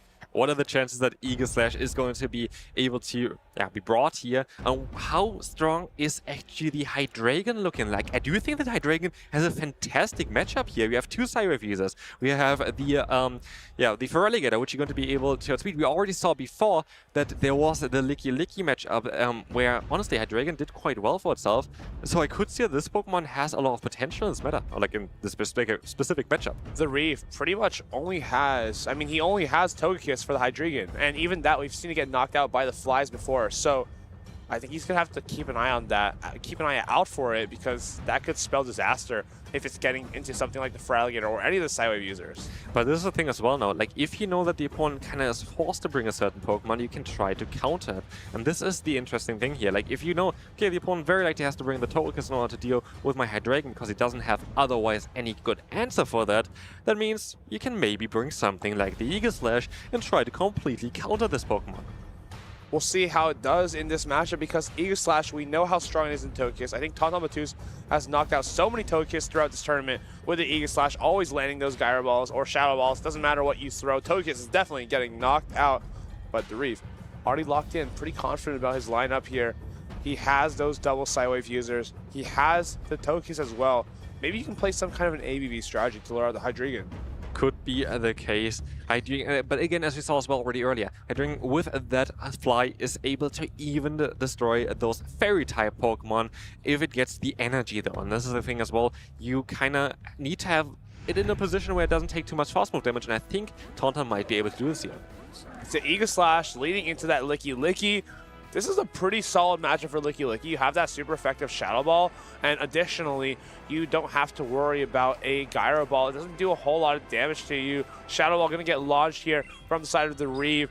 It's going to be doing super effective damage. It's not going to look super effective, though, as it hits into this Aegislash. This is the special thing about this Pokemon. It can take those hits, but we might actually see a Gyro Ball coming out soon. Let's see. We're going to see another Shadow Ball. We're just going to try to get up to 2 of them, letting this move go through as well on Tonton's side. Well, let's take a look at this one. Yes, he's not going to invest another shield. But as this lead matchup plays out, you kind of have to look at the back line and think, hold on. That does not look very strong against the Togekiss in the back. We have a Bug Bite Fortress and a Shadow Hydreigon. How is Tonton going to preserve this Aegislash to be able to deal with that in the back? This is very interesting. We have here now the Gyro Ball coming through. Is it going to do enough to two-shot this Pokemon? Let's take a look. 2 are going to be enough here to knock it out. Yes, absolutely. And so in the zero shit scenario, Licky goes down. Licky losing that zero shield scenario to the Aegislash. What do you bring in now, though? You have the Togekiss in the back, which is extremely free. You actually just bring in the Togekiss. It's going to be met with a Shadow Fortress, and now you can begin to put in work with those Mud Bombs. Even though this doesn't look that great for the Shadow, it's Sunfist, because of that super effective Sand Tomb, you still have Togekiss ready for the Hydreigon. Yeah, this is going to be very interesting. Who is going to invest shields or where is the question here. We're going to very likely see the Sand Tomb very soon from the Fortress. Are we going to see a shield here now coming up on Tonton's side? I think you have to shield this up because how are you going to deal with that Togekiss? You already know all 3 Pokemon from your opponent. So if you can get through this, Sunfisk, maybe debuff the Togekiss as the last Pokemon, you might just be good to go. The Reef, though, is counting it up. He's trying to figure out how many turns he's going to need to be ahead with this Togekiss, how many shields he's going to need in advance. Can this actually get the Bug Bite down? And now, Tonton is in a much better position, able to launch this Rock to Togekiss. no shields. The Rock Tomb, it's gonna do huge super effective damage. And now Hydreigon should be able to close out the game. We have now the double resisted Dragon Breath, but it doesn't matter at this point because we have so little health left on this Togekiss that the Hydreigon again is going to come in clutch here with the fast move of Dragon Breath. It's going to be able to do so much damage. We don't need to throw any shields and no any moves here at all because the Togekiss is going to go down. 2 shields still on the reef side. It didn't matter. Dragon Breath is resisted into Togekiss, but honestly, that didn't even look so bad. Those Dragon Breaths were really starting to chunk away. And now the Reeve. What an amazing lineup to have in the top number 2s, but it kind of fell apart at the end. The train fell off the tracks. Now, how do we get this match back on track? How do we figure out a way to deal with the Hydreigon? It's honestly so impressive on how strong the Hydreigon actually is. Like, Tauntaun is the only player who used this Pokemon here. Nobody else saw the potential of this Pokemon, and now we see on how strong it actually can be. The pressure this Pokemon applies here, especially if you keep the shields for it, is just crazy. Like, we've seen so many insane wins of this Pokemon together, especially with the core of the Eagle Slash. I feel like they're both perfectly together with each other. I mean, forget that Tauntaun Battus was the only player to bring Shadow Hydreigon. He was probably the only person to think of it too. I don't know any other player who even came up close to this idea. Of course, maybe some people consider Shadow Zweilous, but Hydreigon, its older brother, hasn't seen a whole lot of love in the meta. The benefit of Hydreigon, of course, is going to be that Brutal Swing that Zweilous is not going to learn, and of course with the Dragon Breath damage as well, and just the fast pacing of it, it's a very interesting pick. But what really changes a lot, I feel like, is going to be the coverage of Fly, which allows you to hit those Fairy-type Pokemon. Fairy-type Pokemon are always going to take quite a hit from Fly. It's not a very bulky Pokemon, so you got to keep a track of the Hydreigon's energy. Can't let it get an advantage, but at the same time, how are you going to do that? And we are going to be ready for game number 2. And we see the Stunfisk against that Licky from Tauntaun.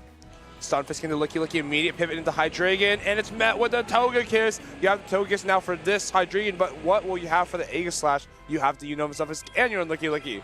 So the Reef is well prepared for the Aegislash here, as the shield comes up immediately against the Fly. Not wanting to risk it here, and we're very likely going to see an Aura Sphere very, very soon, but trying to get some extra energy before another Fly is going to be reached. But this is looking like it's going to be a CAP tie here. This is going to be a charge move priority, and the Fly is going to get shielded. Both shields down on the Reef side.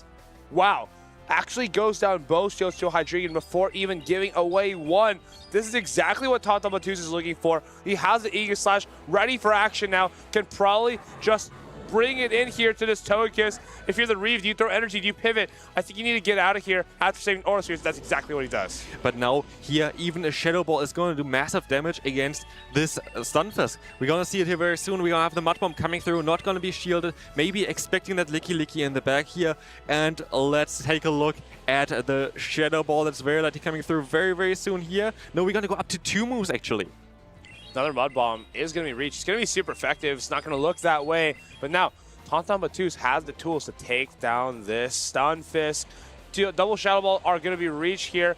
Wait for that Thundershock to go through so he doesn't take that Thundershock on his Blade form. Really, really like the micro decisions here. Shadow Ball number 1 is coming through as the Blade form. And will he reach for that second one? Will the Reeve reach for a catch? We'll have to see. Shadow Ball, Unova Stunfisk gets absolutely blown up. And now the next Shadow Ball gets reached. How will the Reeve deal with this Aegislash? He doesn't have fast attack pressure into it. We also just saw that Tauntaun stayed in for a little bit longer, got a few more fast moves, and if you are in the sword form like he is right now, you're actually going to be able to get some extra energy here compared to the shield form. If you had the form change there, you're going to be able to generate a bit more in this form. Now, you're going to be going back to the shield form, back to the bulky variant. Can you actually hang on to an Aura Sphere now? I'm curious here. I think he might be able to. This is going to be resisted damage, and of course we know that the Aegislash is going to be such a bulky Pokemon, can survive this hit and still can get another move off. The Gyro Ball is going to be reached, and the Togekiss is going to go down, and now we're going to have Licky versus Licky. And now with the shield advantage of your Licky, Tauntaun Battus is looking in a fantastic position, knocking out the Togekiss with the super effective Gyro Ball. Switch into the Licky, and now It's just body slam versus body slam. Let's see who wins. Charge Attack Power it is. Tonton that shiny Licky just gonna spam them out one by one and see if he can take down the Reef here with that shield advantage. Yeah, the shield advantage is definitely going to be crucial here because he's just going to have a bit of a sponge for that energy. And as you see, the body slam is just coming through from both sides. We're just very likely going to see quite a few more body slams in this matchup now. But this is looking very, very promising for Tonton. Body slam gonna be reached here by the Reeve. They're gonna just start spamming the back out, reminiscent of the old Licky Tongue days where those mirrors would take quite a long time. Still here, there's neutral rollouts. Tonton Matus just farming up here. Doesn't need to worry about much. Always has that shield ready, even has a catch available if he so desires. But the Reeve should be able to hang on to 2 body slams here. Is there a way that the next body slam may knock him out? This is going to be most likely a little bit, maybe, but it's going to be another body slam coming through. That's mostly just not enough. Maybe put him into rollout range though. Let's take a look. It's going to be even a bit too much, I think, for a rollout here. Yeah, Tonton Matus can just simply put up the shield. Let's see if he reaches for another body slam, or does he go for a Shadow Ball? It's resisted. I think they're laughing. I think I'm scared of what I'm about to see. Yeah. Nope, just goes for the body slam, and that's good game. Tonton Matus 2-0 into top 3. I didn't want to risk the potential there for a Shadow Ball just for some fun there, but as we're going to see, this is going to be enough for Tonton to knock out the Reef. The Reef is still, of course, in the tournament. It's going to be in the losers bracket now, but Tonton going to be in the winners finals. Tonton Matus, fantastic performance. The Dragon Bolt community ambassador with those cool sunglasses. We're going to be seeing a lot more of that. Tonton Matus is now guaranteed to play a best of 5.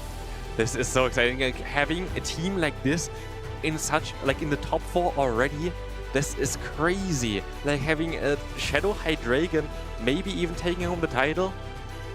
That's honestly unheard of. Shadow Hydreigon, first tournament I think I've ever seen it in this capacity, and it's going to be the first time it gets a medal as well. That's absolutely crazy and so well played by Tonton Matus. He's always showing us what he can do with Pokemon that we've never even heard of. Yeah, but he had a lot of practice with it, I assume, because he plays it so perfectly. Like, he sets up the Eagle Slash all the time in a perfect manner, and then, of course, the pressure that the Hydreigon applies here to those opponent's shields, it just allows you to then hit those hard-hitting Shadow Balls from the Eagle Slash later on.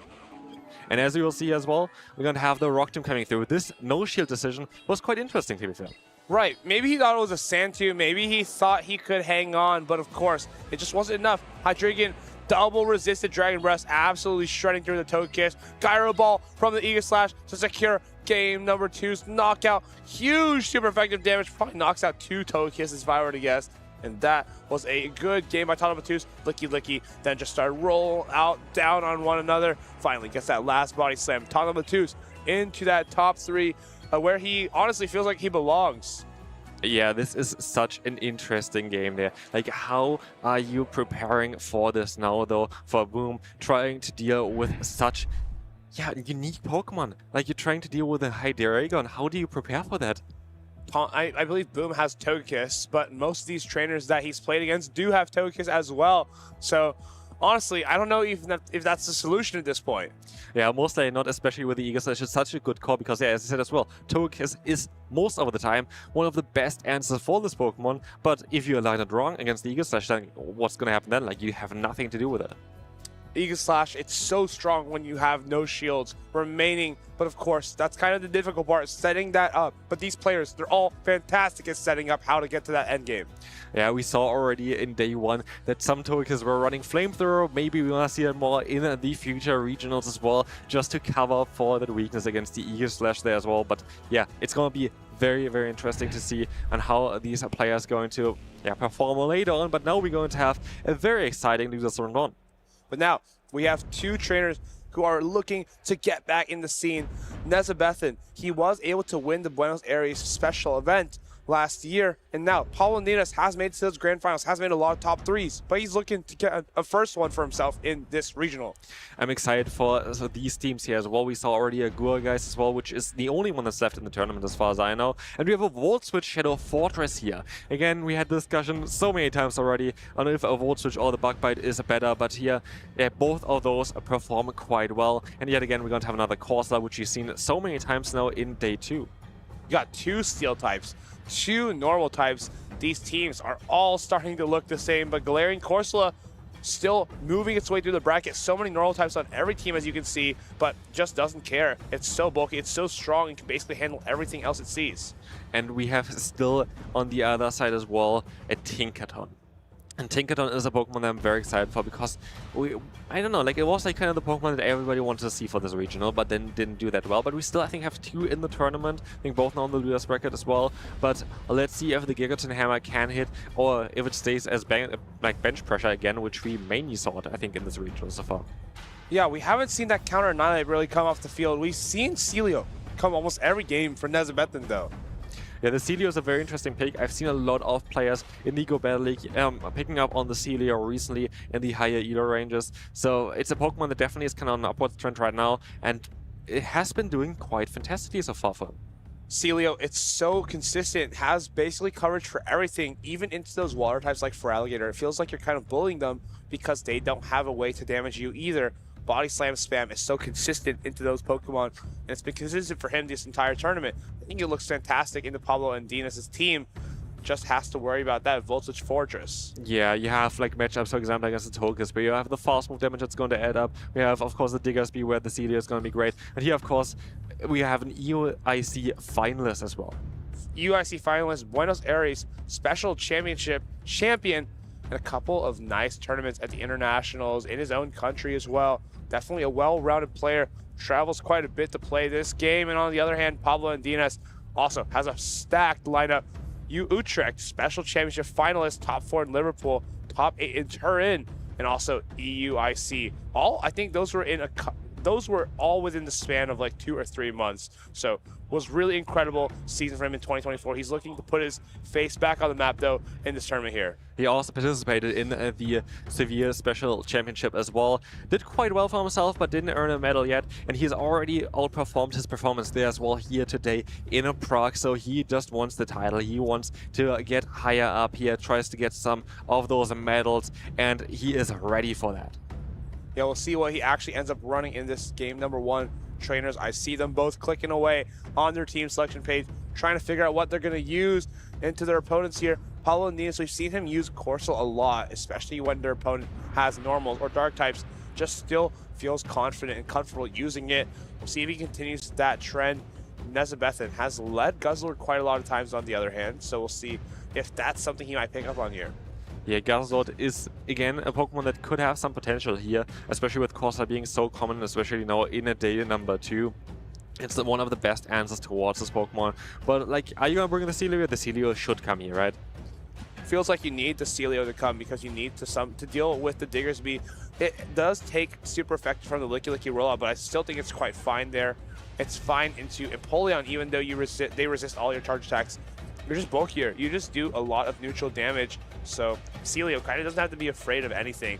So I'm curious if he brings that. But this could be also even maybe a matchup where the Annihilate could come into, because we're going to have here 3 direct targets here with the Licky Licky, with the Empoleon and the Diggersby. But of course you have to be quite a bit careful with that Corsola and also the Togekiss, which you cannot really deal with at all. Togekiss is so hard to deal with. If you don't have your Unova Stunfisk on it, almost feels like he needs to bring that Unova Stunfisk every game to ensure he has some kind of safety into it. Yeah, Unova Stunfisk is most likely mainly even here for this specific matchup. The Togekiss is basically everyone on every team as well. It's such a strong Pokemon. Like, I assume that we're gonna see more of Togekiss as well in the upcoming regionals. I didn't really have it on like my roster before going to this event here. I didn't really think that it would be that crazy because I was like thinking, okay, we have now a Steel and a Fairy type Pokemon, but Togekiss just showcasing now how flexible it can be. It's so good in everything except for literally Eager Slash and Stunfisk. It is fantastic into basically everything here. Corsola into Celio though. We're going to start off this game. They have the super effective power gem for the Celio, but Celio can try to make a catch out of here into Stunfisk. Yeah, we might see the catch eventually, because the would allow you to, of course, only take resisted damage, which would be amazing. But of course, the Surf is coming through, trying to chip away slowly at that Corsola. Slowly going to do quite a bit of damage, but not enough to even knock it out with 2 Surfs. But we're getting close to that point. Are we going to see a catch here now? Just goes for that power gem, not a bait either. Nezabethan makes the correct shield call. Now, important part is, does this next Surf threaten to knock out the Corsola? or will he reach another power gem without needing the shield? Here, the Surf is going to get the shield from the Corsair. Maybe we're going to see a catch afterwards. But now the Celio is going to be able to get the first shield there, also on Pablo Diaz's side. And we see the catch, and the catch is successful here. Unova Sunfisk is going to snack this power gem. But if you're Pablo Diaz, do you have to stay in? Can you go into the Licky Licky? How do you deal with this Unova Sunfisk? Your team is so weak to it. Yeah, you don't really have the best answers. And here we see already the Mud Bomb coming through. This will knock out the Corsair from this range. This should be enough. And so Corsair is going to go... Oh, 1 HP.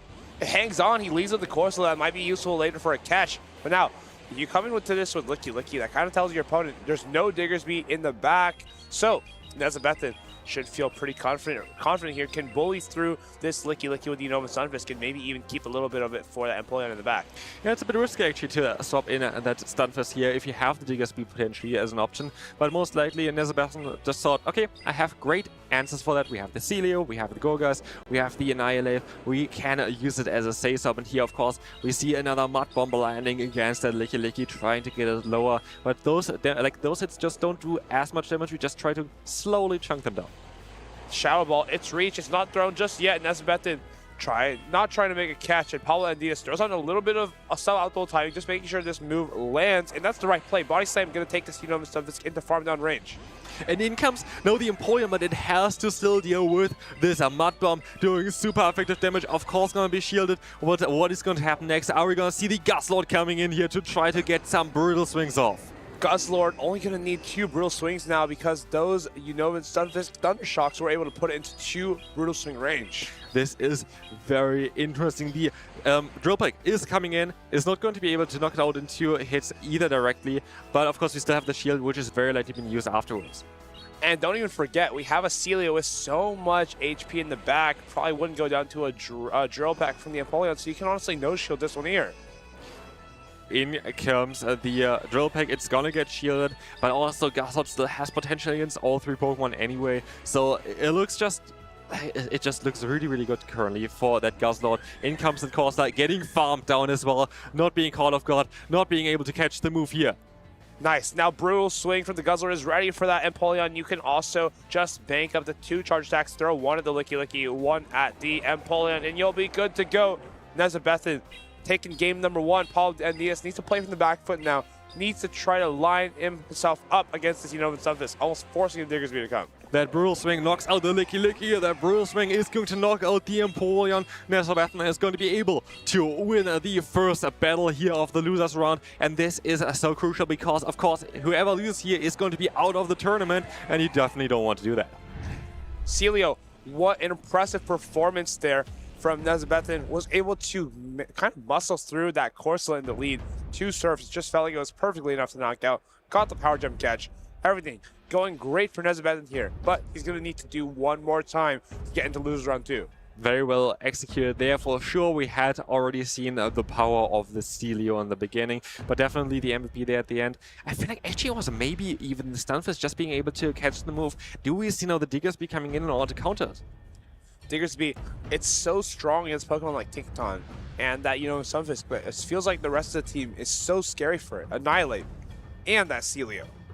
I would love to see a little bit of Annihilate action here for sure for this battle, because we have quite a few targets here and we haven't really seen it that much. Again, fighting type Pokemon kinda are not as common as at all, but we saw also only recently, of course, the Poliwrath doing quite a solid job for Inadequates there.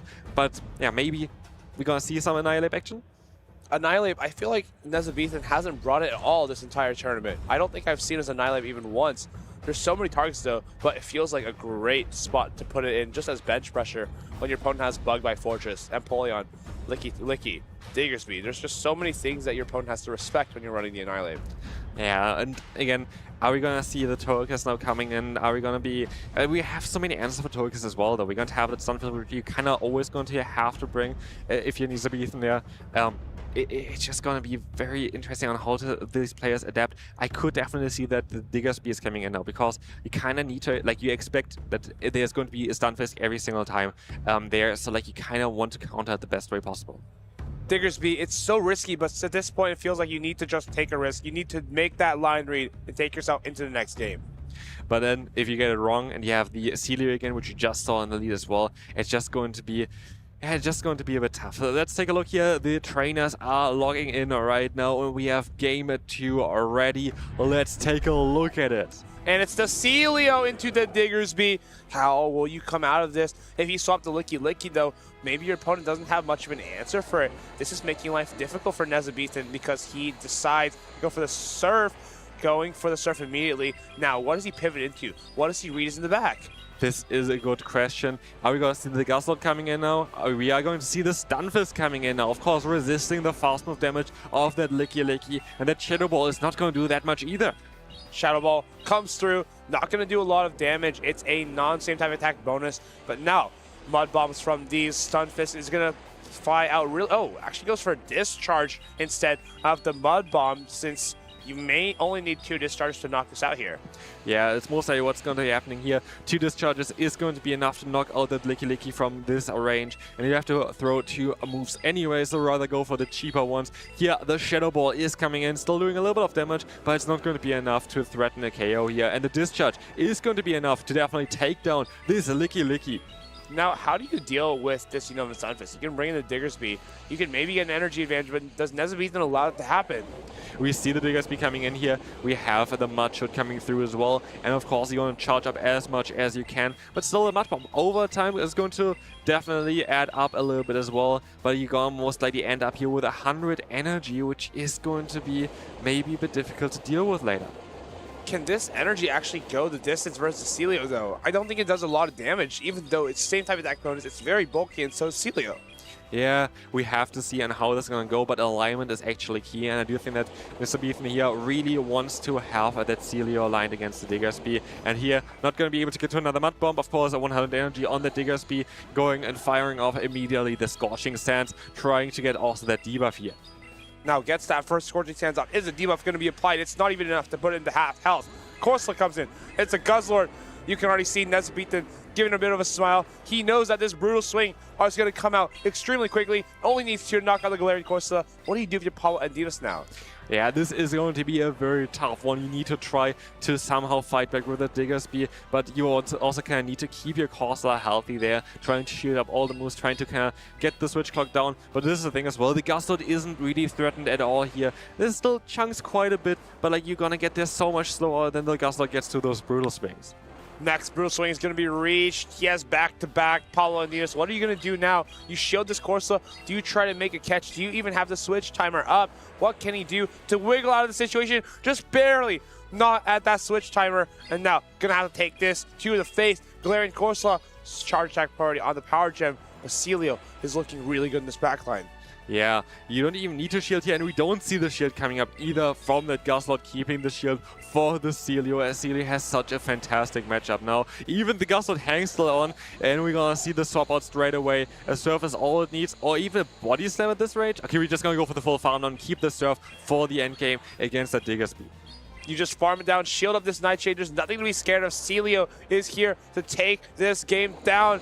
Charge attack priority, not reached for Paulo and Dinos, and there's a Surf for the easy, super effective knockout on the bulky Diggersby. Nezabeathan just needs to farm this down, farm down that Corsola. He's going into lose round 2. Top 6 is guaranteed. Oh, the Celio had so much play there. Nezabeathan is going to be super happy about that performance. And bringing this Pokemon, it's a very unique Pokemon, the only Celio in day number 2, but it showcases why it's here. It's such a strong Pokemon against the current Go Battle League, well, the current regional meta. And that's exactly what he was looking for. His opponent brought the Diggersby. That's kind of the main target for Shadows, for regular Celio. You also have Altaria, which people aren't using as much, but overall, it's very bulky, and I think it's actually quite an underrated pick for this meta. It's actually true. Altaria kind of really disappeared with this regional, maybe also a bit too scared of all the Fairy-type Pokemon that are currently around. But yeah, definitely Celio, a Pokemon that I don't really expect too much either, even though it is going to be a Pokemon that, yeah, we've seen quite a bit in the Go Battle League. Now Celio, it's not something we expect a whole lot, but of course, it's now guaranteed into the top 6. We'll see if it can go a little bit further. Paulo and Dinos, though, commiserations to him. Another fantastic performance to add to his resume. Getting back into the scene this year, getting back on those top 8 finishes. Of course, We had such a good play there from this Corsola, just trying to get those energy onto the Celia, but it was caught onto the Unova Sunfist. Yeah, this catch was amazing. Catching this resisted hit here now is barely doing anything to the Stunfist. Already very bulky, and then having just a resisted non-step hit from the Corsa. It's just not going to do enough, and we're going to have the Brutal String. The Guzzlord really surprised me this regional. It's very, very strong still. It is amazing in a lot of the current anti-meta matchups. Guzzlord, Brutal Swing, neutrally knocking out that Empoleon. Surf, loaded, and thrown onto this Galarian Corsola. It's a very comfortable 2-0 from Nezabethan. He is getting back into form, ready to take down another tournament. Absolutely, and we sadly did not see the Shadow Annihilate. I would have really liked to see some action of the Shadow Annihilate, because fighting type Pokemon are quite rare in the current meta, and you're always kind of excited to see, like, especially as like the anti-meta pick here, trying to get rid of those Licky-Lickies to see like those fighting type Pokemon. But maybe we see some fighting type action in our next matchup as well afterwards, because we're going to have the Poliwrath back. Yeah, Poliwrath is just like Annihilate in a way, where they kind of have the same targets. They've got Empoleon, Quagsire, Licky-Licky, where you just kind of apply that fast counter damage, even into Bug Bite Fortress, but just a little bit different. It's a lot bulkier and doesn't have to worry about the Shadow Ball from Licky-Licky. Inadequate, though, he has been so consistent throughout the lower side bracket. He has made quite the run after going down to the Reef earlier this tournament, so we'll have to see if he can take it a little bit further, put another championship under his belt onto this losers bracket. We see a lot of these players have already won regional championships. Inadequates, Nickname, Icelandic Lapras, Nezabethan. Now we have the Reeve still playing for his first one, and on the winner's side of the bracket we have Tauntaun and Boom. So really it's just the Reeve looking to get his first regional win. He's got to get through 7 other players though who also have already won tournaments. So what a stacked field of competitors we have here. It's a very stacked field here. I'm also like surprised about like the NA players. We haven't really seen too much of them anymore. They were also all very well decorated, but now we have EU here trying to defend the title successfully already. But we're going to have, you know, some regional winners against each other. We have a Inadequate against a Nickname. And as you can already notice, Poliwrath looks so strong against Nickname's team. There's Bug Bite Fortress, Feraligatr, Licky-Licky, and Quagsire. You really only have that Togekiss to deal with it. I'm curious if you're gonna see some more action of that Giratina, the Shadow Giratina. He already won this Season 2 regional with this specific Pokemon. Nobody else can really play, nobody else is having any good results with a Shadow Giratina, but Inadequate is already was able to win 2 regional championships with this Pokemon. Is he gonna get a 3rd one today? It's going to be difficult, right? Because your opponents always have Licky-Licky. They always have Feraligatr. It's so difficult to navigate in and out of that with those slow Dragon Claw and Shadow Sneaks.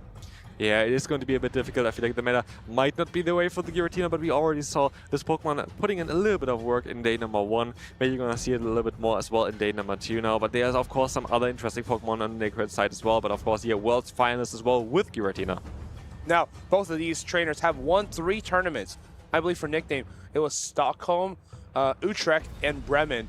And of course, Inadequates, Frankfurt, Stuttgart, and Utrecht as well. Both of them have a lot to play for here. Looks like they're both locked in. I'm curious to see what these leads are. Both of them ready to go. It's going to be a Stunfisk into a Giratina. This is such an interesting matchup. This is mostly not what Nickname practiced with as well. But Giratina is going to have actually a very solid matchup here. As you're going to see the Togekiss coming in as a save stop. There's nothing really that wants to swap into a Togekiss here. This is really awkward as Inadequates because you don't want to leave this Giratina here. You want to answer this Togekiss, but you don't have an answer either. We noticed it wasn't that weak against Togekiss yesterday, having these Shadow Sneaks that do quite a bit of damage, but at the same time, these Side Shocks and Pecks are starting to add up. Yeah, the Shadow Claw is also adding up on Togekiss side here, but we saw it again yesterday already. It wasn't the best matchup. It did kind of work out for him at the end, but yeah, like you don't really have a Dragon type Pokemon that really wants to deal with a Fairy type, even though at this point they're both just running neutral damage against each other.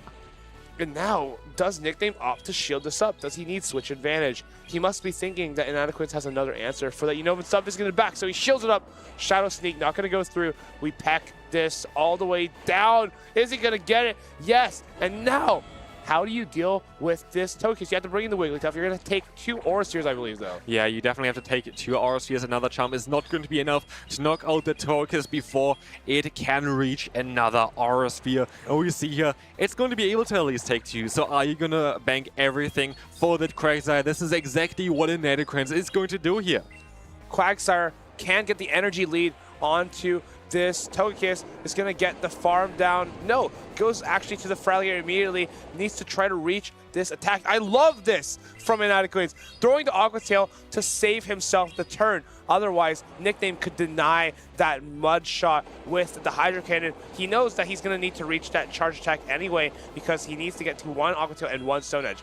Instant shield from Nidoqueen, and he knows as long as he can get rid of this Feraligatr, he can take down the Unova Sunfist. That was a perfect play, knowing that you need to go for an Aqua Tail and a Stone Edge in order to knock out this Feraligatr, knowing that you would lose a turn otherwise. Just going straight for the Aqua Tail was a fantastic play, and the Feraligatr goes down here. But does Quagsire have enough to take on both of the last Pokemon? Of course, the Togekiss only has 1 HP left, and of course, it's a fantastic matchup against the Stunfisk. Nickname can try to mud bomb this Quagsire, but really at this point it comes down to a catch. Can he get the catch onto the Togekiss? Actually, Nidoqueen tries to catch a mud bomb himself, but then the instant swap into the Togekiss kind of met by the Wigglytuff.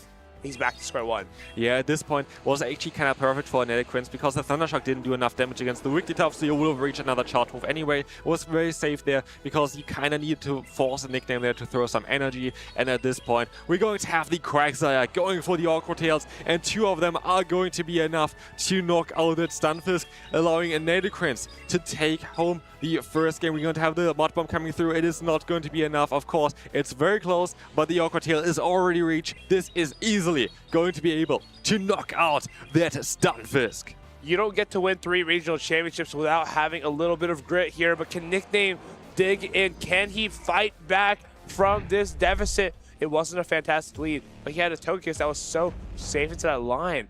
I wonder how he addresses this in the next game. Yeah, I feel like Togekiss as a save-sub seems to be super easy to use here for Nickname because there's nothing that really wants to go into that one. That's a very interesting thing towards the Nidoqueen's team. There's no real answer towards that Togekiss. Like Talonflame kind of, but like it's not really, because at the end of the day, you're going to just have neutral damage on both sides there, and there's no clear answer for it. And we saw that the answer in this game was actually the Shadow Giratina. That's absolutely crazy. The Shadow Claws start to rip through the Togekiss. Also, they have to be afraid of the Shadow Sneak, Shadow Sneak, and it's doing so much neutral damage after being improved in the recent updates. Of course, Togekiss just tries to 2-shield through, but Wigglytuff can have the most play into it with the with the neutral charms that are doing a ton of damage. If you're Nidoqueen, are you going to try to run like something like the Poliwrath? We have a lot of targets for this Pokemon, as we have the main targets basically here with the Quagsire, with the Licky, as well as the Feraligatr. We are all really good matchups for you. Or do you expect that, maybe I don't really want to run it because I'm fearing that Togekiss? The thing is, we can run Poliwrath, but you know your opponent's always going to run Togekiss. So does Nidoqueen try to run that risk? If he does, we'll see if it pays off. Players are locking in. Nickname still making those last decisions. And Nidoqueen, I always notice he locks in fairly quickly. He's pretty confident about what he wants to run, how he wants to line himself up into the opponent. That's the difference between him and a lot of other trainers, his ability to read lines. Yeah, and also the type of team that he brings brings to most of the regionals, especially with the Giratina. He has a lot of experiences, especially though also in the core together with that Wigglytuff, with the Talonflame. He has a lot of experience towards it, and he knows on how to play those Pokemon to perfection. He plays everything to perfection, is so confident with Wigglytuff, Talonflame, Poliwrath, Giratina, some of his signature Pokemon that throws in meta like Licky and Quagsire. And we are ready for game number 2. Let's take a look at those leads. It's Feraligatr into a Licky. That's exactly what Nidoqueen is looking for. If your Nickname, how do you address this? Do you take some energy from this Licky onto your Feraligatr and then swap out later? Yeah, this is a very interesting, especially as you still have, of course, the Togekiss in the back and the Poliwrath in the back as well. And Poliwrath really doesn't want to go up against the Togekiss. To some extent, are you happy that your Feraligatr is seeing this Licky here instead of a Poliwrath? You have two fantastic answers for the Poliwrath at the back, so if you can soft lose this matchup, you might just be good to go. Yeah, this might be actually ideal here for Nickname. We will see the Shadow Ball coming in, and of course the Hydro Cannon is not going to be enough. We saw that multiple times already to knock out the Licky, but are we going to see a shield here for Inadequence? We do not. He's going to let the move go, and he's still going to be able to reach a Body Slam or even the Shadow Ball, but Body Slam is going to be reached here. Is going to be able to knock out the Feraligatr unless Nickname is going to invest a shield. Probably choosing to not invest a shield here because you know your opponent can get to another Body Slam. Here, we have to bring in the Togekiss. We get the pack through, but Inadequence, is he going to align his Giratina with this Togekiss? I think he has to, but then the Poliwrath could land on the Unova Stunfisk. And he stops out straight into the Giratina. This is a very interesting play because he could have been punished as well here if there was a Licky in the back, but there is no Licky in the back, and this means that the Giratina is going to be actually at the better matchup for himself right now because they don't want to have the Poliwrath at all against this Togekiss. Nickname kind of shakes his head. He probably expects it to be Quagsire in the back. Good news for you, though. It's not. It's a Poliwrath. You're still in this game. Shadow Sneak going to get shielded. Can Nickname reach 3 Psyshocks against this Giratina? That's going to be the key here. Throwing on Charge Attack priority. Looks like Giratina can't get the farm down. Yeah, it seems like maybe Giratina can still get it done here. We have to see. We have the shield coming up. But even, is the Psyshock going to be enough at this point? I don't actually think so. Giratina is quite bulky. We see the CAP tie here. We're going to have the Dragon Claw coming through. This is enough to knock out the Fairy type. And we see the shield coming up. Now we could expect a potential catch from Inadequence. Does he try to catch onto the Licky? There's the catch. Psyshock goes to the void. How can Nickname recover this game? He still has that Unova Stunfisk. Does Inadequence bring the Poliwrath? There might be a chance here. He has super effective Icy Wind, but if he can reach 2 discharges, he could possibly remove the Giratina from the field of play. Maybe it would have been better for Inadequence to wait out a little bit in order for him to be able to swap out into that Giratina faster again. But here the discharge is going to be enough to knock it out in 2, but the Icy Wind is coming in first, and even though it's going to debuff it, it's not going to be enough. Even though it's super effective, it's not going to be enough to knock out that Stunfisk here. We can overfarm massively with the Unova Stunfisk here. That Poliwrath isn't even close to another charge attack. We're going to the moon with energy. There's that discharge. Can he reach 2 Mud Bombs before Inadequence reaches the 1 charge attack needed? Just needs to get to the Dragon Claw. Let's take a look here on how the Giratina is going to do. Of course, there is going to be that drop there. And we're going to see the swap out, and he's a 1 fast move away. You should be able to take another hit here from that Stunfisk, and then there is going to be the Dragon Claw loaded. Does this Mud Bomb knock at the Giratina? If he can hang on, that's the game for Inadequence. Hangs on, Dragon Claw reach 2-0 versus Nickname. And Inadequence continues to move on despite all odds, despite Giratina fighting Togekiss over and over. What an impressive showing from Inadequence. He can't get getting away with this. We're going to have here, of course, the Giratina again on both of those battles, doing a fantastic job though. Like, how is Giratina only good for this player? Giratina only works for Inadequence. I've literally never seen any other players use it or succeed with it. Probably that's why I haven't seen them use it, because they haven't been succeeding with it. Inadequence, so making Giratina look so good. I can't believe how dominant it's been in this tournament. Yeah, we've seen Giratina actually at VGC at this event as well, but now we are gonna see it here even more in the regional for Pokemon GO. I didn't really expect that Giratina would have that much play in the current meta, but Inadequence makes everything possible with that Giratina. When every team has Licky for Alligator, it just feels like it's not the right call, but you have to be a lunatic to bring Giratina. Inadequence, the lunatic is right here. He's ready to take it further into this tournament. He's only 1 win away from a medal now. 1 win away, and we will see here as well. The Quagsire, honestly, he plays the Quagsire to perfection as well. I feel like he really done well with it in the first battle, especially going for that awkward tail early in order to then knock it out with the Stone Edge afterwards, trying to save that 1 extra turn, which can be crucial. Saving that turn, saving this awkward tail, knocking on the Unova Stunfisk. Inadequence secures a nice Game 1 sweep with that Shadow Quagsire. It's been so critical for him throughout all of his matches. Then the next game, Shadow Giratina hangs onto the Mud Bomb, launches the Dragon Claw. Nickname, you can tell he has been subdued by the Giratina Master. Another fantastic performance here from Inadequence, and he continues on in the Prague Regional Championships. That Giratina is just such an interesting Pokemon though. Like it's a Pokemon that basically does something that none other can do. Like it is with the type itself. Of course, we have some other Ghost and Dragon type Pokemon now as well. We've seen, of course, Tauntaun having some success with one at the World Championships, but it's unique with a Shadow Claw, with the coverage that you could have as well. We've seen it run as well with an Ancient Power before, and now Shadow Sneak after the update. It's a very interesting Pokemon. It's so strong when it gets in those right matchups, but of course, these trainers have been playing it for so long. I think he's been playing it since maybe over a year ago, just continuously playing the Giratina. No one knows better than him. Absolutely, and especially for those Pokemon that nobody else really plays, it's very important to know what you're doing, because also you have the advantage that the opponent doesn't know how to play against them. And here we are going to be in losers round number 2, the Reef against Nezabethan. Nezabethan, we saw him earlier using that Shadow Stealer to perfection, but the Reeve has that interesting double Psywave strategy. Nezabethan, though, is ready for that, has that Guzzlord. It's going to be so strong to this team, but at the same time, Togekiss always lurking from behind. I'm curious if we're going to see a little bit of Tinkaton power here, because, well, yeah, there are 2 matchups that you maybe don't want to face too much as a Tinkaton in the Stunfisk as well as the Feraligatr. You're going to have some other Pokemon that you can definitely deal with, but as I said as well, even against a Pokemon like the Togekiss, in the two-shot scenario, it might not be as nice, because the Togekiss can get to those Aura Spheres a little bit faster than you can go for the big hammer. Yeah, but of course, you can always make baits with that Tinkaton, always throwing those Bulldoze, even against something like a Togekiss. Feels like they wouldn't have an option to even no-shield, so it could be the right play there. At the same time, Gourgeist looking pretty interesting into this team. We have Unova Stunfisk as a main target, and it has enough neutral play into the Malamar, into the Grumpig, even not that bad against the Togekiss.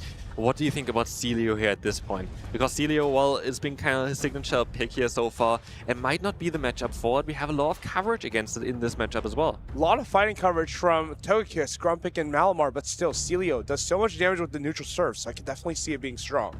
Yeah, especially if you're going to have some energy up, you're going to be able to do quite well against something like the Stunfisk with those surfs, as you said already. And as said as well already before, the Celio against the Feraligatr with a Body Slam is actually not that bad, because Feraligatr doesn't really have great charge moves against it. Feraligatr, Hydro Cannon, it's one of the strongest charge attacks in the game, but against Celio, it doesn't feel like it does a lot of damage.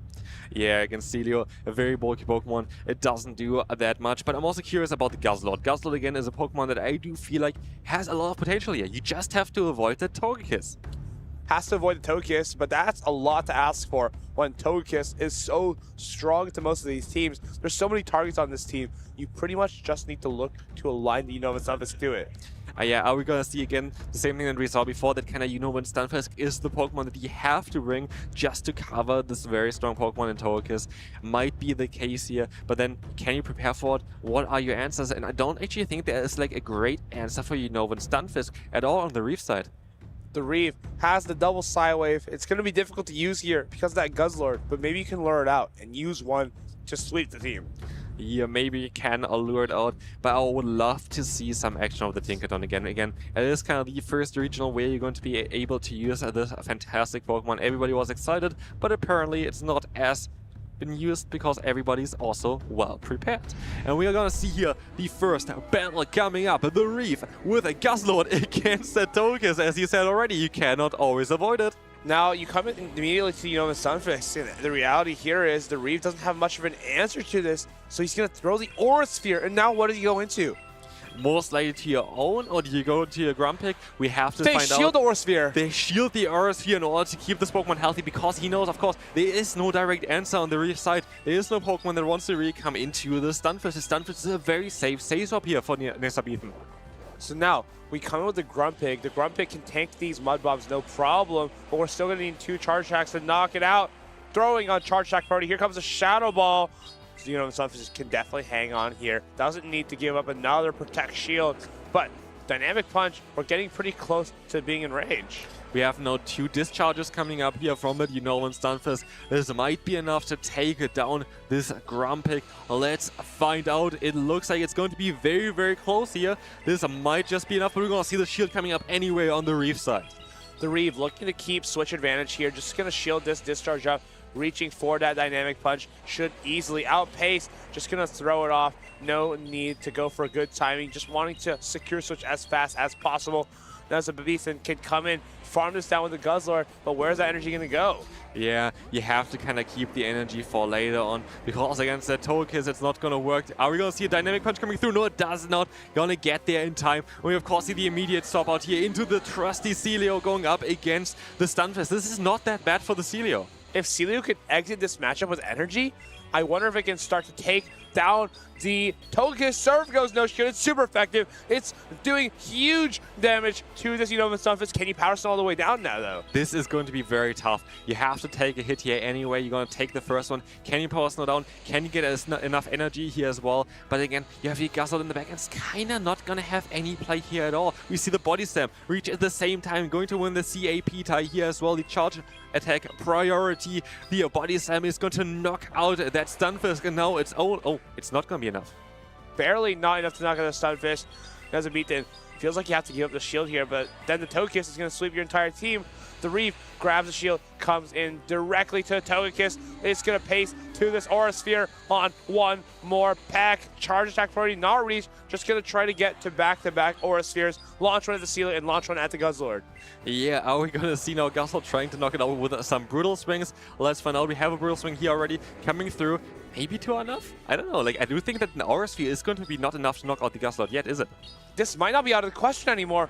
Brutal Swing comes down. It's resisted, but it's almost there. Aura Sphere back-to-back is reached, but this means that the Togekiss might not be able to get to an Aura Sphere against the Celio. Yeah, the Celio should be fine here. The Aura Sphere is not going to be enough to knock out. And we see the Brutal Swing coming through. This is going to be enough to knock out this Togekiss. And Guzzlord is apparently a Togekiss counter confirmed here. Brutal Swing knocking out the Fairy from the sky. And the Dragon Tail is enough to knock out the Stunfisk as well. What a turn of events. Nezabeaten looks a little bit surprised that he was able to pull that one out. The Reeve had the perfect alignment, but Shadow Celio, or regular Celio, I keep saying Shadow, but regular Celio is not something we see all the time. It was definitely at the ready to sweep that entire backline. Unova Stunfisk landed the serve onto it, and then got through the Togekiss. And we said that Guzzlord cannot do anything against the Togekiss. We were wrong. Apparently, Brutal Swing is all it takes to take down this Pokemon from the skies. There was such an interesting change of events there. Again, the Celio at the end was crucial. Hitting that serve, even though there was still a protection left on the Reef side, was just game deciding. As even the Body Slam, they're not knocking it out, surprisingly. Maybe it was even more helpful at the end. I don't know. I mean, Brutal Swing, it's not a very efficient charge attack, but Togekiss isn't a bulky Pokemon either, so you can definitely get the job done there. Licky, I think it needs to be coming from the Reeve. It's so consistent into everything from Nezabeaten. We haven't seen him bring the Annihilate at all. Plus, it's not so bad against the Celio. I wonder if these adjustments are going to happen, though. Yeah, I'm curious. I feel like the Grumpig didn't really do as great there. There are, like, I don't know, there are quite a few ants towards Grumpig as well, still on Nezabeaten's side here as well. I'm curious if we're going to finally see the Tinkaton here. I think Tinkaton has a fantastic matchup as long as you're not going up against that Stunfisk or even the Veraligator. But I do feel like that might be the way to go for Nezabeaten here. Just trying to knock out that Togekiss from the sky, maybe expecting that Licky coming in as well, where you're going to have at least some nice damage coming in as well, or resisting that rollout as well, would be an interesting choice. Rollout, it's just a very consistent charge, fast attack. It does an okay amount of damage, but it charges extremely quickly, allowing you to reach Shadow Balls versus everything here. Nezabeaten, does he make the read? Does he line himself up as he's done throughout this entire tournament? Lock-ins have occurred. Let's see what these players decide to put into their second game here. It's Guzzlord into that Licky. Guzzlord is going to like this matchup. It's quite neutral still, though. And of course, it's definitely likes to not have to go up against that Togekiss, which is still lurking in the back. And we see again the Celio, we see again the Stunfisk. As we said already earlier, Stunfisk seems to be a Pokemon that you have to bring on Nezabeaten's side. It looks like the Togekiss is in trouble. You're going to have to fight up against a Celio, up against a Unova Stunfisk in the back. What does that mean for the Reeve here? How is he going to lure one of those Pokemon out and try to get value out of the Togekiss? The Body Slam is chunking away, but yeah, the Togekiss seems to have not really the best targets left. The Togekiss comes in, and we're going to see, of course, the swap out into the Unovan Stunfisk. This is so bad for the Togekiss. Discharge is getting reached. It's not enough to knock out. Togekiss can usually land 2 Aura Spheres before going down in this matchup. But of course, this Grumpig and Licky have no fast attack pressure into the Guzzlord. Yeah, and now we see another discharge here. Discharge coming through is going to get shielded straight away from the Togekiss. That's quite interesting here, as maybe the Reef tries to preserve the Togekiss, tries to go out of this matchup eventually because the Switch Dog is slowly coming back up again. We see the Psyshock coming in here now instead of the Aura Sphere. Psyshock comes through. It's neutral damage. It's not as effective as the Aura Sphere, but maybe there's a reason here. Maybe he wants to get the energy somewhere else, throwing that Psyshock. Now he shields up this discharge. Let's see if this can get Togekiss through the matchup. We're starting to force Nezabethan to use shields. We see very likely another charge move from the Togekiss because now you pressure this Stunfisk. But actually we see the swap out here into the Licky, taking now that discharge. It's not going to be enough to knock out that Licky. Licky has a ton of energy still left stored onto it. But this Licky has charge attacks locked and loaded. Does Nezabethan commit shields to it? No. Understands that his Shadow Sealer can sweep the endgame here. Just needs to commit the shields there. Body Slam not enough to knock out, but he comes in with Guzzlord to get that farm down and takes a Body Slam before that happens. There's so much energy as well on the Guzzlord already. We're nearly at 2 Dragon Claws. The Body Slam is coming through, not being enough to knock it out. And of course, we have to go for a charge move in order to not lose all that energy. We have the Brutal Swing coming in. This is knocking out that Licky. No protect shields are left. But in comes, of course, the Togekiss. And we saw already on how much damage actually this Brutal Swing going to do here. Brutal Swing gets thrown from the Guzzlord. How are you going to get rid of this Togekiss, though? Do you come into, try to do a couple of Thunder Shocks, or do we just go straight to that Celio? He goes straight to the Celio, and you have to use your shields now. But here's the thing, we still have the Grumpig in the back, and with that, we're going to have 2 times fighting type coverage, which is going to be super effective against that Celio. But we see the catch here! What a catch this is on a 1 HP Stunfisk taking this Aura Sphere! Now that you've taken this Aura Sphere, you can deal with the Grumpig accordingly. You just need to reach 2 Surfs before the 2 Dynamic Punches are reached. Surf number 1 comes through. It's neutral damage, but it's going to threaten to knock this Grumpig into the 50% health range. Surf number 1 comes through. It's going to see if we can get that Surf and Powder Snow down here. This is looking very promising for Nezabethan. This catch was absolutely crucial, because otherwise the fighting type damage would be too much for the Celio to deal with. But now we have still that shield left for it, going to be able to avoid the Dynamic Punch from the Grumpig, and this Surf is coming through. Surf comes through. It's neutral damage. Is it enough to knock out? Can this Grumpig reach the next charge attack? It's barely not there. And now Togekiss gets Powder Snow down. Nezabethan, he's going on in the tournament. He is now secured into the top 4. What a run with that Celio. What a run, and what a catch again, showcasing on why you maybe want to keep those Pokemon with 1 HP alive there, just because you can take those hits for the other ones on your team. Nezabethan, what a fantastic run so far, continuing to use that Celio to the absolute pinnacle of its ability. What an incredible way to showcase a Pokemon that we haven't really seen much in the play Pokemon scene. And I love this for this regional. We have so many signature picks that do so well that nobody really expected to have here on. We have the Hydreigon, we have the Celio, we have the Giratina still in as well. What a crazy lineup of teams. And of course we have Boom 20 with the most normal team with just Empoleon, Licky, Quagsire, Togekiss. These trainers though, they have brought some interesting teams. Unfortunately, only one of them is going to go on to this next round. The Reef brought the double Psywave, took down a lot of Titans in his run this weekend, but eventually it came to an end. Guzzlord, Brutal Swing, knocked out the Togekiss for the first time that we've seen this weekend. And Nezabethan, surprised by that Game 1 win. He powers through the second game, though, as he gets this Celio through with that beautiful catch of the Aura Sphere. This was amazing. The catch completely shifted the battle here. This is so great from Nezabethan, showcasing again why you want to keep those Pokemon alive, because now the Celio was able to seal the deal there with the Surf at the end against the Grumpig. Barely not getting to the Dynamic Punch, and now he gets a full farm down on this Togekiss. Celio into the top 4. What an incredible performance from Nezabethan so far. What an incredible performance for sure. And again, it's such an interesting regional because we have so many signature picks, so many Pokemon that we didn't really expect to see it so late into day number 2. Like Celio, we have the Giratina, we have so many different ones, and then we of course have that team from Boom, which just seems to be very solid, very nice meta picks, but there's nothing wrong with that either.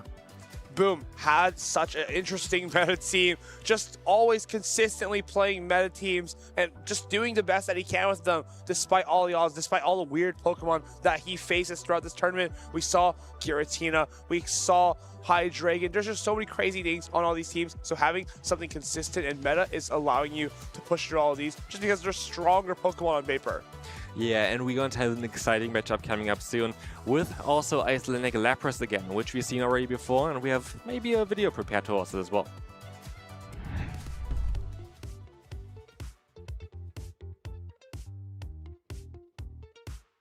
I'm Jamie Gallagher and I am over the moon. I never believed this had happened and I am unable to express my feelings right now. It's wild. Icelandic Lapras as your 2025 Birmingham Regional Champion! I'm fainting, Martijn! This was Yeah, it's been a roller coaster of a tournament from start to finish. I've only had one battle the entire tournament that I didn't come down to a final decisive battle. And so every single time it's been so stressful. Like I lost my first battle of the entire tournament. I really thought I was about to go out immediately. And I just kept, you know, sneaking through. And it's always just the next battle. And you can always keep winning. I think when I played Tomahawk on day one, that was one where I was particularly worried because he's a very top competitor. He had a lot of spicy picks to counter my team. I was really scared of that one, but like the rest, I snuck through and here I am. I think mainly I wanted to run the Corsola plus Annihilate. That felt like a really solid core, and that plus Drapion and Azumarill felt very difficult to beat these days, and felt very flexible as well, so I couldn't just lose on alignment. Speaking to several teammates, we practiced and you got a really a good amount of ideas of how certain matchups played out. Exactly like the really niche stuff about how Annihilate can beat Azumarill up a shield or up 6 counters. It can be really tough to know exactly how things are going, and then it comes down to IVs and knowing exactly your matchups. Just having that one little bit of difference and predicting the opponent most of the time. Pokemon Go has made a huge impact on my life. It's one of the reasons I got in shape when the game first came out. I grew up and lived less than an hour away from here, and to come home in a sense and be the regional champion, it feels so much more special being here home. This is something I can be proud of for the rest of my life. The best advice I can give to win a regional, just work on your fundamentals, work on practice, just learn those top meta matchups, learn how everything plays out, and interact with the community.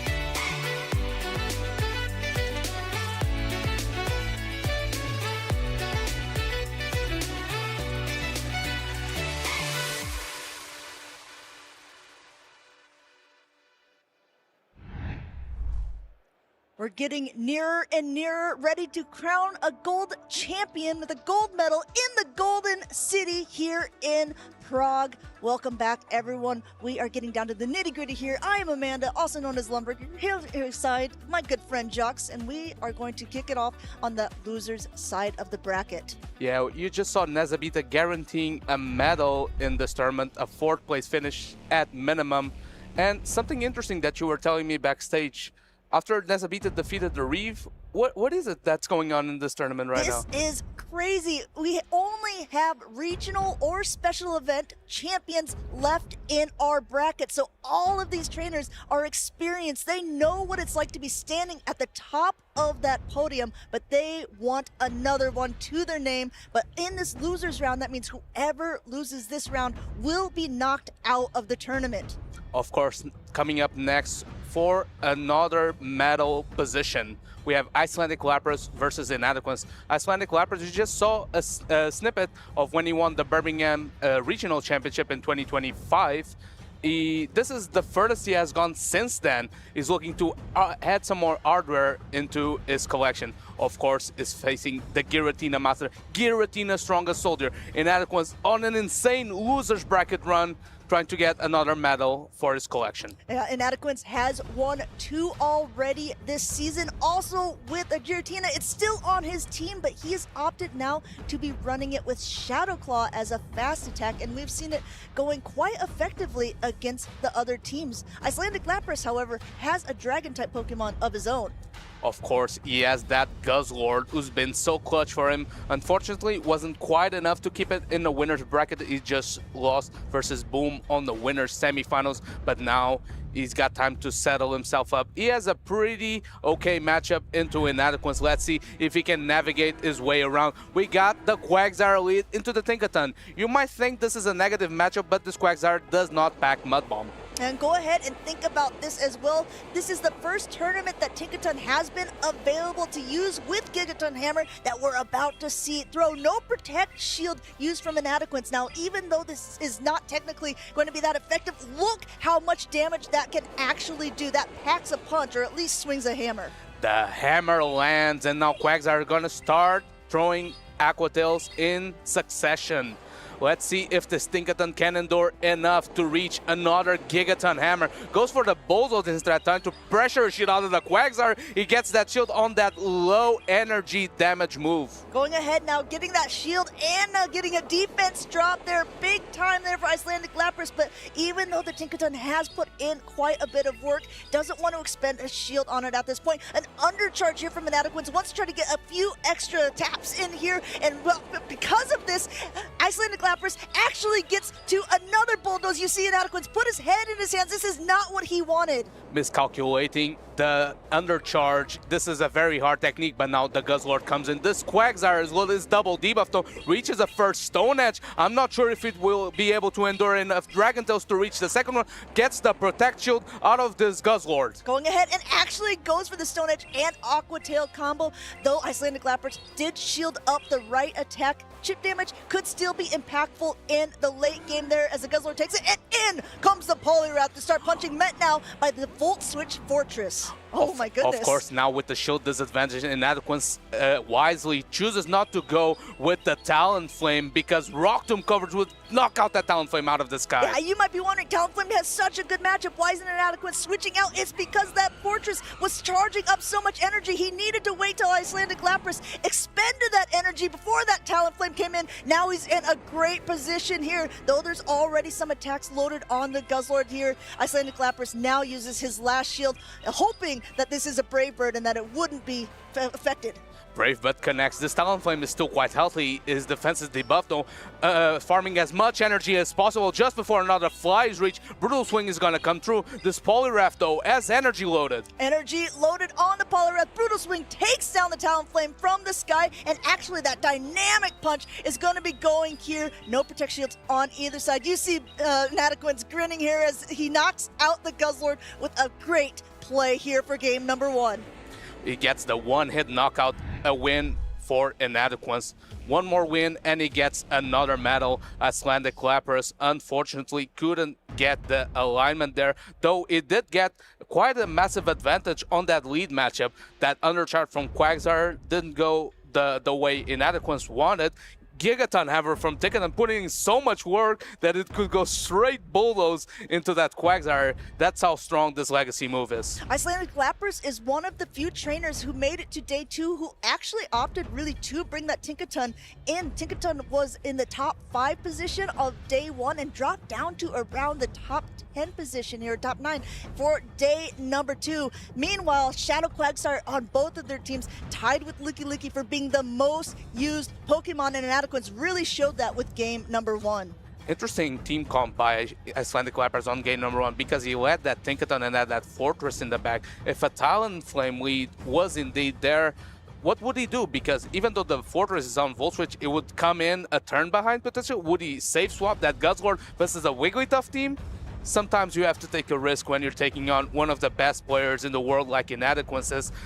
Didn't pay off this time, but Tinkaton showing how strong it can be in this meta. I mean, you put a really good point there, Jocks, because the team compositions that Icelandic brought kind of made it very risky to fire. But if he brought the Guzzlord and the Corsola together, it would be very risky against that Wigglytuff. So sometimes you think maybe, okay, I'm willing to make that risk once, but Icelandic Lapras actually doubled down on that risk in game number 1, bringing both that Tinkaton and Fortress, 2 things that are actually weak to one of the Pokemon that Inadequance brought. And that's merit to Inadequance's team building because he picks select Pokemon that force the opponents into taking those, like that Poliwrath, as he mentioned before, is such a good core breaker to the Bug Bite, Fortress, Shadow Quagsire, Tinkaton for Alligator meta, but there's no Bug Bite on this Fortress, it is Volt Switch, and if it gets aligned on that Poliwrath, it could do massive damage. I mean, Quagsire looks so strong there because the fact that it is Volt Switch, it's at least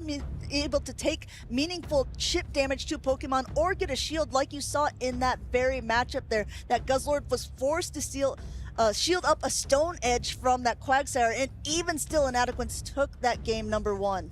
We have game 2 locked in. We have the Quagsire lead into the Corsola. As we mentioned time and time again, when it's a neutral matchup, Corsola is smiling all the way to the bank. And look at this. This is kind of what we called out for game number 1. He had Tinkaton and Fortress, and there was a Talonflame. Game number 2, he has Corsola and a Guzzlord here for Inadequance. Maybe he's thinking, there's no way he'd bring both of these Pokemon, so maybe he's going to try to get the Wigglytuff aligned to that Corsola. And if chat can look into the backlines, alignment is key for both competitors. Of course, the Wigglytuff would like to avoid that Tinkaton, and the Guzzlord needs to avoid the Wigglytuff as well. So let's see how these trainers play this out. This is looking favorable for the Corsola though. Going ahead now, going and releasing an Aqua Tail here. No shield used on the side of Icelandic Lapras at that point. Knows it can comfortably tank 1, and is going for an aggressive farm down. It will have to take another attack and has to use a shield because this is a Stone Edge and it would threaten the knockout at this point. And now that the Tinkaton got switch advantage in exchange for a shield, when this Wigglytuff does come on, I think Icelandic Lapras will be forced to stay in, try to throw all this energy, and Inadequance might start making some calculation. Why are you staying in with the Corsola versus a Wigglytuff? Yeah, especially at this point, right? When the Corsola is still going to be able to maybe try to get to a power gem, not quite able to make it. Wigglytuff is up a lot of energy now. In comes the Tinkaton, and you see a quick pivot by Inadequance, and also a quick pivot with the Guzzlord. Of course, though, regular Talonflame has a much better matchup in comparison to its Shadow counterpart.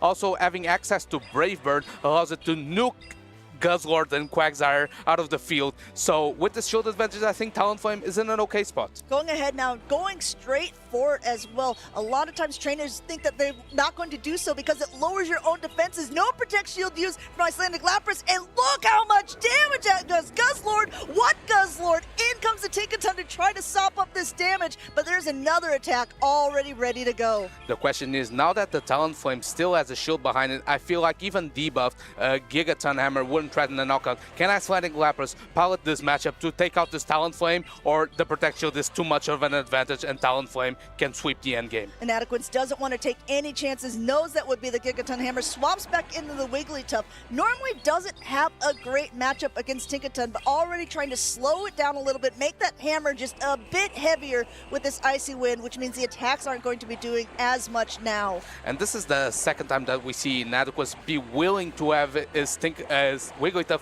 locked into the Steel type because he farmed up so much energy on a positive matchup to Icy Wind after Icy Wind after Icy Wind, making the damage negligible by this Tinkaton. Already at maximum energy here, Tinkaton has to throw. This is going to be doing a bit of damage, definitely enough to knock out, but he completely undercharges it. Still, it's super effective, even though it's double debuff, still enough to take it out. Wants to go for an extra little bit of damage here, going for a Bulldoze onto that Talonflame that just came back in. This is a fire type that actually takes resisted damage from ground type, takes away his flying subtyping, and Inadequance is able to get the 2-0 win versus Icelandic Lapras, guaranteed to get at least another medal, but he wants much more. A quick 2-0 by Inadequance as he gives a cheeky grin to his friends and family at home. They're coming in from the loser side of the bracket, being dropped down in round number 2. He's made an amazing run and has already completed yet another podium finish. All smiles from Inadequance. I believe after dropping in round number 2, maybe he thought that this tournament wouldn't be his, but look at the resilience, look at the heart of a champion, winning round after round after round. I think this is either his 8th or 9th series win in a row. which is a crazy win streak. That's absolutely incredible. You know, he played a little prank on me yesterday. I was walking in the crowd, talking with people, saying, you know, how's everyone doing? And Adequance came in and he's like, I'm down, I'm out. And I'm like, you're out? He's like, well, I'm down. I was like, you can't keep saying things like this. And look how much he's done since that time. Already being able to make it so far in Prague in this first championship brings such a crazy different team that actually has countered a lot of the meta. Everyone falls, but a true champion always gets back up. That's what Inadequance is showing right here. Actually, a lot of our trainers here that are making it far have shown time and time again that even though when disaster strikes, let's say, they have the fortitude and the calm mind to get back up and take it one game at a time. And Icelandic Lapras, as we said, have already had a medal before being our Birmingham regional champion. Congratulations to him for such a huge run here at our first ever regional championship in Prague. But now, once again, we're kind of continuing on the loser side of the bracket to see who will be still in this tournament by the end. There's going to be quite a few more matches to go, all of champions. And that's the thing, though. Now that we're on our top 4 and all of these trainers have won a regional/special event before, they know what it takes to get to the mountaintop. So even though you're in the lower bracket, you know that you can do it. And these trainers that are in the upper bracket, they know they can't breathe easy because these regional champions are coming for you. I mean, there's so many things to play for at this point. Yes, of course, they've all had the medal.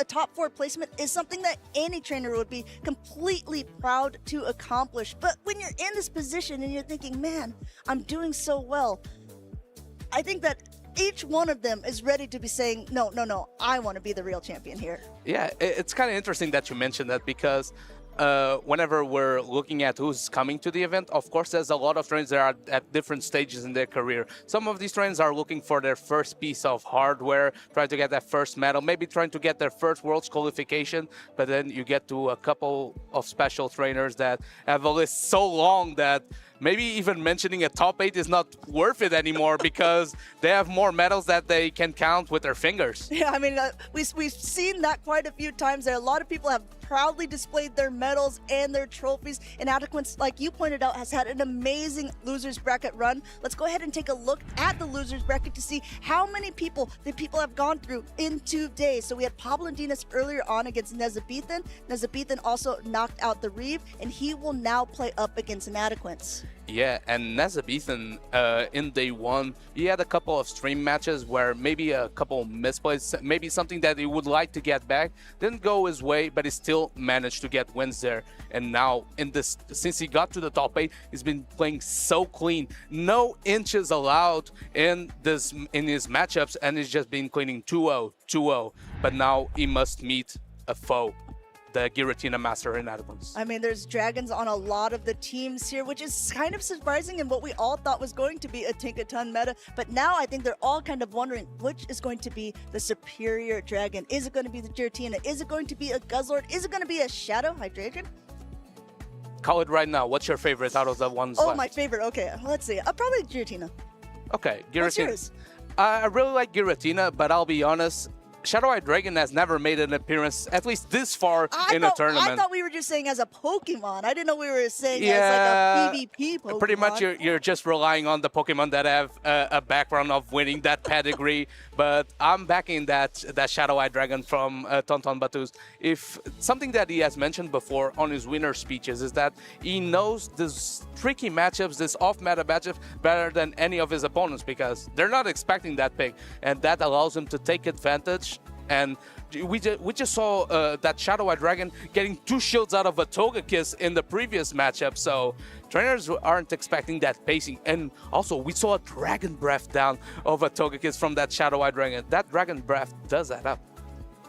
Yeah, I will say, I mean, we're leaving out the Guzzlord, which has been used by actually quite a few trainers in the tournament. I was just double checking, and Nezabethan is going to be running that Brutal Swing and the Dragon Claw, so it doesn't have the Sludge Bomb tech to it, so could be very interesting to see how it will play into Inadequance's Shadow Giratina, because if you think about it, his is on Shadow Claw, and the Guzzlord has a lot of good answers. And not having that Sludge Bomb coverage that has been crucial role in this meta, because that's what allowed Guzzlord in the past few previous tournaments to be kind of flexible, because if you gathered enough energy, you could throw it at fairy types. Tinkaton takes resisted damage from fairy types, but Inadequance doesn't have a Tinkaton, he has a Wigglytuff. Wigglytuff is gonna do so well into that Guzzlord. Of course, you see it here on the spotlight, that charm coverage along with same type attack bonus Swifts makes it a very good neutral threat, but of course, it's a very good setup Pokemon because it has access to that Icy Wind. And I guess when there's so many, Giratina, when there's going to be things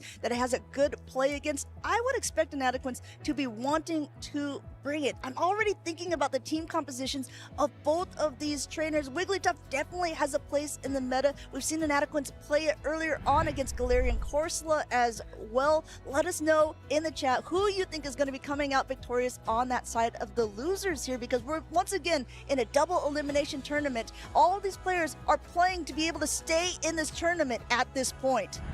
And it's kind of curious because I believe Nezabita does indeed have that Tinkaton. Is he maybe even the last Tinkaton left on the field? I'm not totally sure on that, don't quote me on that, but he's one of the few for sure. And that Tinkaton, of course, would like to see that Wigglytuff we just saw on the graph. Nezabita, though, has been relying on that Gourgeist Celio core. He said he built the team around Celio, and it was so clutch in the past few stream matches that we saw, but Gourgeist was the hero, farming down those bug bite fortresses to a crisp. Both Nezabethan and Inadequance are actually also two of the only trainers in this tournament who were using actual fighting type Pokemon. There was a Togekiss and there's other Pokemon that run a fighting type charge attack, but both of these are running a Shadow Annihilate on the side of Nezabethan and also that Poliwrath on the side of Inadequance. And I don't think we've seen a lot of Annihilate on stream so far. Obviously, it has that main target, which is that Licky Licky. Licky Licky, though, has Shadow Ball coverage that it's for super effective into that Ghost type. And also, again, when you are running a Pokemon like Wigglytuff with Charm as its fast attack that can Icy Wind for a debuff, if you have both a Shadow Annihilate and a Guzzlord, maybe you have to choose between those two if you're going to bring either one of them at all. We just saw Inadequance beat a Guzzlord team in the previous stream, that versus Icelandic Lapras. Can Nezabita pilot his Guzzlord better, though, to try to get it locked into the Giratina, the master of all dragons, according to Inadequance's lead? Let's see who has the better dragon, though. I'm wondering if the Gourgeist, though, in this matchup, it has a lot of play because he has two water types, of course, with the Quagsire and the Poliwrath, obviously resisting counter, which is very important. But versus the likes of Giratina, you also have that Shadow Ball coverage. And in lower shield scenarios, we've seen trainers even pivot that Gourgeist because they know with a few turns advantage, I can reach that double Shadow Ball, get the KO. It's definitely proved very vital for Nezabethan in other rounds, being able to completely incinerate down fortresses. There's no fortress on the side of Inadequance. We have a water battle and a great lead for Inadequance there with that Poliwrath against the Celio. Immediate pivot into that Gourgeist, that core that the Jocks was just talking about, to be met now with that Shadow Giratina. That Gourgeist pivot coming through is gonna go straight for the Shadow Ball. No baiting from Nezabethan, pulling the first Protect Shield out of the Giratina. Shielding this move means that the Giratina can overfarm just enough to potentially threaten a knockout with a Shadow Sneak. And don't forget, these Shadow Pokemon do so much damage. Shadow Giratina already at an attack here. Does Nezabethan want to be able to get a little bit of that switch alignment? Yes, he does use a Protect Shield here, but guess what? There's already another one going to be loaded soon. There's so many shields used in this mid-game matchup. And now that the Gourgeist is out of energy, can this Giratina put enough Shadow Claw damage where it can farm all the way down? The Gourgeist needs 2 more Incinerates to reach Shadow Ball. He banks that energy, goes into the Celio, tries to catch a move. Here comes the Poliwrath, one of the premier Celio counters. Poliwrath is down a shield, but it's going to be able to pack a punch with all of its attacks here. This Body Slam will start slowly chipping away at the Poliwrath, but all here going for the Dynamic Punch, and also these counters are just putting in work. Poliwrath showing its stat pro, that non-same type attack bonus Body Slam not adding up that much. That means that the Poliwrath can gather as much energy as it needs to potentially threaten the backline Pokemon. It has that double Dynamic Punch right now. Doesn't go for charge attack priority, goes for all the way for the farm down. Can the Poliwrath, though, withstand this body slam, or will it go down with max energy? Going ahead now, letting that body slam go through that. Poliwrath's getting mighty low. Actually goes for the Icy Wind here, which is going to lower the attack. Maybe Inadequence thought he was going to quickly swap out and wanted to do something cheeky. It's enough to knock out regardless. Great play, but actually now goes for the dynamic punch. I think he wanted to reverse the order there. Well, he farmed so much energy on that Poliwrath that even though he threw energy at the seal, he still had a move to boot. That Giratina is loaded though. Dragon Claw is going to come through. It's going to threaten massive damage on this Unovan Stunfist. Going ahead, using a Protect Shield on the side of Nezabethan there and going to ahead and trying to get as much energy as possible. But another Dragon Claw is already ready to go. This Giratina looks so menacing on the field as it's just putting in work for its trainer. I think Nezabethan is quite happy with that Dragon Claw damage because I don't think it's quite enough to get a farm up before he reaches another move. It's going to race to the Mud Bomb. Massive damage as the Seed Bomb goes for the combo play with the low HP Gore, guys. Is the Seed Bomb enough to KO? Going ahead now, you see Inadequate's a little bit confused of what he's going to throw there. Seed Bomb is enough to knock it out, but then in comes that Wigglytuff, and it is uphill sledding for Nezabethan here as he's trying to do as much damage as possible with Unovan Stunfist, but not even bothering to throw a charge attack at this point. Inadequate's taking game number 1. I think Nezabethan was perhaps hoping there was a Talon Flame in that backline where some Thunder Shocks plus a Discharge would potentially threaten a knockout. It was indeed Giratina's strongest partner, Wigglytuff. Core that Inadequance has spoken time and time again, that has been very old and reliable for him, has gotten many championships so far in the championship series. But yeah, no, not enough. It wasn't that Talon Flame. Inadequance gets the 1-0 lead. Inadequance just needs one more to be able to beat Nezabethan there, continuing on into that losers finals bracket. Nezabethan, a trainer who's been showing time and time again throughout this tournament that yes, he's made a couple of mistakes with his plays here and there, but he has got overall a very good read on his opponents, what they want to play, and he knows how to counter that. Maybe this game number 1 between them was just a bit of a fact-finding mission, and he's going to turn it around for this game number 2.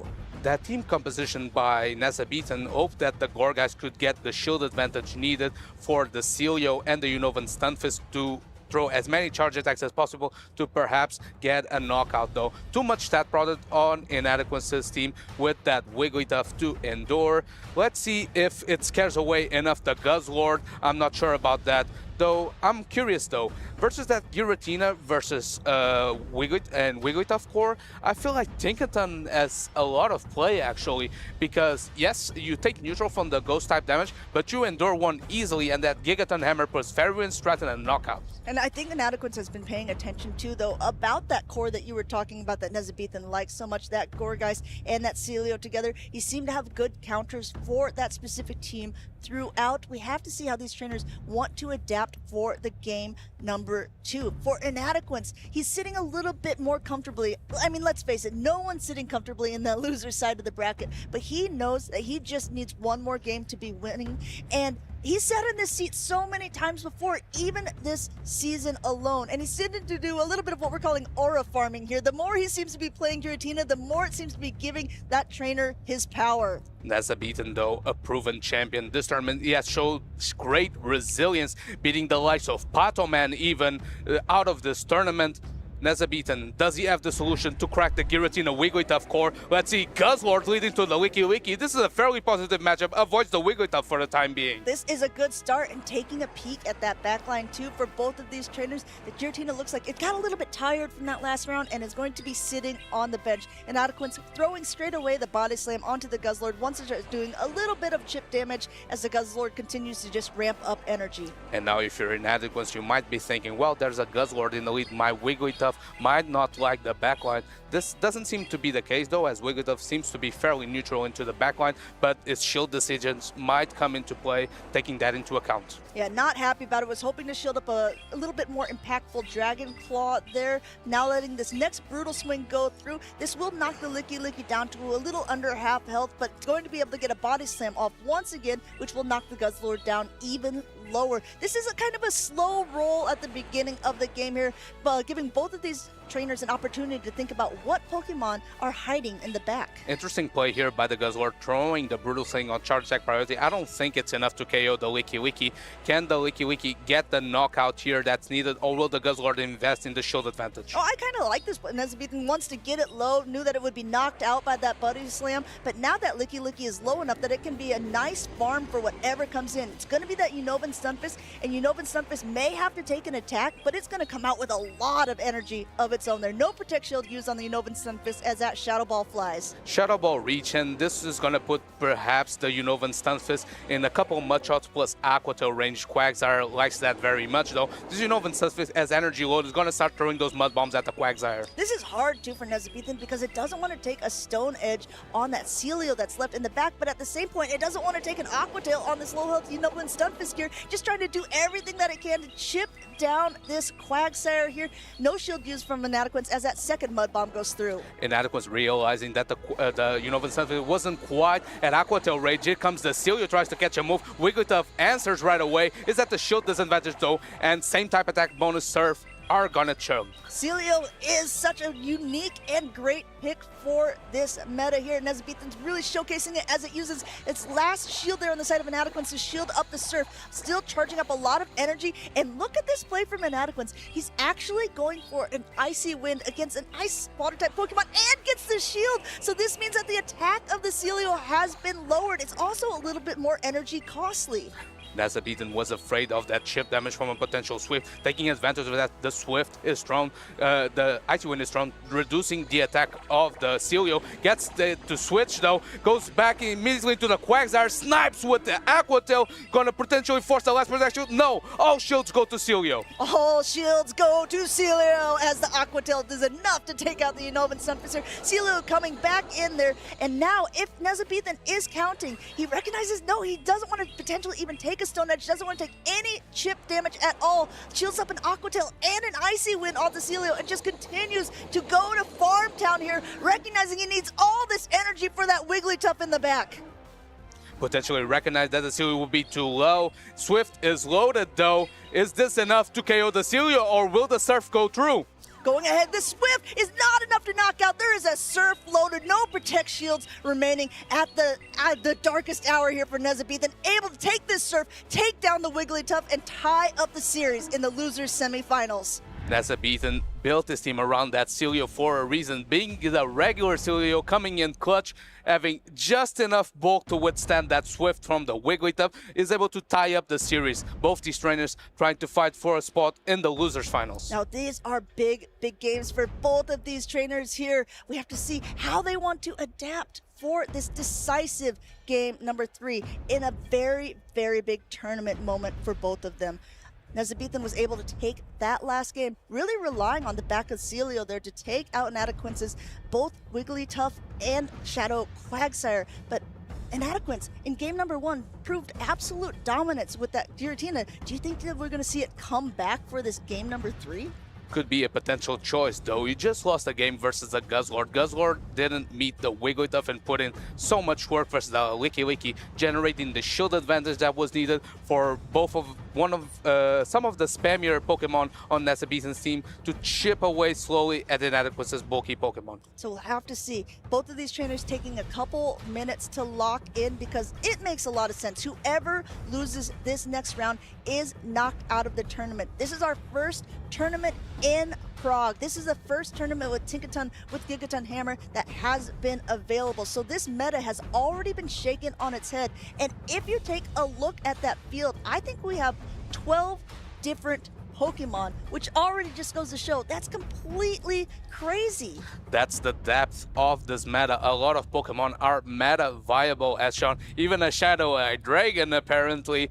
But yeah, that means that these trainers have a lot to take into account into team building, and sometimes need to take risks, need to think that they are not seeing a specific Pokemon enough to have it into account. Like, for example, the Reeve had into account that he had that double sideways strategy. Oh, hopefully I'm not facing enough Bug Bite Fortress. It ended up being knocked out, but a very deep run by the Reeve, that top 8. A great position to be in, but this position I don't envy for either one of these trainers. It looks like we see a nod from both of them. They're getting ready to be locked in. We're going to see what they're going to bring for the leads of this decisive game number 3. We're going to see that Licky on the side of Inadequance up against Cecilio on the side of Nezabethan. And I feel like even though the rollouts are super effective into the Celio has so much stat progress that this matchup ends up being neutral. Goes for the same type attack bonus, Surf right away, trying to chip away at this Licky.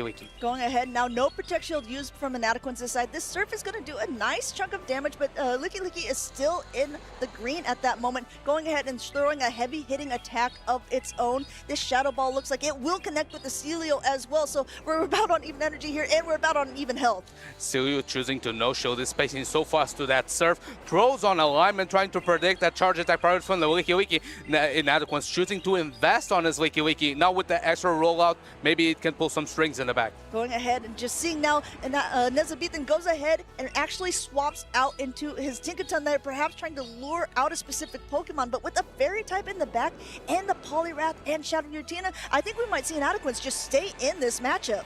There's no Talon Flame there to punish that Tinkaton safe swap. This Licky had so much energy, gonna reach the second Shadow Ball into this Tinkaton, gonna put it in the yellow HP. Tinkaton swinging the hammer. There's so much energy that's loaded, going for a Bulldoze bait here. This shouldn't be enough knockout, and actually Inadequance looks like he didn't even click the shield there, so if this was a Gigaton hammer, it would be enough to knock out. It's just a Bulldoze, so Inadequance is able to reach up into another should the Tinkaton not want to throw.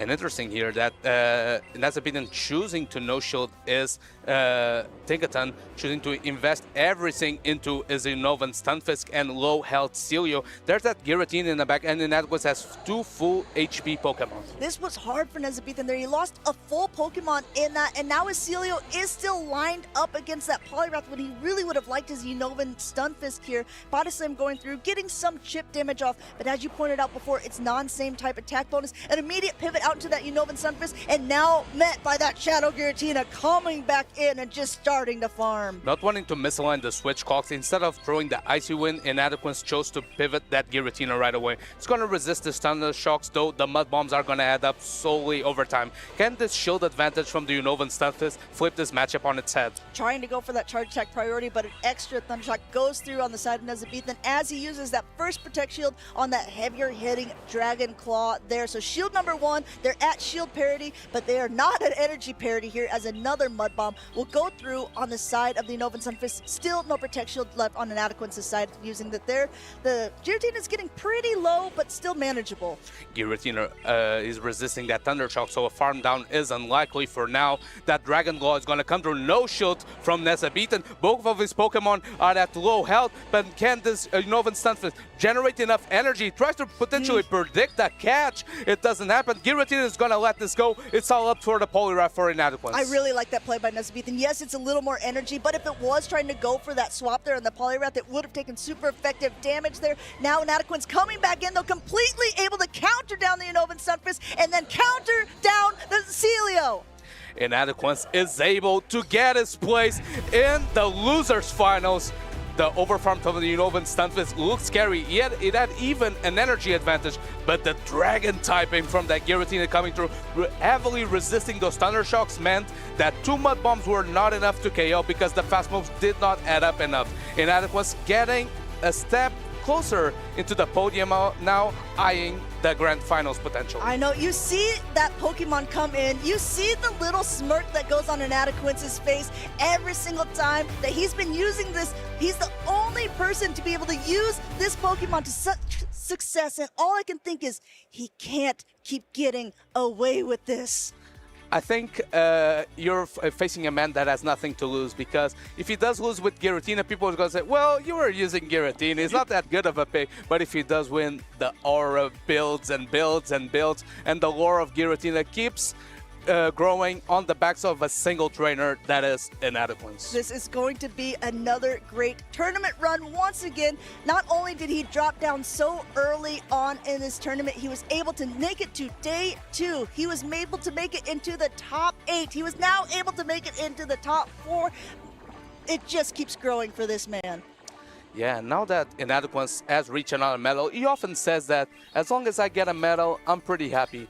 But I feel like you're just now playing with house money, because You have nothing to lose now. You've came what you got what you came for, and why not keep adding on to the lore of Giratina? Yeah, and that's exactly what he's doing there. Step by step, pace by pace. He's doing it point by point now, too, because he's definitely going home with quite a few more championship points, and he will be in the losers finals to face off against whoever loses between Tonton Batus and Boom 20.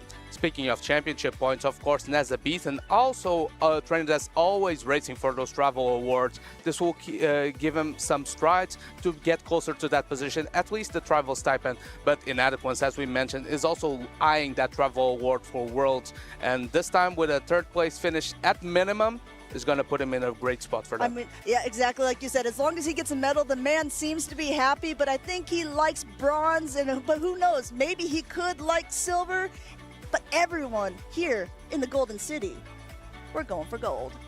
Exactly, going for gold they are, but before that, of course, we're going to have our only two undefeated trainers in this tournament. We of course have Boom 20, who has been in the grand finals before this season. Actually, he played in Gdansk against PvP David. He actually got a win on a grudge match during day number 1. We saw that on stream, which was quite cool. PvP David didn't get the win that time, commiserations to him, but Boom is going to face Tonton Batus, who's probably using a pick that is not used to facing, that Shadow Eye Dragon combined with Aegis Slash. Aegis Slash that has such a weird mechanic, because on one hand, when it's on his shield form, very sturdy, it takes moves for days and generates energy quite slowly.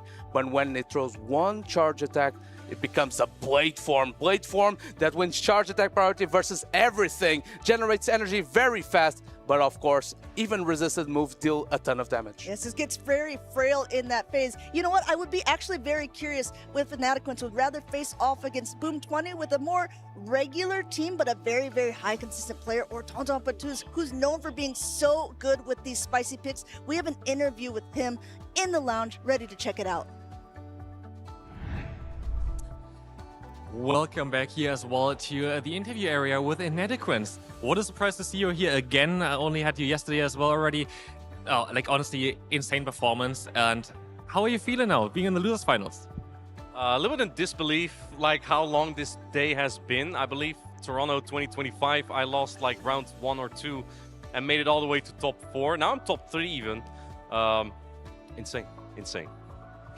There are two main questions I have for you. There is the one which just definitely showcased why you have it on the team. Talk about Poliwrath. Like, why is Poliwrath so insane? Why did nobody else really pick up on it?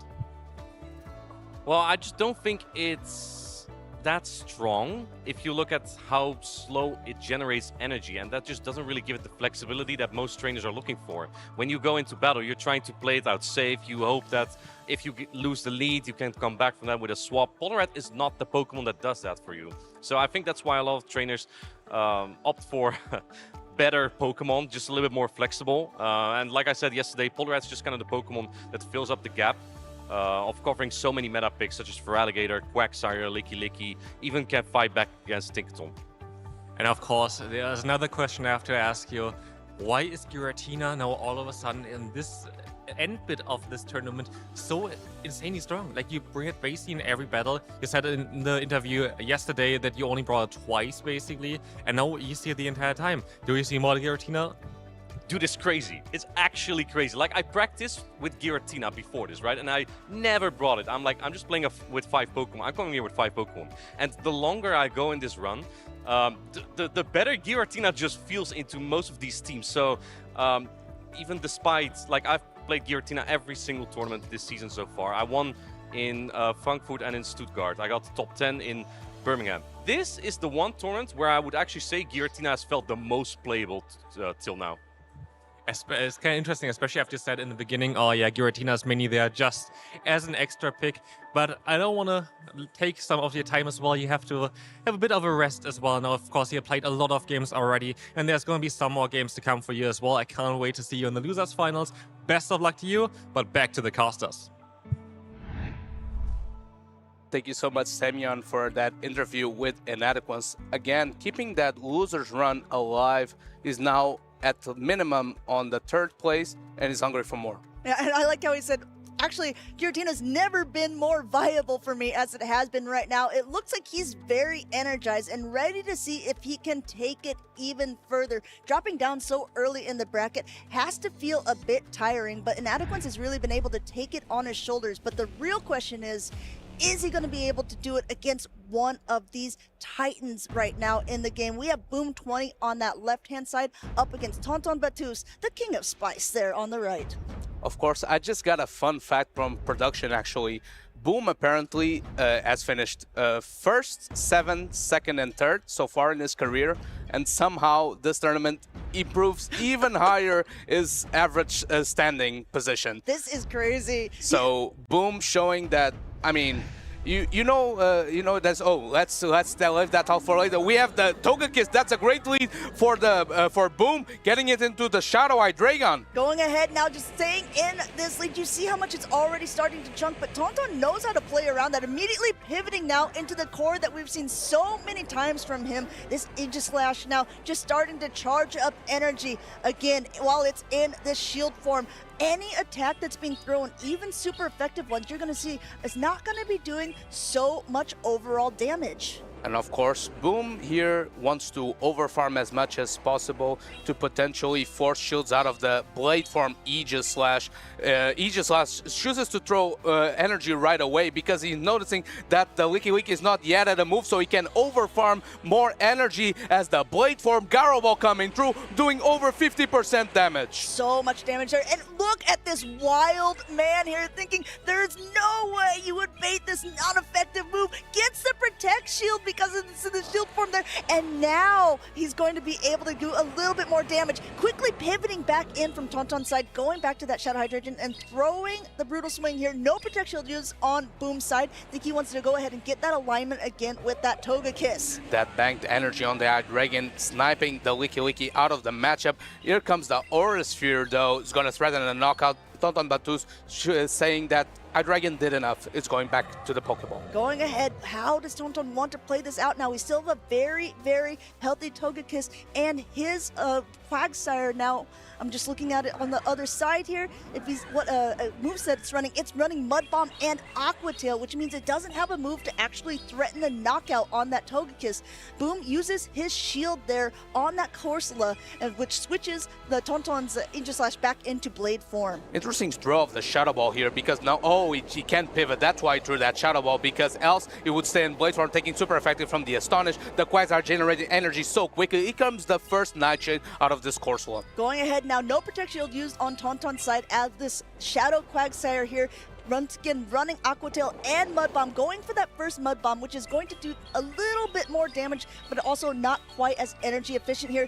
Boom doesn't use a Protect Shield here. This Corsola is still in the green, just going to start chunking away, going now for an Aqua Tail on Tonton's side. Aqua Tail by Tonton Batus because he realizes he needs more than one charge attack to KO this Corsola. It chips it enough that maybe another Aqua Tail with Resonant Knockout comes rapidly with the Togekiss. Energy counting perfect by Boom. Charge attack priority with the Quagsire. Love this player, knowing that it's going to win charge attack priority, charges right up the Aqua Tail time, and down goes the Quagsire, and now it's Aegislash against both that Togekiss and a Corsola in the back. Boom going ahead, throwing an Aura Spear right away. You're going to see, not only is it not very effective, it's also in this shield form, so it's not going to be doing too much damage, but he's just trying to do anything he can at this point to get it as low as possible. I believe Tonton Batus might be in a checkmate position. He realizes that he can't overfarm enough, and the Aura Sphere damage just adds up just enough where the Aegislash can tank the move. Corsola would otherwise just farm down with the Astonishes. Boom apparently being able to crack the Aegislash core, getting a fairly dominant Game 1 win. That Dragon Bolt's looking pretty cool, almost as cool as Tonton with his 3 Shadow Pokemon on that team, that Shadow Fortress, Shadow Quagsire, and the Shadow Hydreigon. One thing to point out so far about these two trainers, since we didn't really get much time to talk about them before we jumped into this winners finals here, Boom has not dropped a single game so far this tournament, and now has continued this run in this winners finals. This is about the exact same thing he did in his first tournament ever, where the first game that he lost was to Palasha in Lille in the winners finals.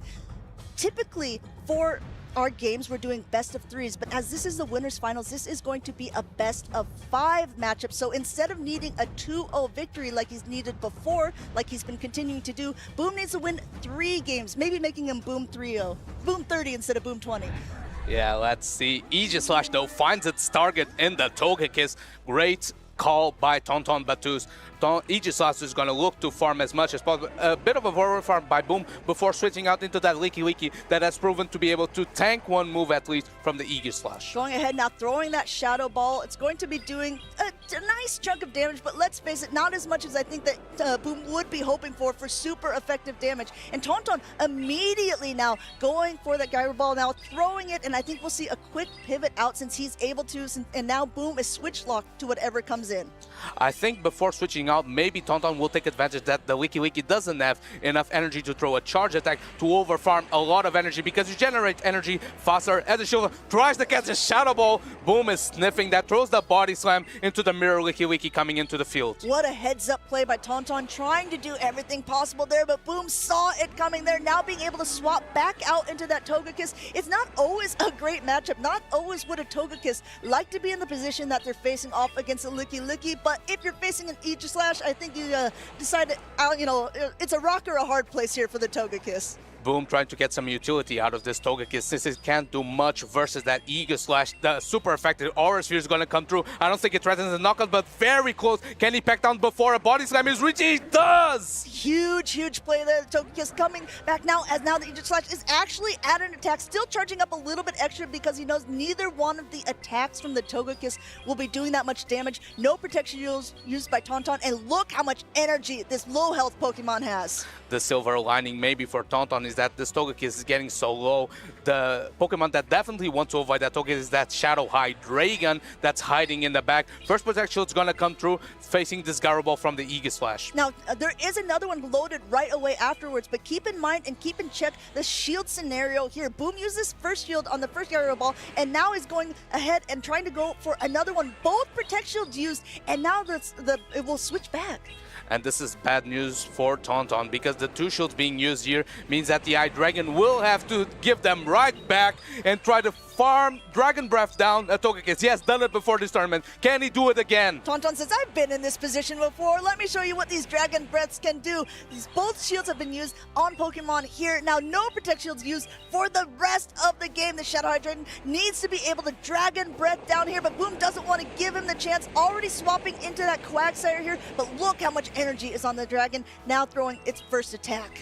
Hydreigon on charge attack priority throws the Fly. It's hoping maybe it's enough to KO the Quagsire. Is going to be close. Quagsire just about hangs on. Going to get that stab. Mud Bomb through. Yeah, same type attack bonus going through for this. Mud Bomb connects with Hydreigon, takes it pretty low as well, and able to knock out here. We've got some low health Pokemon on both sides here, and able to actually Mud Shot down. Boom is keeping up his 2-0 streak. Boom so far is undefeated in this tournament, as you mentioned. And that feat has only been accomplished twice before in the championship series.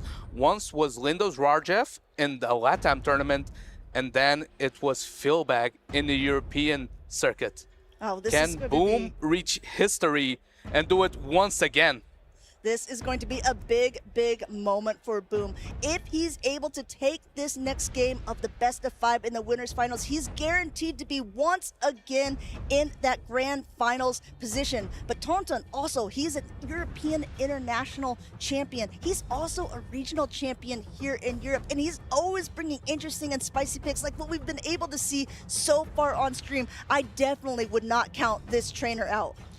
We have lock-ins, we have Fortress siding, but it meets its foe. It's that Togekiss, and Tonton Batus has a Hydreigon in the back. He has to stay in this matchup. And this is a Bug Bite Fortress, which means it paces a little bit slower here, allowing that Togekiss to definitely get off some of this energy first. And this is a little bit of what you say, playing a little bit soft ABA to this Togekiss, which is in the lead here, going for that Rock Tomb on side of Tonton, getting the first Protect Shield off of Boom. Something to pay attention though is that the Bug Bites did add up, where this Togekiss is more or less in range of a fly. Gets the debuff now. Can this Togekiss pack all the way down before the Fortress reaches another move? He bangs that Phantom, goes into the Eagle Slash. Now quickly pivoting by Boom now into that Shadow Quagsire, which is running Aqua Tail and Mud Bomb. We've seen how well it has been doing for these trainers. This is the #1 Pokemon used in this tournament besides Licky. Both of those on Boom's team here. Mud Bomb #1 coming through. There is a Shadow Ball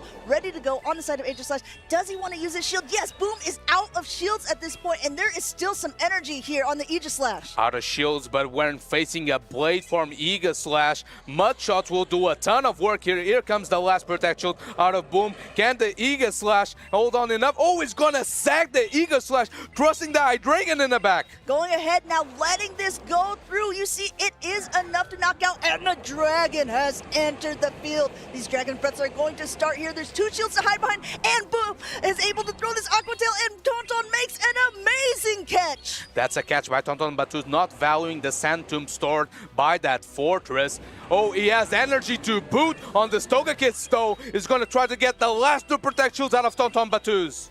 Going ahead now, shielding this up here. The Aura Sphere is not going to be able to connect, but that second one will if he doesn't use the shield.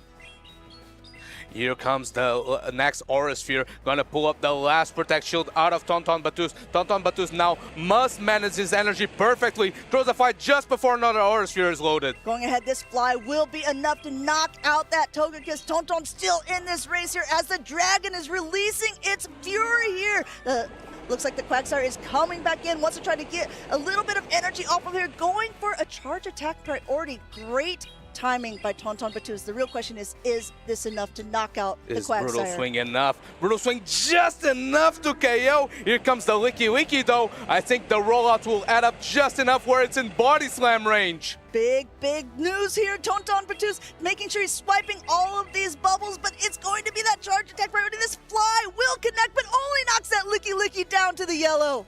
Body Slam is loaded. I don't think this Hydreigon has enough in the tank to withstand. I think Boom 2-0 is just about to become Boom 3-0. He sweeps the winners finals and is on to grand finals. Boom shaking the room once again there as he goes on to that winners or grand finals here, not dropping a single game so far this tournament. That means he's done better than his tournament run in Lille, where he was the whole regional champion. He lost 1 round against Palasha in that. He's gone for a completely clean record this tournament.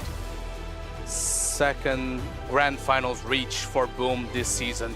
Can he get the job done this time? It's gonna be so hard. Either he has to face Tonton again, and this weird team, though he seems to have cracked the Aegislash core for the puzzle for a bit, or he has to face the Giratina Master Inadequates. I know. What are you hoping for in the chat? Let us know which matchup you think is going to prevail. This was an amazing matchup between 2 trainers who are so well accoladed within this tournament here. But now we're going to go ahead and see Tonton face off another Dragon trainer against a Dragon trainer for this first round matchup. It's kind of cool that Tonton has that Ghost plus a Dragon in separate roles. Inadequates decide to have both a Ghost Dragon. Giratina is kind of the middle ground in between both. Let's see if it can. Which Dragon or which Ghost is the better one in this matchup? Man, you see Boom's reactions there when he recognizes that he is going to win. Even a fantastic catch like this from Tonton was not even enough to put Boom on the back foot in these winners finals. They're taking that clean 3-0 sweep, being able to just completely dominate everyone who he's played against so far in this tournament. And I think what's very interesting is that I believe Boom has the same team that Kaifia had, and he faced Tonton Batus. Clean 2-0 for Tonton Batus. Maybe Boom learned a thing or two about that matchup, because the way he handled that core was magnificent. Yeah, I think that's one of the things, right? If you're team building with a friend, or if you're using certain Pokemon that someone else has, this was a team that Boom and I believe PvP David had constructed together, and Kaifia said, let me in on that. I would also, I think I'm going to try that as well. Boom maybe had a little bit more of a mastery because he was the person who kind of decided what Pokemon to use, so he knew the utilization of each Pokemon that he wanted to fit into those roles. Interesting to see that Togekiss has been having so much play, even in matchups where Aegislash is so strong. people are still relying on that Togekiss, even though that's a very bad matchup. And if you get locked into it, it looks like a bad position. You can dance your way around with it. That's how flexible Togekiss is. Yeah, I mean, we keep talking about the plays that Boom made. Just as a reminder about him, we're going to play this little scissor reel so you guys can keep in mind who is going to be in your grand finals.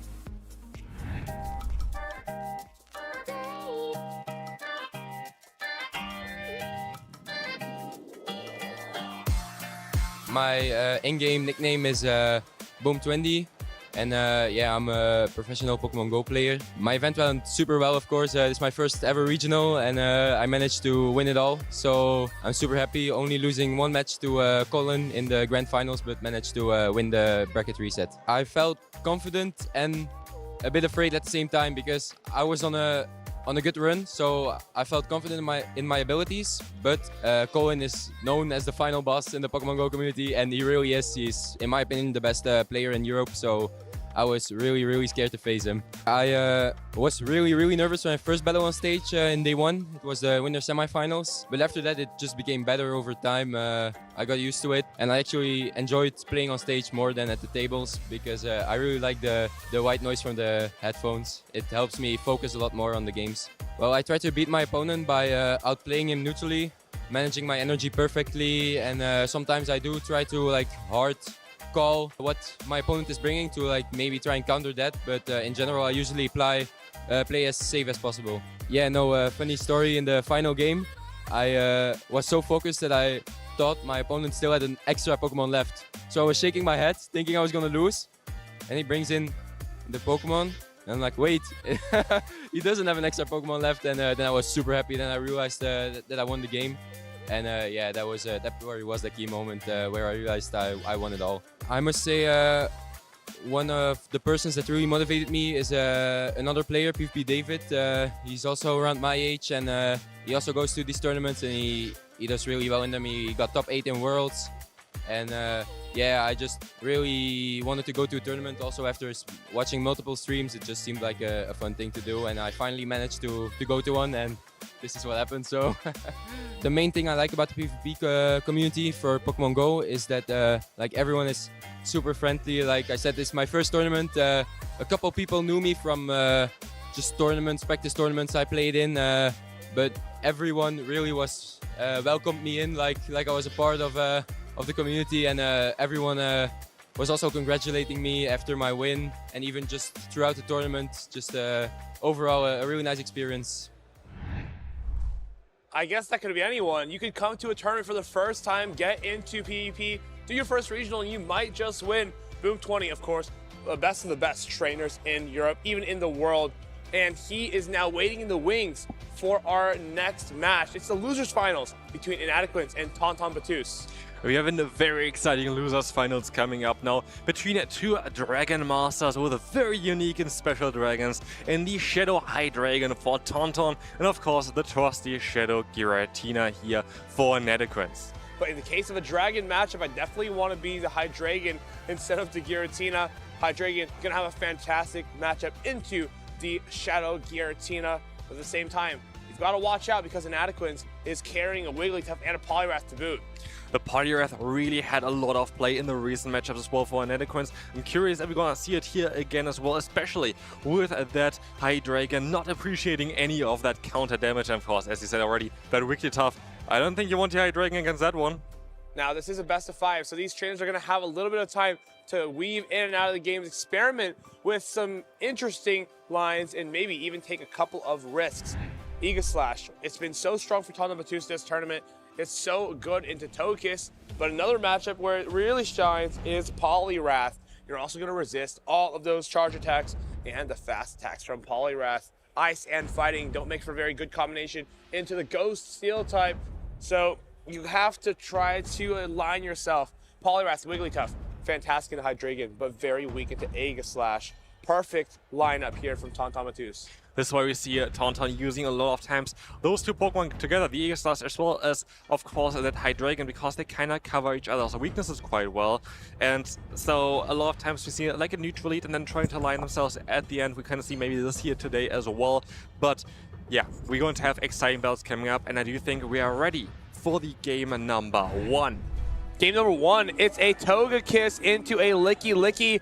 It's a pretty neutral matchup here, but of course, you can just try to throw this body slam as soon as possible. 2 body slams are enough to knock out. You win the zero shield scenario pretty convincingly as the Licky Licky, but as soon as that Aura Sphere lands, you are going to be in a world of hurt trying to get in and out of that matchup, not taking that next Aura Sphere.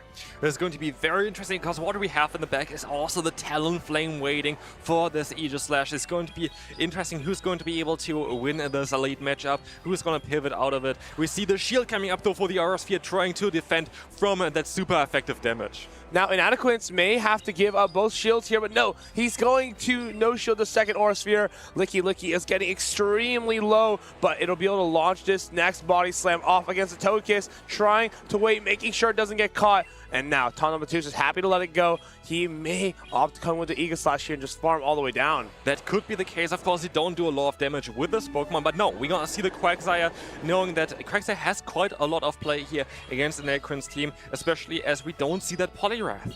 But how are you going to get rid of this Quagsire? If you let it farm down the Licky Licky, you're going to have a huge problem dealing with this with the Wigglytuff. If it can get through the Wigglytuff, it will be able to throw a charge attack at the Talonflame. It's going to be a very interesting matchup. Here we have the Mud Bomb coming through. This might be the play. Let's see on how much it's going to do. The Inadequence is going to no-shield this one here.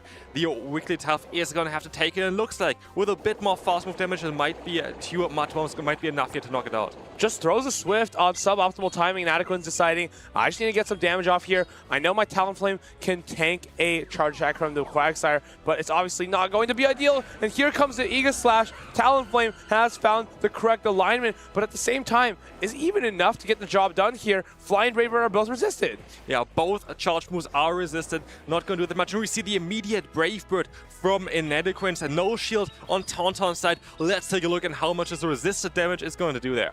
It makes sense, right? Because you can only do 1 damage every time for the Aegislash's charge attacks. You can only do 1 HP at once. Inadequence, does he know he's at back-to-back? Understands that Tauntaun is not at the back-to-back charge attacks, but he's going to have to release this fly immediately. Yeah, he has to release the fly immediately because that Aegislash is only needing 1 more fast move to get there. And the Shadow Ball is coming through. The Talonflame is not going to appreciate it. The Talonflame is going to go down here. Shadow Ball from Blade form, Aegislash, instant knockout, and now he will have to pivot back into this Quagsire to try and knock out the Wigglytuff. Gets a little stuck there, but the Aqua Tail should be getting the job done. He's got 2 of them, so first one gonna get pretty close. Second one should seal the deal here against that Wigglytuff. It's a really, really nice set from a really, really nice game to start off the set for Tonamatus. Yeah, and we saw on what the Aegislash can do, even in a matchup against a Fire-type Pokemon, where you assume, okay, this might be not the ideal matchup, because those Charge Attack were resisted, and just the Shadow Ball damage was enough to knock that Pokemon out easily. It feels like at this point, Inadequence's best bet is to pivot into that Shadow Giratina altered form to deal with the Aegislash. You know that Poliwrath can't deal with it, neither can Wigglytuff. Even Talonflame wasn't super convincing. So how are we going to remove from the field of play? Yeah, I assume that we might see those 2 dragons in play now, because you don't really have that many other options. And this is the thing as well, a lot of people didn't prepare for this Pokemon because it wasn't that common. And yeah, you most likely rather going to go now for the Shadow Giratina, which, well, yes, of course, the Shadow Ball is going to knock you out. It kind of goes on most of the Pokemon because of the insane amount of damage this Shield and Sword can do. The Shield and Sword just going in and out of those forms, tanking moves, dealing damage. But of course, Martine Inadequence is the one who's been dealing damage this entire weekend, just absolutely annihilating opponents with the Shadow Giratina, Poliwrath as well. Just such strong picks that have a lot of pressure on your opponents. And they're backed by the Licky Licky and Quagsire, 2 consistent and very reliable neutral picks. I'm curious if you're gonna see the Poliwrath here now as well, because you have to prepare for the Hydreigon if you want to bring your Giratina. And you kind of need to cover this up, because Giratina, of course, doesn't have the greatest matchup at all against that Hydreigon, as it's gonna do resisted fast move damage and take super effective damage from the Dragon-type Pokemon. Yeah, the Poliwrath is so strong into the Fortress, into the Licky Licky, into the Quagsire and the Hydreigon, but it's so weak against something like the Aegislash or the Togekiss. So that's the issue that he's dealing with right now. He's trying to find out how to align this Pokemon correctly. it's going to be a very tough one here. But there's so many options basically you have for play. I feel like all Pokemon have kind of some potential options against each other. There's no Pokemon that doesn't have any play here, and so it really depends on what are they predicting. Is the opponent going to run? Are we going to go for something safe like the Licky? Are we going to go for something not so safe like the Poliwrath? If you're going to go up against this Aegislash, you're going to be in definitely a bit of a problem there. We'll see what he actually decides to lock in, but of course, his Wigglytuff is probably the most consistent choice that he can bring in this game. It's actually not that bad against Aegislash in those two shield scenarios, when especially it goes to the Blade form. But of course, Tontonmatus knows that his Aegislash is the best Pokemon here. He's going to be leading it again up against this Licky. Well, can it get the job done after taking a couple Shadow Balls? I think it does win the zeros. I do feel like this is the first time we see the Aegislash without the Dragon in the back, without the Hydreigon. It's going to be a Togepi instead, as well as the Quagsire. It's going to be interesting how this is going to play out, but yeah, we're going to see the Giratina on the American side as well in the back there. I love throwing this immediately because you know the rollouts aren't going to do a whole lot of damage, so you will just stay here as the Blade form, do as many Cycle Cuts as possible, and farm up to the moon. Exactly, you're gonna be able to generate energy faster in this form, as we will see as well. You're gonna chunk away from the opponent's health even with a fast moves, which you just don't do in the shield form. And we see the bait here coming through in the immediate shield because he can't risk it as the Aegislash. Tauntaun already shielded a Body Slam up from Boom. It's going to shield another one here, but it still feels like there's nothing we can do about that. We kind of just have to take the damage and give the shield away. Gyro Ball comes through now. It's going to be shielded. It's gonna be shielded here, but you still should be able to take another hit here, I think, as the Aegislash. It's gonna be close though. Gyro Ball is going to get shielded, of course, and we're gonna see the swap out here into the Quagsire. In comes the Giratina, and you have at least the Mud Bomb, which is going to be neutral. Giratina comes into the Quagsire, which is a bit interesting, as these Mud Bombs are a lot quicker than, let's say, a Quagsire with the Stone Edge. Two Mud Bombs are coming pretty close to knocking out this Giratina. This is going to be very close, but let's take a look at how much damage the Dragon Claw is going to do here. Are we going to see a shield? Okay, we're going to see the Mud Bomb incoming first anyway. Mud Bomb comes through, winning that charge attack priority. And Adequance throws off the Dragon Claw. It's going to be doing a lot of damage here. He should maybe undercharge a little bit so he gets a bit extra farm on this Quagsire. Just going to be able to get two Shadow Claws there. Maybe he could have gotten a couple more, but still. It's going to be a pretty solid situation here as the Togekiss comes into the Giratina. We already know Giratina is quite fine. Yeah, Giratina definitely does some solid damage here, especially with a rework of Shadow Sneak. This is going to do some solid damage against the Togekiss, getting it into the yellow health here. And in comes the Body Slam spam. Oh, never mind, the Shadow Ball. Shadow Ball comes through. It's an immediate shield from Tontonmatus. How will he address this Licky? Goes for the Aura Sphere. He has the Aegislash in the back. But how much energy does it have? Can it reach a charge attack against both the Giratina and the Wigglytuff? This is going to be very close. We will see here very likely the Wigglytuff coming in, I assume, at this point. Let's see what the Nanocons decides to do. It is going to be the Wigglytuff trying to get some advantage here. And we have some energy on the Aegislash. We have definitely some energy on that Aegislash here as well, but maybe you want to farm up to 2 charge moves. The thing is, you may be able to land this Icy Wind, but that Gyro Ball, is it enough to knock out this Wigglytuff? If it's not, you're going to force Tontonmatus to go for 2 charge attacks. But if it is enough, this Giratina is going to be needing... this Giratina is going to require a charge attack to be thrown. You throw this up, you become the Blade form, but is the Gyro Ball enough for the Wigglytuff at a 1-stage attack drop? This is the question. We will see it here soon. Or is even the Charm damage now enough to knock you out? Well, let's find out. Charm, you can still take it. The Gyrobox coming through. Is this going to be enough? This could be a crucial moment here. Super effective damage from the sword form here of the Aegislash. It is not going to be enough. Just barely not enough, but can the Togekiss get the job done? 2 packs and an Adequance down, show to 2. Tontonmatus putting on an absolute show here with the Aegislash. The Aegislash is coming to basically every battle right now because it is so strong. Benching the Hydreigon, which you've seen so many times, was crucial here. And again, like, it was such a showcase on how strong this Pokemon is and how much experience he has with it. Going in and out of matchups, trying to shield certain matchups up. But yeah, it just showcases how much experience he has with that Pokemon. He's so skilled with these interesting picks. And at this point, it feels like he's not the only one who knows how to play it. I feel like just us two watching from back here, we are starting to learn how Aegislash should be played, how Shadow Hydreigon should be played.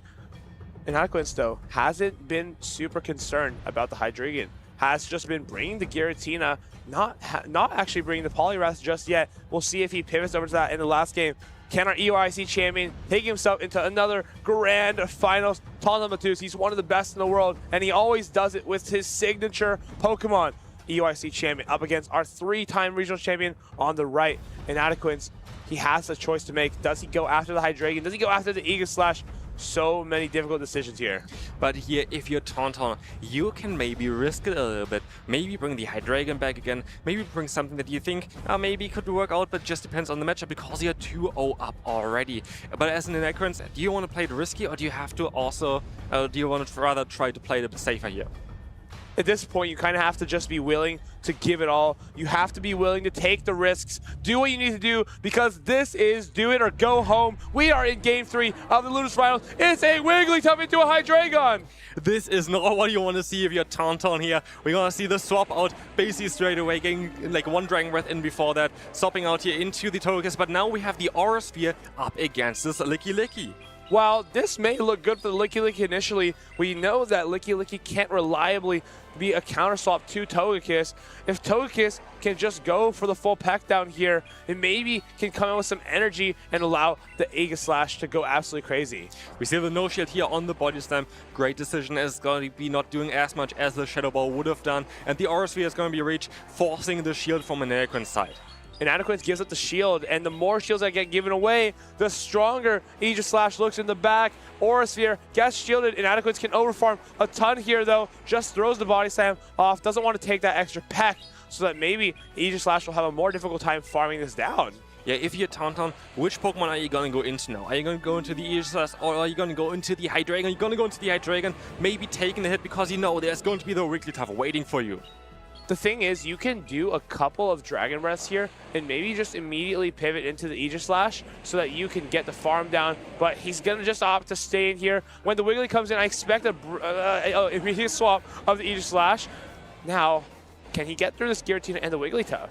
This is going to be very close, but the benefit actually is still having that Hydreigon in the back because he can safely shield up, of course, the moves here from the Giratina. If it's Dragon Claw, if it's Shadow Sneak, it doesn't really matter at this point of time anyway. You're going to get those shields here, and you have to get up to 2 Shadow Balls as Tauntaun because otherwise you're going to be in big trouble. But we're going to see here actually the Shadow Ball being used before you get to 2. He throws off this Shadow Ball and now is going into Blade Form. Notice he did not wait the turn there, so this Shadow Claw will register onto the Blade Form, taking a ton of damage there. You see that's huge damage from the Shadow Claw. Maybe that's a bit of a miscue from Tonlamatus. We've seen him wait before, but hopefully that doesn't come to bite him in the end. Going back to the Shield Form, it's that Aegislash. We can now launch this Shadow Ball for the Wigglytuff. Does Inadequance opt for a catch? Tonlamatus, I see him waiting a turn. I see Inadequance trying to catch so many micro plays. Both players waiting in and out, trying to figure out what their opponent is going to do. Shadow Ball, it's going to land on this Giratina for a 100% knockout. Here comes the shield form on to the Giratina, and now Wigglytuff hits the field. Wigglytuff is going to be on here, but the Gyro Ball is reached in time. There is no debuff onto this Pokemon, which means that Tauntaun is going to get a 3-0 sweep here against the Inadequance in the Losers Finals. Instant knockout, Gyro Ball onto the Wigglytuff. Those were some insanely fast Lunar Finals. We are flying through the best of 5s here, and soon we will be going into the Grand Finals. Boom, just went 3-0 against Tonlamatus. Tonlamatus goes around 3-0 against Inadequance, and now it's time for Boom to get a rematch against Tonlamatus. Tonlamatus has the side of momentum now and has a little bit going for him. Can he turn the tables on the already winner side, Boom 20? This is such an interesting matchup because we saw basically 2 extremes right now. Like, first the 3-0 from Boom against Tauntaun, and now Tauntaun was like, okay, I can do the same, and we knock out Inadequance here with a 3-0 as well. It's going to be an interesting matchup. But again, we maybe don't have the best alignment directly for Tauntaun against Boom later on because the team matchup might not be as ideal for the Aegislash. We're going to talk about this in a little bit, but let's take a look here at the replay and let's take a look at how strong this Pokemon actually was.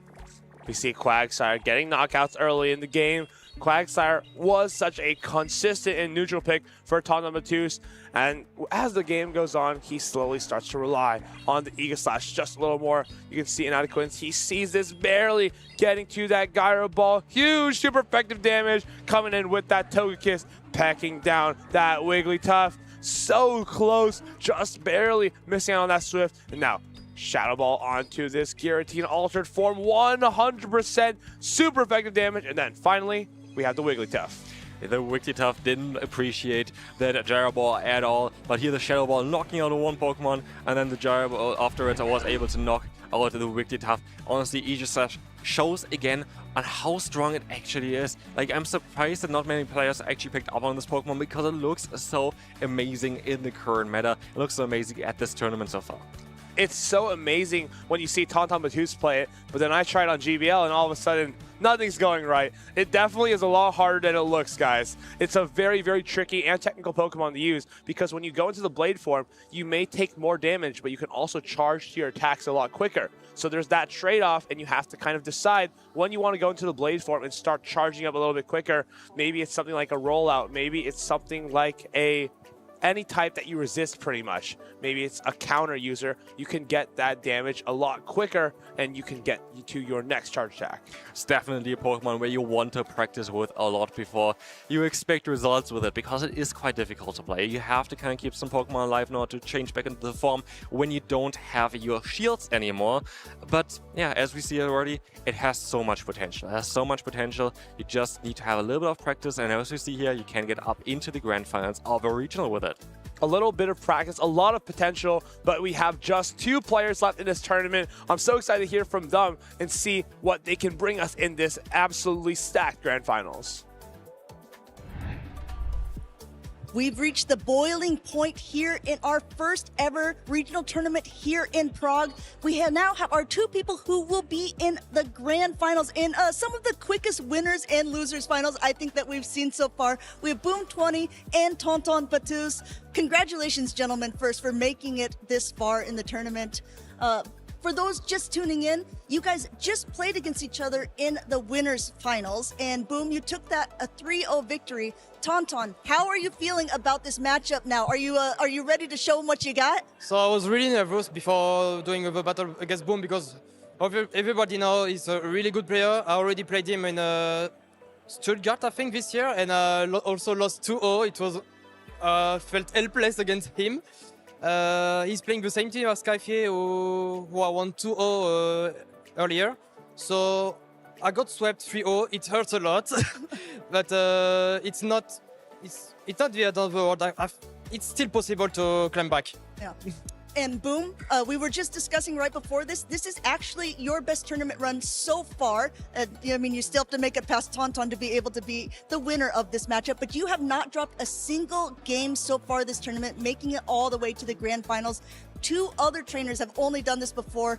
How confident are you that you can continue this fantastic run?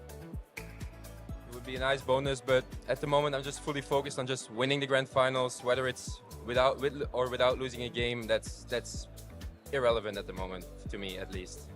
Well, now that we have both of you here and have a little bit of time, I know that the tensions are high and your nerves are really on the edge, but I have to ask you guys, is there anyone that you want to thank or shout out while we have you in this position? We can start with you, Boom. Too many people. I'll start with the people that are here and help me with everything. Leo, David, Simon, Walter. I'm definitely forgetting people. But yeah, everyone that helped me with scrims, and then also everyone watching from home. Shout out to my family, my parents, my sister maybe who's watching. Shout out to the hero.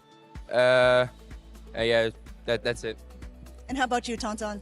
So I want to give a huge shout out to the French who are here physically, because they helped me a bit to feel more confident about bringing the High Dragon and the Aegislash. Also, thank you to all the PvP players from France into Discord, because they helped me a bit for some matchups before going to day 2. And also my family. They don't watch the stream because they're not into Pokemon at all, but I know they support me a lot, and I really want to thank them for that. That's really nice. And lastly, is there anything that you want to say to each other before we get you back in those headphones and on stage? Please don't sweep me 3-0 again. All I have to say is good luck. Yeah, good luck to you too. All right, well, we're going to go let them get ready, get set up on stage. We're getting ready for our grand finals here in Prague. Don't go anywhere. These are matches you are not going to want to miss. What an amazing two players. They're so humble, just thanking their family and their friends, and not much to say to one another except good luck. Let's have a good match. That first best of 5 they had, honestly, that was a bit quick. Tonton looking to not repeat that.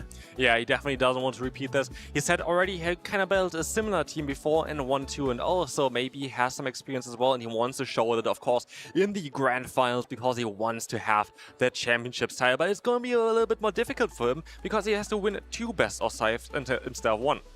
Tonton though has already won plenty of best of 3s though in his losers bracket run. He has gone through so many opponents. You can take a look here. He has gone 3-0 against Inadequates after getting defeated by Boom. What an accomplishment after such a long run from Inadequates. 2-0, 2-0, 2-1, and then fell to the Hydreigon.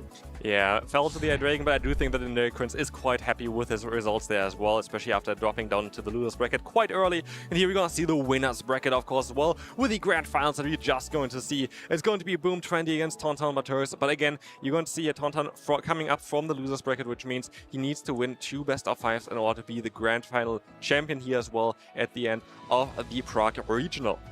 The Prague Regional is coming to an end here, but there's the most exciting part now queued up. The players are going to take their seats soon. They are going to get ready for this match. They both have seen a little bit from one another. Boom was waiting in the wings, watching Tonton play against Inadequates, maybe learning a little bit more about Aegislash. So we'll see if he can put that knowledge to use here in our grand finals. Yeah, we kind of have like 2 very different approaches in terms of teams that we see. We're going to have one time on Boom's side a very more classic meta Pokemon line where you have just like a very nice course together, and then we have of course Tonton's side which is more like designed to destroy the meta, be the anti-meta team.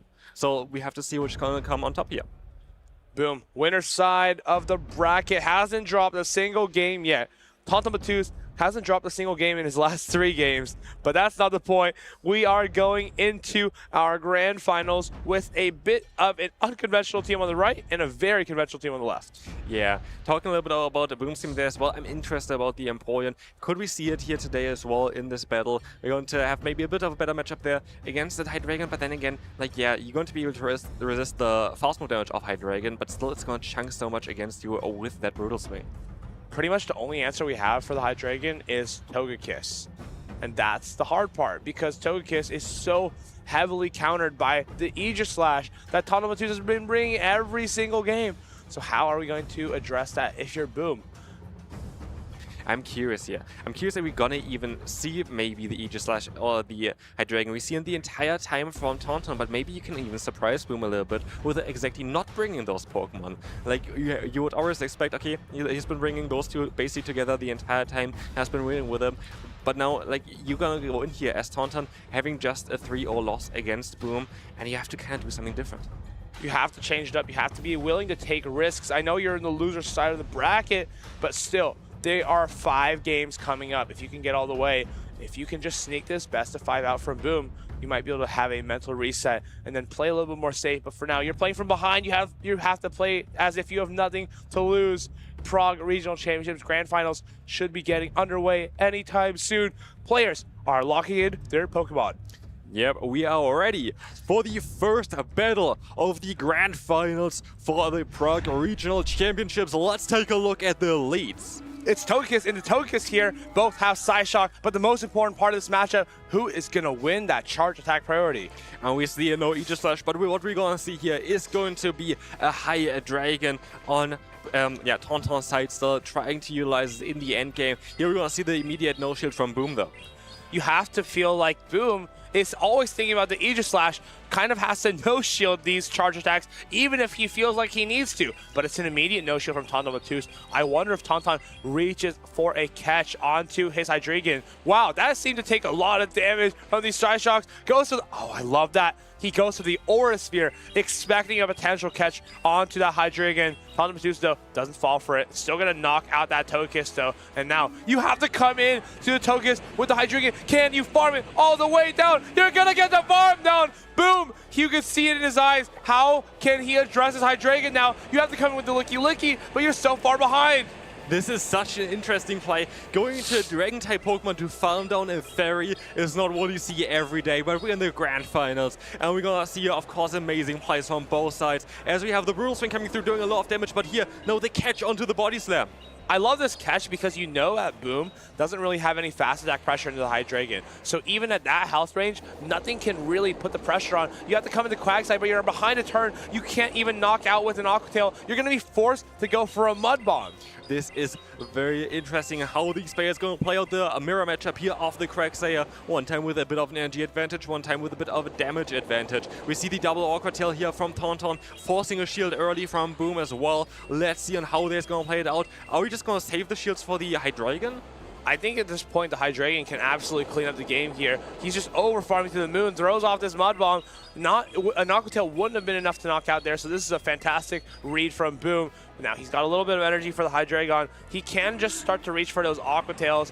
One Dragon Breath comes through, and the Hydreigon is absolutely loaded on energy. Can it take out this Licky Licky and the Quagsire? It would be a full sweep from the Hydreigon if it could do so.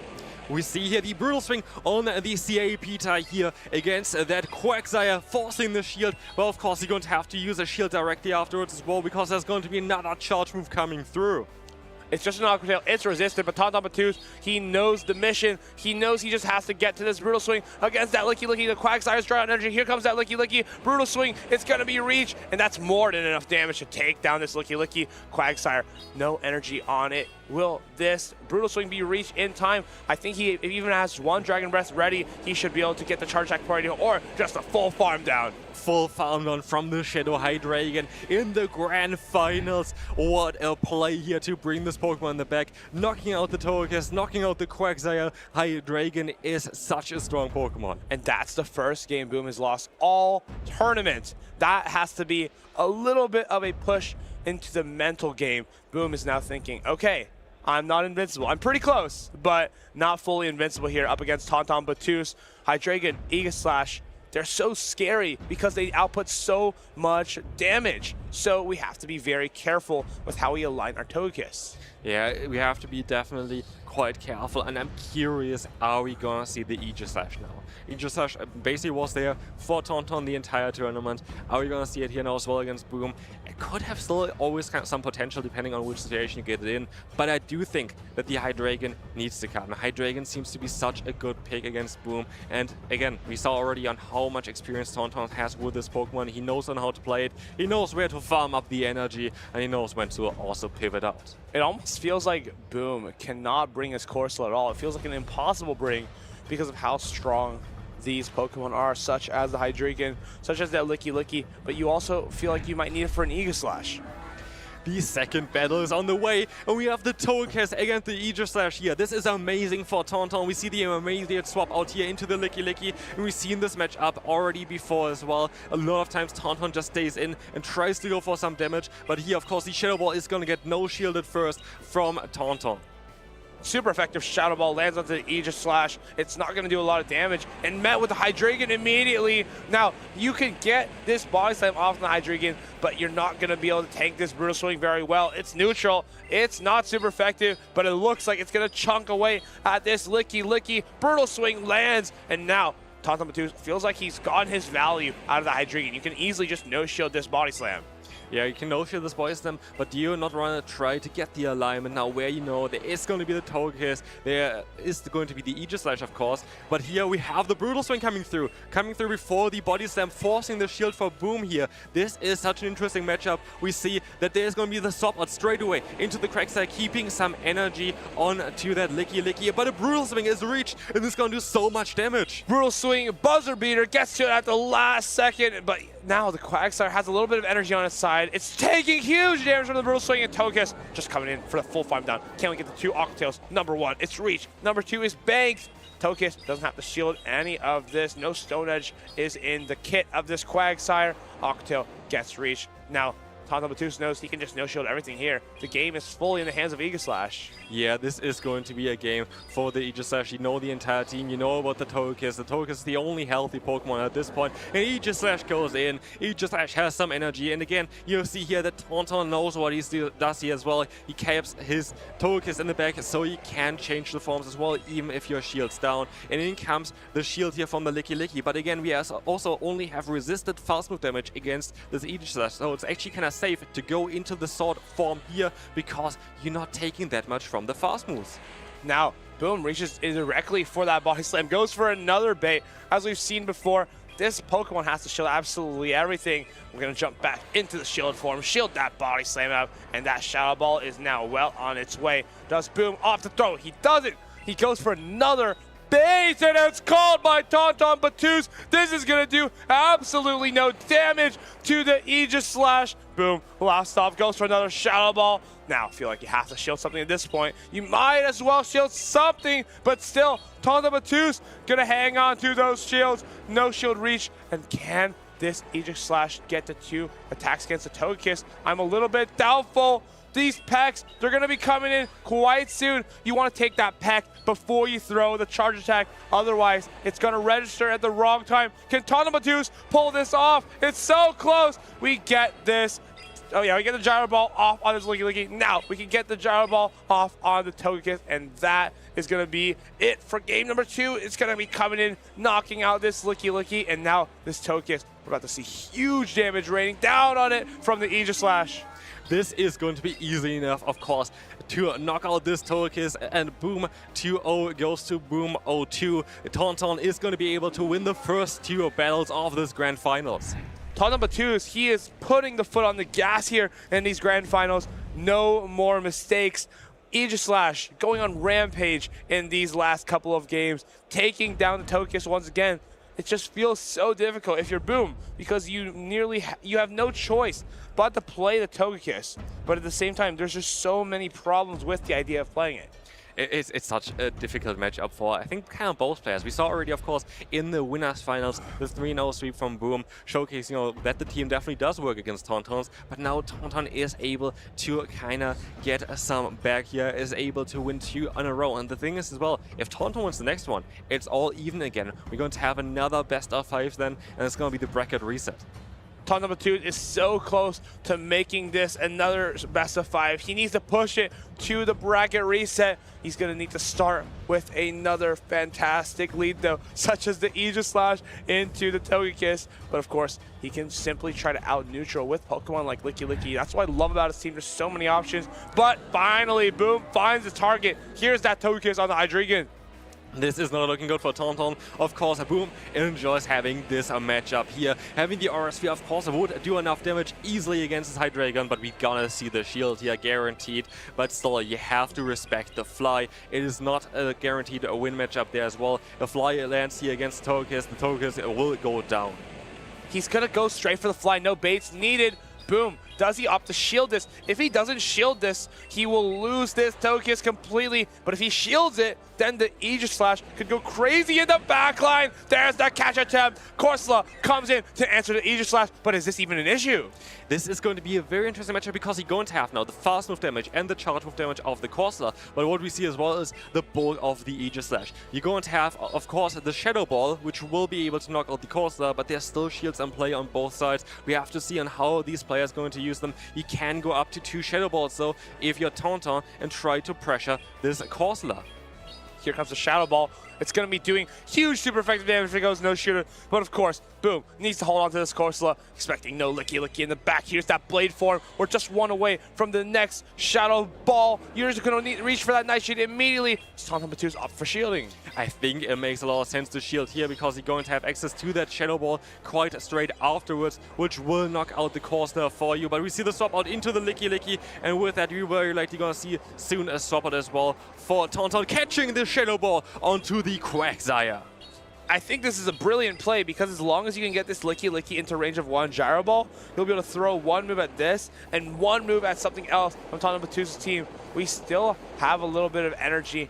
So we have energy on the Shadow Hydreigon as well, I believe. but mostly we're trying to keep the energy afloat on the Aegislash. Yeah, we have energy in quite a lot of Pokemon, and we have a lot more HP, of course, on Boom's side so far, but that doesn't mean a lot because we have so much pressure from Tauntauns, Shadow Balls, from the Aegislash, from the Fly, from the Hydreigon, and here the Quagsire goes down. Which Pokemon would you go into now? And you can come into Aegislash and just let a charge attack rip. I think Boom might attempt to catch a Gyro Ball onto his Corsola, so let's see what he tries to do. Just 1, 2, 3, right before that Shadow Ball, Gyro Ball comes through. It's gonna be enough to knock this Licky out. How does Boom address this? Does he come in with the Corsola to just tank a Shadow Ball to the face, or does he come in with that Togekiss and just let it go down?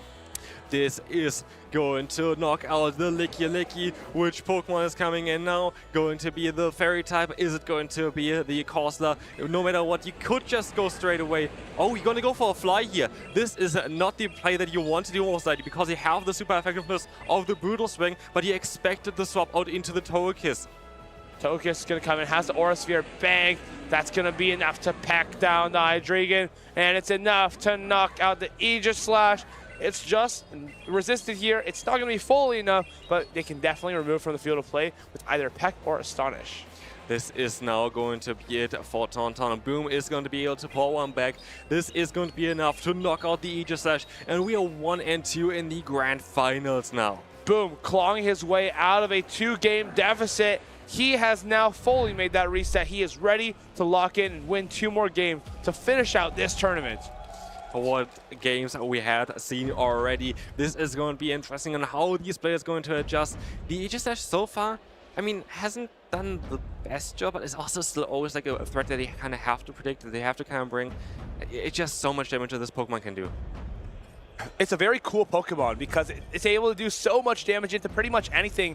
Corsola, Togekiss, Empoleon, Unova, Sunfisk, Licky, even Quagsire. It almost feels like there's no bad matchups. And Boom constantly has to play with the fear that Aegislash could come in and just take down all the Pokemon, even though he doesn't have good matchups. Boom has to be very careful about conserving his shields early on in the games. Otherwise, it'll go crazy towards the end. I'm curious on how Tauntaun is going to reply now to this one. We saw already in game number 2 where he decided to not use that Aegislash and rather decide to just go for the Hydreigon. Are we going to see something similar again? Are we going to see the Aegislash benched again, just pressuring the opponent instead of actually bringing it? It's very interesting because we're going to have now game number 4 ready for you. Let's take a look at what the players are bringing. Togekiss into Togekiss. This means that the Hydreigon is free in the back for Tauntaun Batus. We've seen this exact setup before. Tauntaun Batus happy to let his Togekiss go down in the lead. Just going to farm down Booms whenever he's ready. But if you're Boom, do you ever think about committing a shield here? If you commit a shield here, you could be weak into Aegislash in the back, but you actually come in with the Licky. This is a very interesting play because Tauntaun Batus can now launch 2 Aura Spheres at you.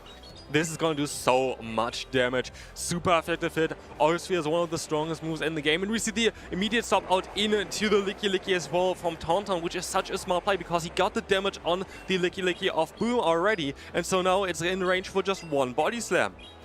We can probably get the Body Slam off on the opponent here and farm down after this one from Boom is being thrown.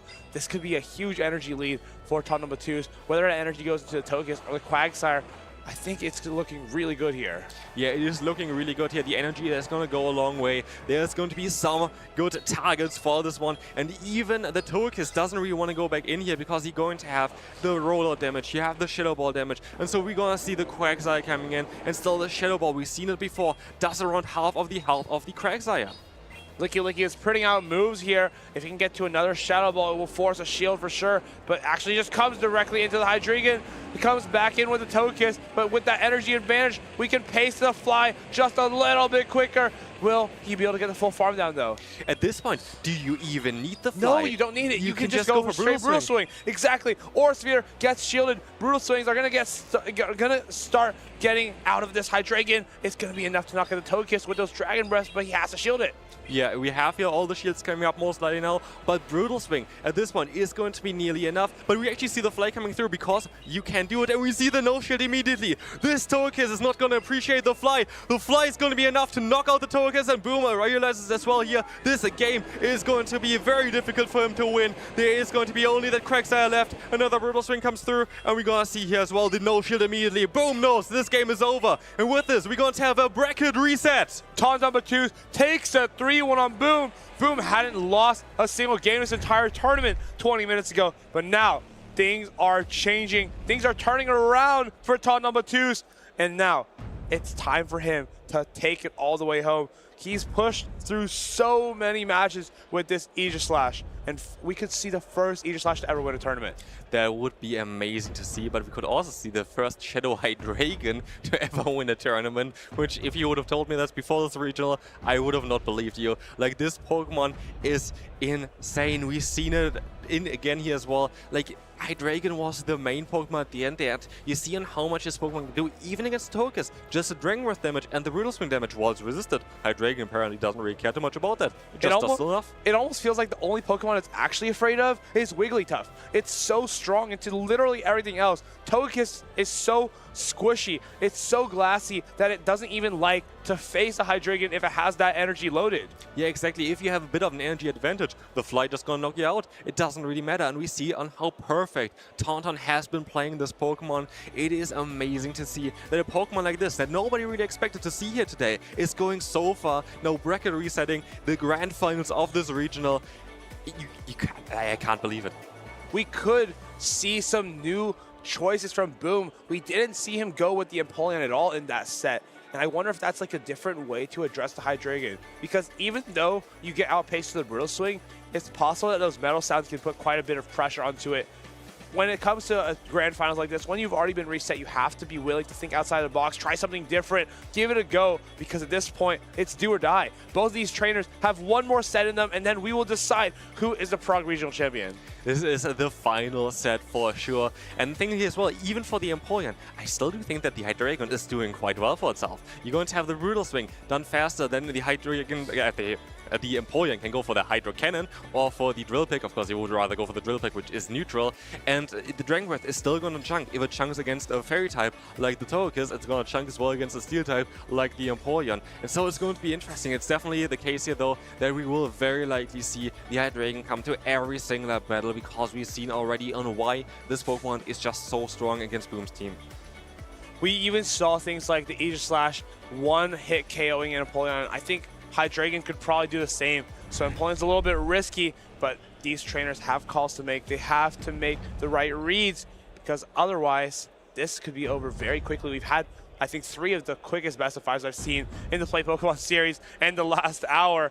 Boom, he looks a little bit stressed here. He's moving around a bit, and this is a little bit uncharacteristic. He's usually extremely calm, but finally he sees a worthy opponent sitting across from him.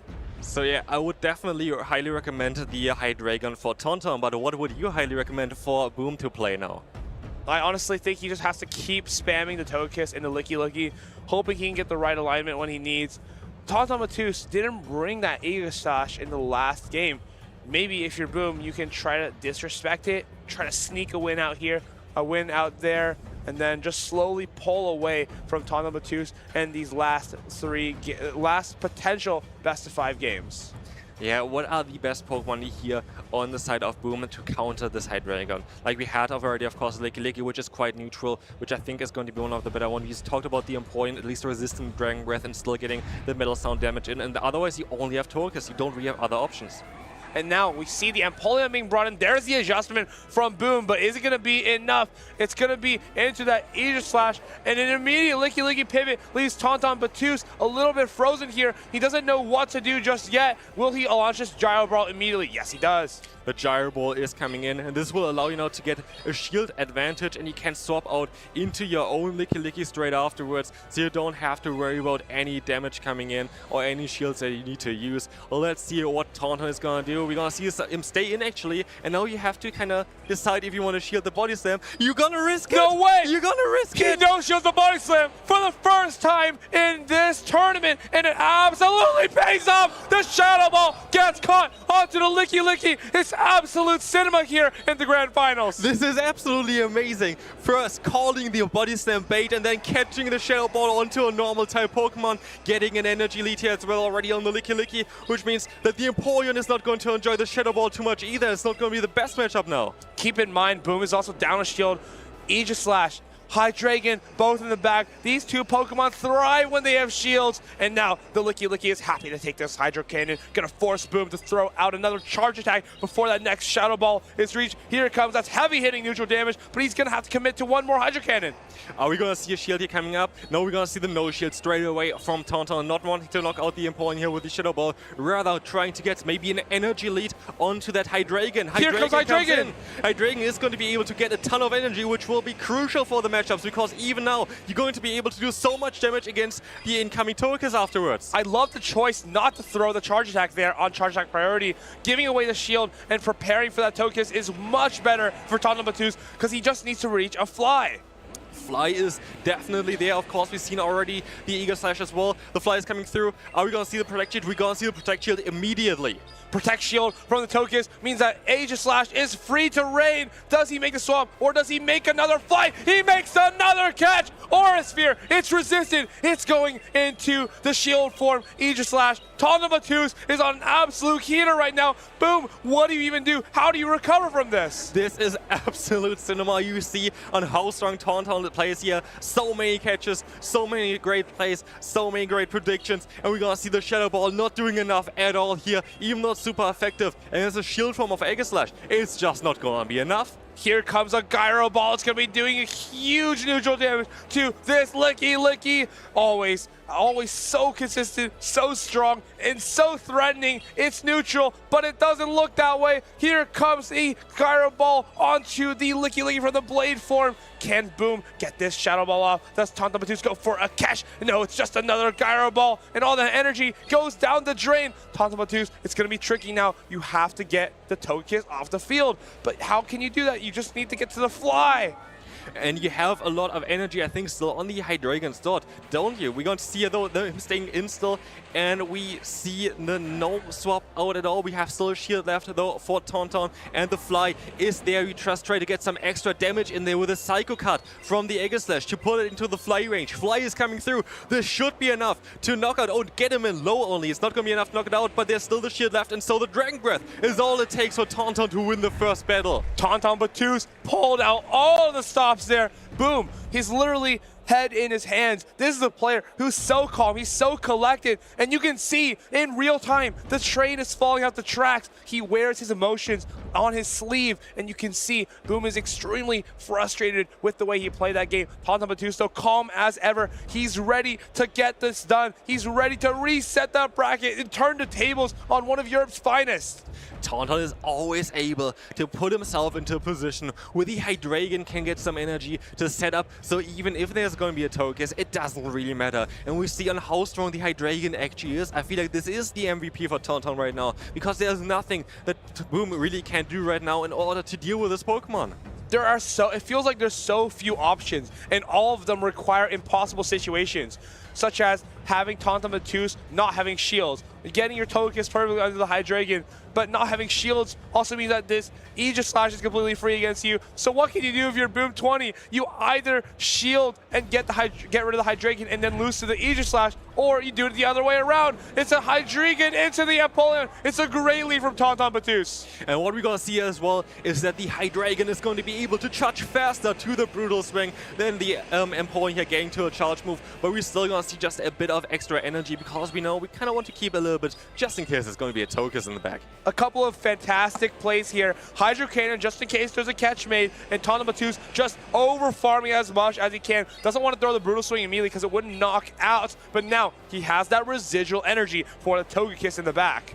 And it's still not going to be enough, but we can see the full farmland. But the Hydreigon does not get a reach, and now we're going to have so much energy onto that Hydreigon. Fly is coming through against this Togekiss, getting no shielded. This Fly gonna do huge neutral damage onto the Togekiss. It's now in Brutal Swing range. Can he get to this Brutal Swing before this Aura Sphere? It's gonna be a charge attack priority, but he tries to make a catch onto his own Togekiss. It's a Psyshock. Boom reads the room. He reads the situation. situation. No more catch for you, Tauntaun Battus. Here comes that side shock, but how will you deal with this Togekiss? You have to take an Aura Sphere. Yeah, you have to take an Aura Sphere here, and this is going to do some massive damage, but you very likely just going to invest your shields. But when the shields are down, we have the Aegislash, which is going to be able to go for those Gyro Balls against you, and we've seen already on how much damage this can do, and we still have that charge move stored onto the Shadow Hydreigon.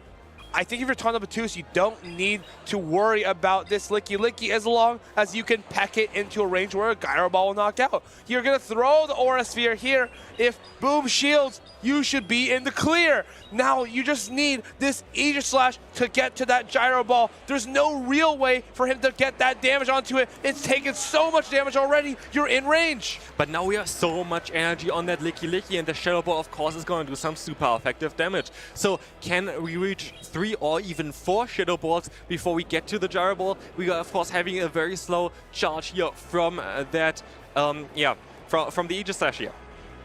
Boom is getting pretty close to the end goal here. Number 2, Shadow Ball. It's super effective. It's not doing a whole lot of damage, but he needs one more to take it out. Does he get to this Gyro Ball? They both wait a turn. He eventually throws it off. Boom. Can he peck this down? It's going to be in the blade form. It's going to be taking extra damage, but Hydreigon in the back has something to say about that too. Still has a little bit of energy. Tauntaun Battus is so close to taking this game, but can Togekiss from Boom fight back? Gyro Ball, take it out the Licky.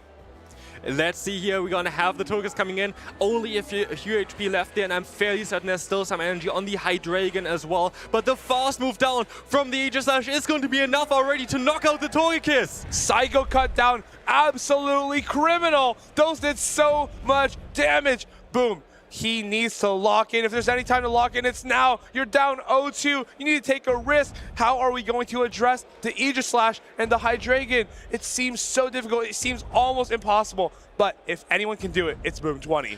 Absolutely, Boom has definitely the ability to do that, but now Tauntaun is on such a run, being able to reset the bracket, now being up at 2-0 already that fast. Boom already locked in. Let's take a look at what Tauntaun wants to run here, though. He still has to decide on what he wants to bring, but again, we have to see the Hydreigon. The Hydreigon is such a threat against Boom's team.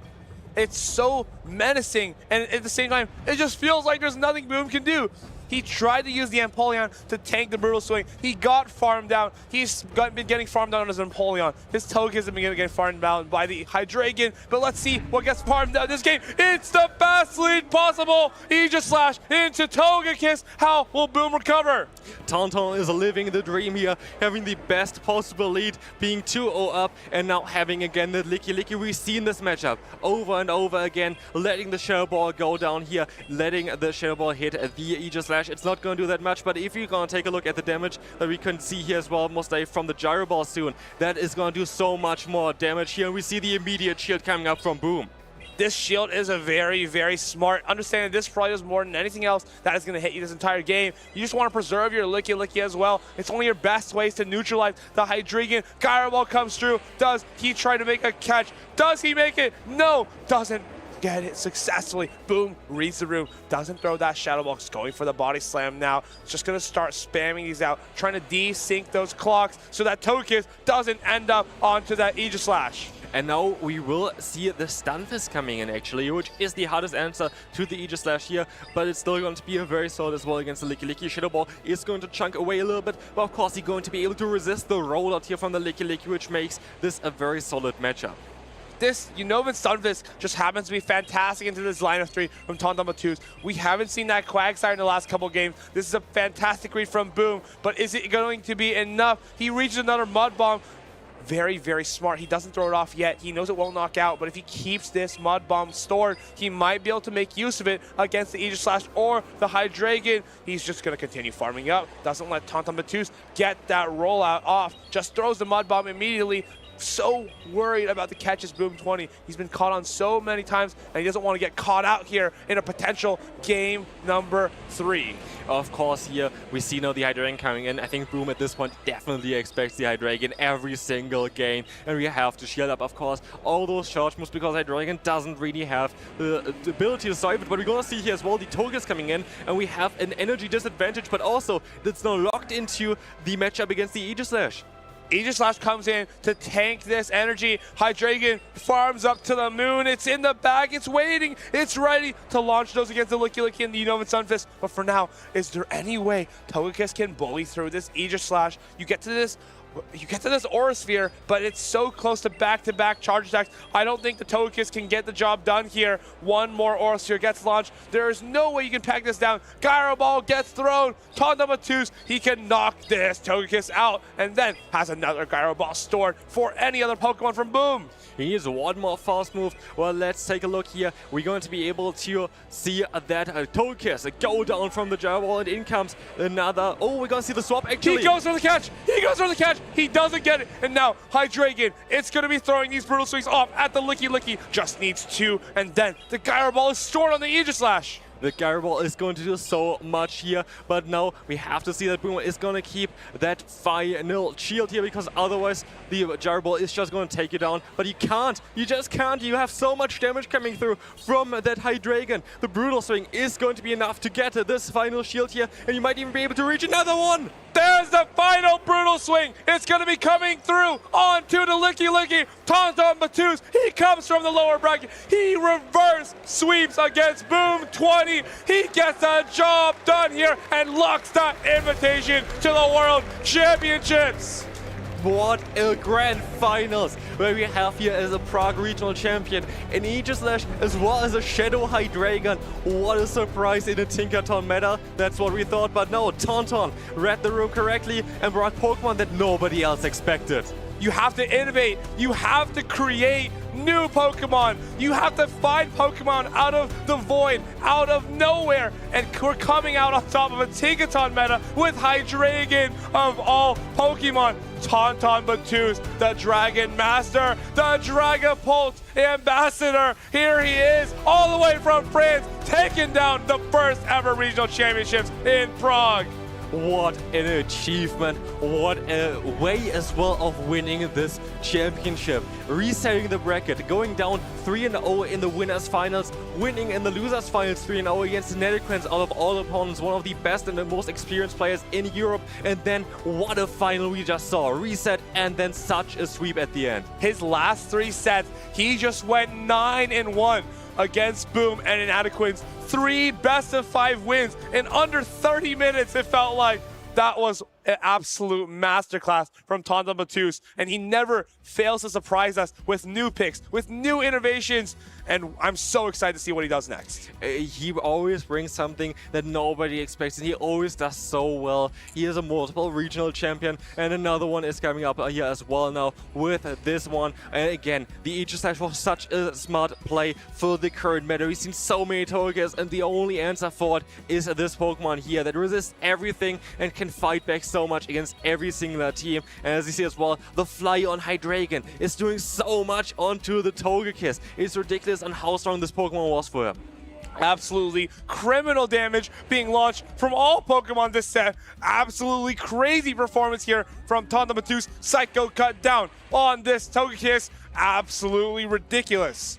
We saw as well here, yeah, the Psycho Cut doing so much damage in the sword form, but generally speaking, you saw on how much experience Tauntaun had, on how much he had to try to test those Pokemon out as well, to have the experience. Okay, I have to play it in this kind of way, I have to kind of keep some Pokemon just to change the form again for the Aegislash. It takes a lot of skill, it takes a lot of practice, and it was worth it for him. Tucking this Licky away. Brutal Swing neutral to knock it out. Tondomatus, he can't believe it. He's won another tournament. It's his 3rd ever event victory. The Dragon Master, bringing in 6 different regionals back-to-back, some interesting new Dragon-type Pokemon, getting into the World Championships as well with the Dragapult that we see currently on the screen. It is just insane on what kind of ideas he has, on how he is also always able to just try those Pokemon out and actually bring them the entire time. It's not just that, okay, I have like an interesting Pokemon that I'm just going to put on the bench so people have to think about it. No, we bring it and we run with it and we knock them all out. This is going to be a fantastic tournament to watch back of all time. I think it doesn't matter what the meta is. It doesn't matter what people are playing. people will always be able to look back on this and see what a crazy team. I cannot believe that worked out. Absolutely, what a crazy team it was, but on how smart it was as well, and how well those two very spicy Pokemon worked together. We saw it over and over again, and it was just such a blessing to see on how well Tauntaun was playing with the Pokemon that he brought. While Boom and Tauntaun will go home today as first and second place, there's still so many trainers to celebrate at Prague's first ever regional championship. Here's a look at those lower brackets. Paulindinas, Nazabethan, Inadequate's nickname, Icelandic Lapras, the Reeve, all making top 8 appearances. The Reeve, the only trainer in that top 6 who hasn't won a tournament before, alongside Pablo Andinas. They will be back most likely for another tournament, trying to get that first win on the board. But for now, we have our winners side. Look at all these regional and event champions. Tauntaun Batus taking that grand finals 3-1 against Boom 20, securing his 3rd ever tournament win. What an incredible showing from him. What an incredible showing indeed. And again, yeah, we saw it again in the winners final, having the devastating loss of 3-0 and then coming back in such a manner, like against Inadequate, one of the best players in Europe. Also, again, Inadequate, shout out to you as well. Very great run there, going down into the losers bracket early, showcases again as well. You should never give up. He's able to now walk home with a number 3 medal there as well, which is crazy. It's so crazy to be able to do these things with Pokemon as silly as the ones you have seen on the screen today. Most trainers super focused on Licky Licky, Feraligatr, Quagsire, but there's always room to innovate. There's always room to break the meta that you see so often at these tournaments. I think it's something that North America could learn a little bit more from Europe. It always feels like these trainers are bringing absolutely crazy things to the grand finals. Yeah, now we can also take a look at the final standings here real quick. We're going to have Tauntaun, of course, at number 1. And we see as well, as I said as well, there has been so much innovation, I feel like, from all of these different trainers to take on this meta. We have the Hydreigon, of course, which we talked enough about already, but we've seen the Poliwrath from Inadequate. We've seen, of course, the Giratina there as well. We have a Shadow Annihilate as the only one on the graphics here right now. And we have also Grumpig and Meloma.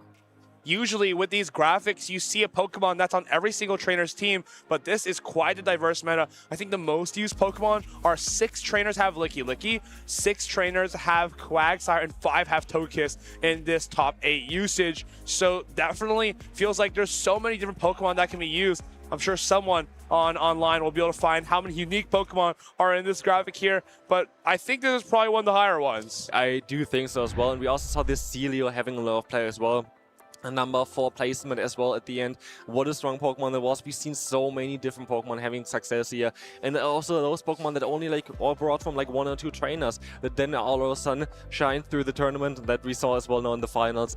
It was a fantastic tournament. What a treat for us back here. So many great matches throughout the day. So many trainers getting new accolades printed on their resumes. And I'm so excited to see where the rest of this meta goes. Of course, this was kind of the first regional event of this meta. Of course, there were those Indian qualifiers, which a lot of trainers use Tinkaton, but I'm curious to see where this goes from here. Maybe in a couple of weeks, it'll be as if Tinkaton, Gigaton, Hammer wasn't even released. That could very well be the case. We have quite a few more regional championships coming up, both in Europe as well as in NA as well. And of course, we have also NAIC, which has a completely different meta, which is going to be very exciting to watch. But yeah, it's going to be interesting on how the players going to take on the upcoming meta, because now everything was kind of more focused towards Tinkaton. Everybody wanted to either run it or try to counter it, or try to counter the counters, as we saw as well with the winner, I feel like, of a Tauntaun Batus there. But yeah, we have to see on how impactful Tinkaton is going to be. It's only going to be, time is going to tell us on how this is going to be. Time might tell us how Tinkaton ends up, but what we can tell you right now is that we have our winners ready on the stage. We are ready to kick off this winners ceremony and celebrate these accomplishments from our players at the Prague Regional Championships. Some of the best players in the championship series gathered this weekend in Prague for a chance of being the inaugural Prague Regional Champion. After 2 days of intense competition, only 4 players remain. They reached the summit, and now they get a medal for their efforts. Your 4th place finalists, please give it up for Nazabethan!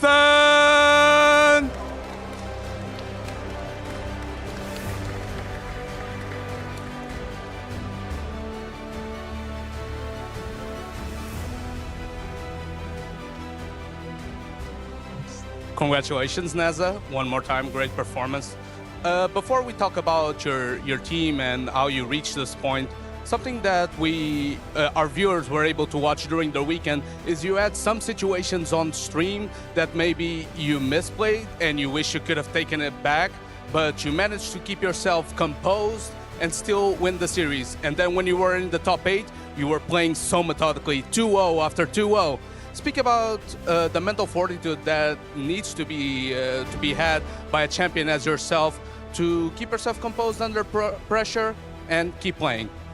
I guess I just had to put them in the past. There were some things I was happy with as well. I felt like my line selection was fairly good, predicting people's safe swaps and their associated leads, and I had some good games as well. So I just sort of focused on future games and kept going. And of course, you mentioned that you built your team around that Celio. It was one of your favorite picks, but I feel like Gorgeist was also a little MVP for you. But you played both in combination quite a few times. Speak about the Celio pick, how you felt it performed overall. Did it meet your expectations? I was very happy with the Celio. I liked it because it was a Dragon answer that was fine into Tinkaton and Feraligatr, whereas most of the fairies were bad into one of them. So I felt it had quite a lot of neutral play, and some of its neutral matchups were good as well, like leading it into Wigglytuff was a favorable matchup, even though it's neutral damage. And the Gorgeist you mentioned is a decent core with it, because it resists electric, it resists fighting, so they worked well together. Before we let you go, any final shoutouts that you'd like to give? I'm in quite an unusual position because before this I've been first and second, but I've never had a medal because my second place was in an international where you get a trophy instead of a medal, and my first place was in LATAM, run by an affiliated group that also gave me a trophy instead of a medal. So I might be the only player in the world up until this point who had 2 trophies and no medal. Now I finally have a medal too. Congratulations. Please, everyone, one more time for your 4th place finalist, Neza Beathen!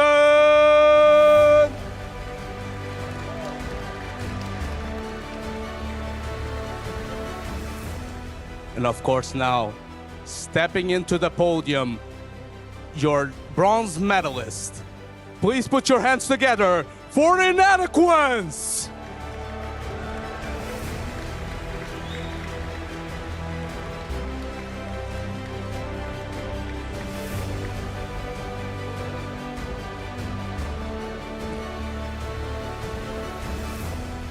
Congratulations, my friend. Something that I'm curious about is, I'm not sure if you realize, but you dropped in round 2 of this tournament, of course, and you had to have a 10 series win streak to reach it all the way to the losers final.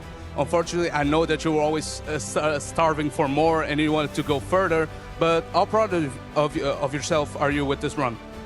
Dude, I'm not complaining. When I dropped that early yesterday, I was like, well, that's not it this weekend. But then I faced Tonton, I humbly accepted defeat. I knew that EG/Slash were going to be very tough, and I'm just glad that I got this far.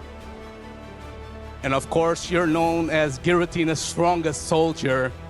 And I know that you're trying your best to get into that San Francisco World Championships, aiming at the 1st place trophy. Do you think now, with this performance this weekend, does Giratina have what it takes to lead you into the World Championship? Well, thing is, I already reached 2nd. There's not really a higher place to achieve. It's only 1st, so we're going to try it. Well, I know that you want that World Championship, and we're looking forward to seeing you in San Francisco later this year. Any final shoutouts that you'd like to give? Yeah, I'd like to shout out Lil Sparty, H. Sheeran, Maximilian for helping me with the matchups. Mind Joke, Paula, and Pogoash for always being with me for support. My friends and family, anyone who's supporting me. All right, thank you so much. Please, everyone, one more time for Inadequance!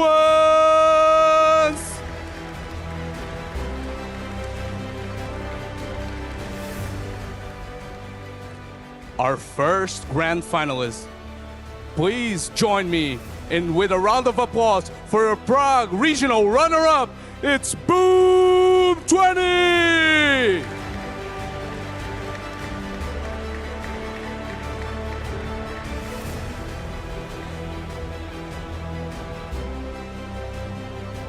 Congratulations. Boom, you were talking to me a bit backstage and you mentioned that you don't take these performances for granted. And it's so hard getting back again to this stage, even though you make it look easy. I believe it's your 5th tournament and it's your 5th top 8. Talk to me about the pressure of keeping up with such high standards and performance and how that impacts your preparation. Well, I try to go to the tournaments mainly to have fun, even though I'm a competitive person, so I do really wish to do well, and so far it has worked, but I know there has to be a point where it doesn't go well, and I try to prepare myself for that, but from now on, I don't plan on stopping anytime soon, and I'm going to keep on going. I'm glad that you mentioned that you're not planning to stop anytime soon, because last year you qualified for the World Championship and you were one of the major absences. Can we count on you to be present in the San Francisco Worlds? I wish I could say yes, but for now it's a maybe. Maybe. Interesting. Maybe he's trying to let his opponents keep his guards down. Any final shoutouts that you'd like to give before we let you go? I think I already gave most of the shoutouts in the winners interview, but yeah, I guess a final shoutout to just everyone watching from the stream, everyone supporting the Play Pokemon stream, and I hope the show was entertaining. Right, thank you so much, Boom. Please give it up one more time for your runner-up, Boom 20!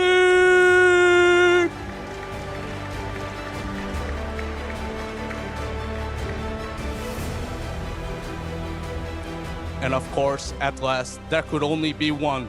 His performance this weekend was unmatched.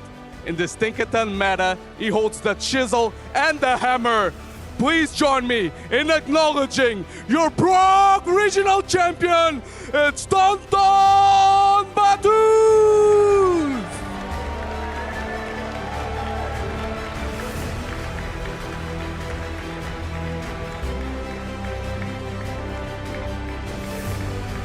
Congratulations, Tonton. And of course, you're known as the Dragon Master, and you piloted that Shadow-Eye Dragon with such precision, but you're actually the highest ever position that Aegislash rather, got in the circuit ever since it got introduced and allowed. Can you speak a bit about how tough of a mechanic was it to dominate, how much you practiced, some of the preparation that led into mastering Aegislash? So for Aegislash, I played it for like 3 weeks in GBL to master it. Everything's like the different energy management between the blade form and the shield form. And I think it's a really tough Pokemon to master it. I don't think I'm at 100, but maybe 95 or something like that. But it's really a really great pick if you have the hands to use it rightly. And of course, after getting swept in the winners finals, you managed to get back in the driver's seat. You managed to reverse sweep in the bracket, and of course, winning the grand finals altogether. Also, something that's always with you whenever you're on stage is that community ambassador flag. It's something that it apparently means a lot to you. Can you speak a bit about how your community helps you be so successful? So, especially for the Aegislash, it's a member of our community who gave me a really good one. I will just say it to everyone. It's a 11411. It's a really great one, and you say it on stream. And I just want to thank this one person who gave me this one. It was during Gigantamax Pikachu when I was organizing all the meetup. Between some Pikachus, I did some trades with 100 friends. I did 70 Honedge, I got this one, and he got me to the first place today. So thanks to my community. All right, everyone, please help me acknowledge one more time the Dragon Master, your Prague Regional Champion, Tonton Batus!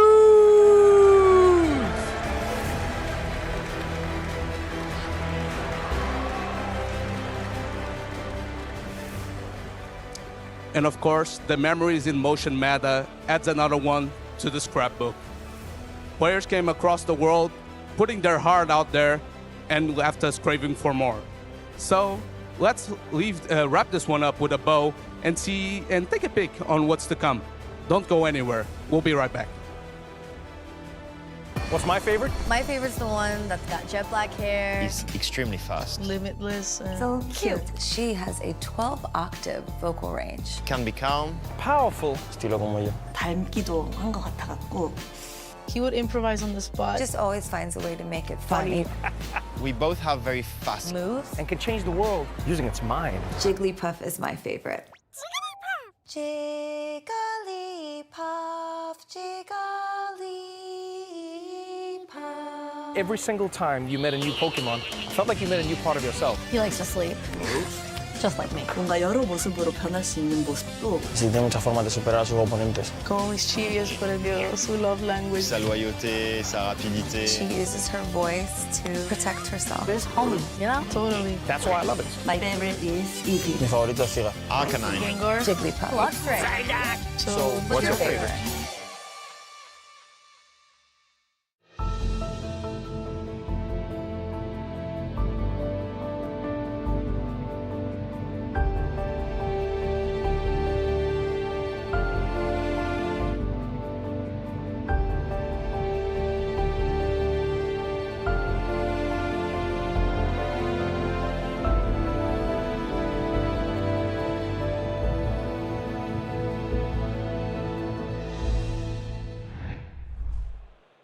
Hi, trainers. And as the Prague chapter comes to a close, let's catch our breath and reminisce a bit about our favorite moments of this weekend's action. Starting with you, Semyon. What did you feel was your favorite moment this weekend?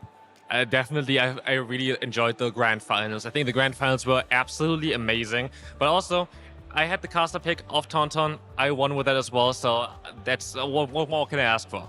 Yeah, I guess that's difficult for me, right? Because I had Boom as mine, but there was such an incredible showcase by all of the trainers who were here. This was truly one of our most stacked regional competitions ever, with players coming in from all over the globe, and we had a lot of unique picks through this tournament. So, I mean, I think my favorite thing about it, I guess, was by the time we were in our top 4, all of them had been a regional or special event champion already, which is giving something different to play for. It almost feels like these tournaments these days, all the top 4s are from people who've all won tournaments.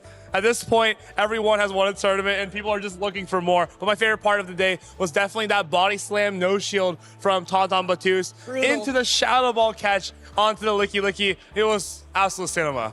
That might have been the most brilliant display of EG/gameplay that I've ever seen. Please, Amanda, walk us through the event winners one more time. So just in case you missed it, which I'm not sure that you have, considering that we are still in Prague here, but we have first place going to our French trainer, Tauntaun Battus, with a really imaginative team with that Shadow Hydreigon and also that Aegis Slash. Second place, Boom 20, and third place, Inadequates. And of course, you always see the wall of faces in the beginning of the stream, and it gets a new addition. Yeah, Inadequates came close. As you can see, he's already up there twice. But Tauntaun Battus back in action for this 2026 season, adding his face to this for the first ever event that we've had in Prague. And of course, if you want to become the next regional champion, is what the rest of the season looks like. Semyon, walk us through it. We're going to have quite a few more regionals coming up. We have a special championship in Utrecht, and then we're going to have also one in Turin here as well. And then the NIIC in New Orleans is going to be amazing because it's going to have a unique meta as well. And then, of course, San Francisco going to be the World Championships. Of course, we have to play all these regionals. There mentioned some regionals and events down the line, but of course, what's to come in the next few weeks will show up just on your screen.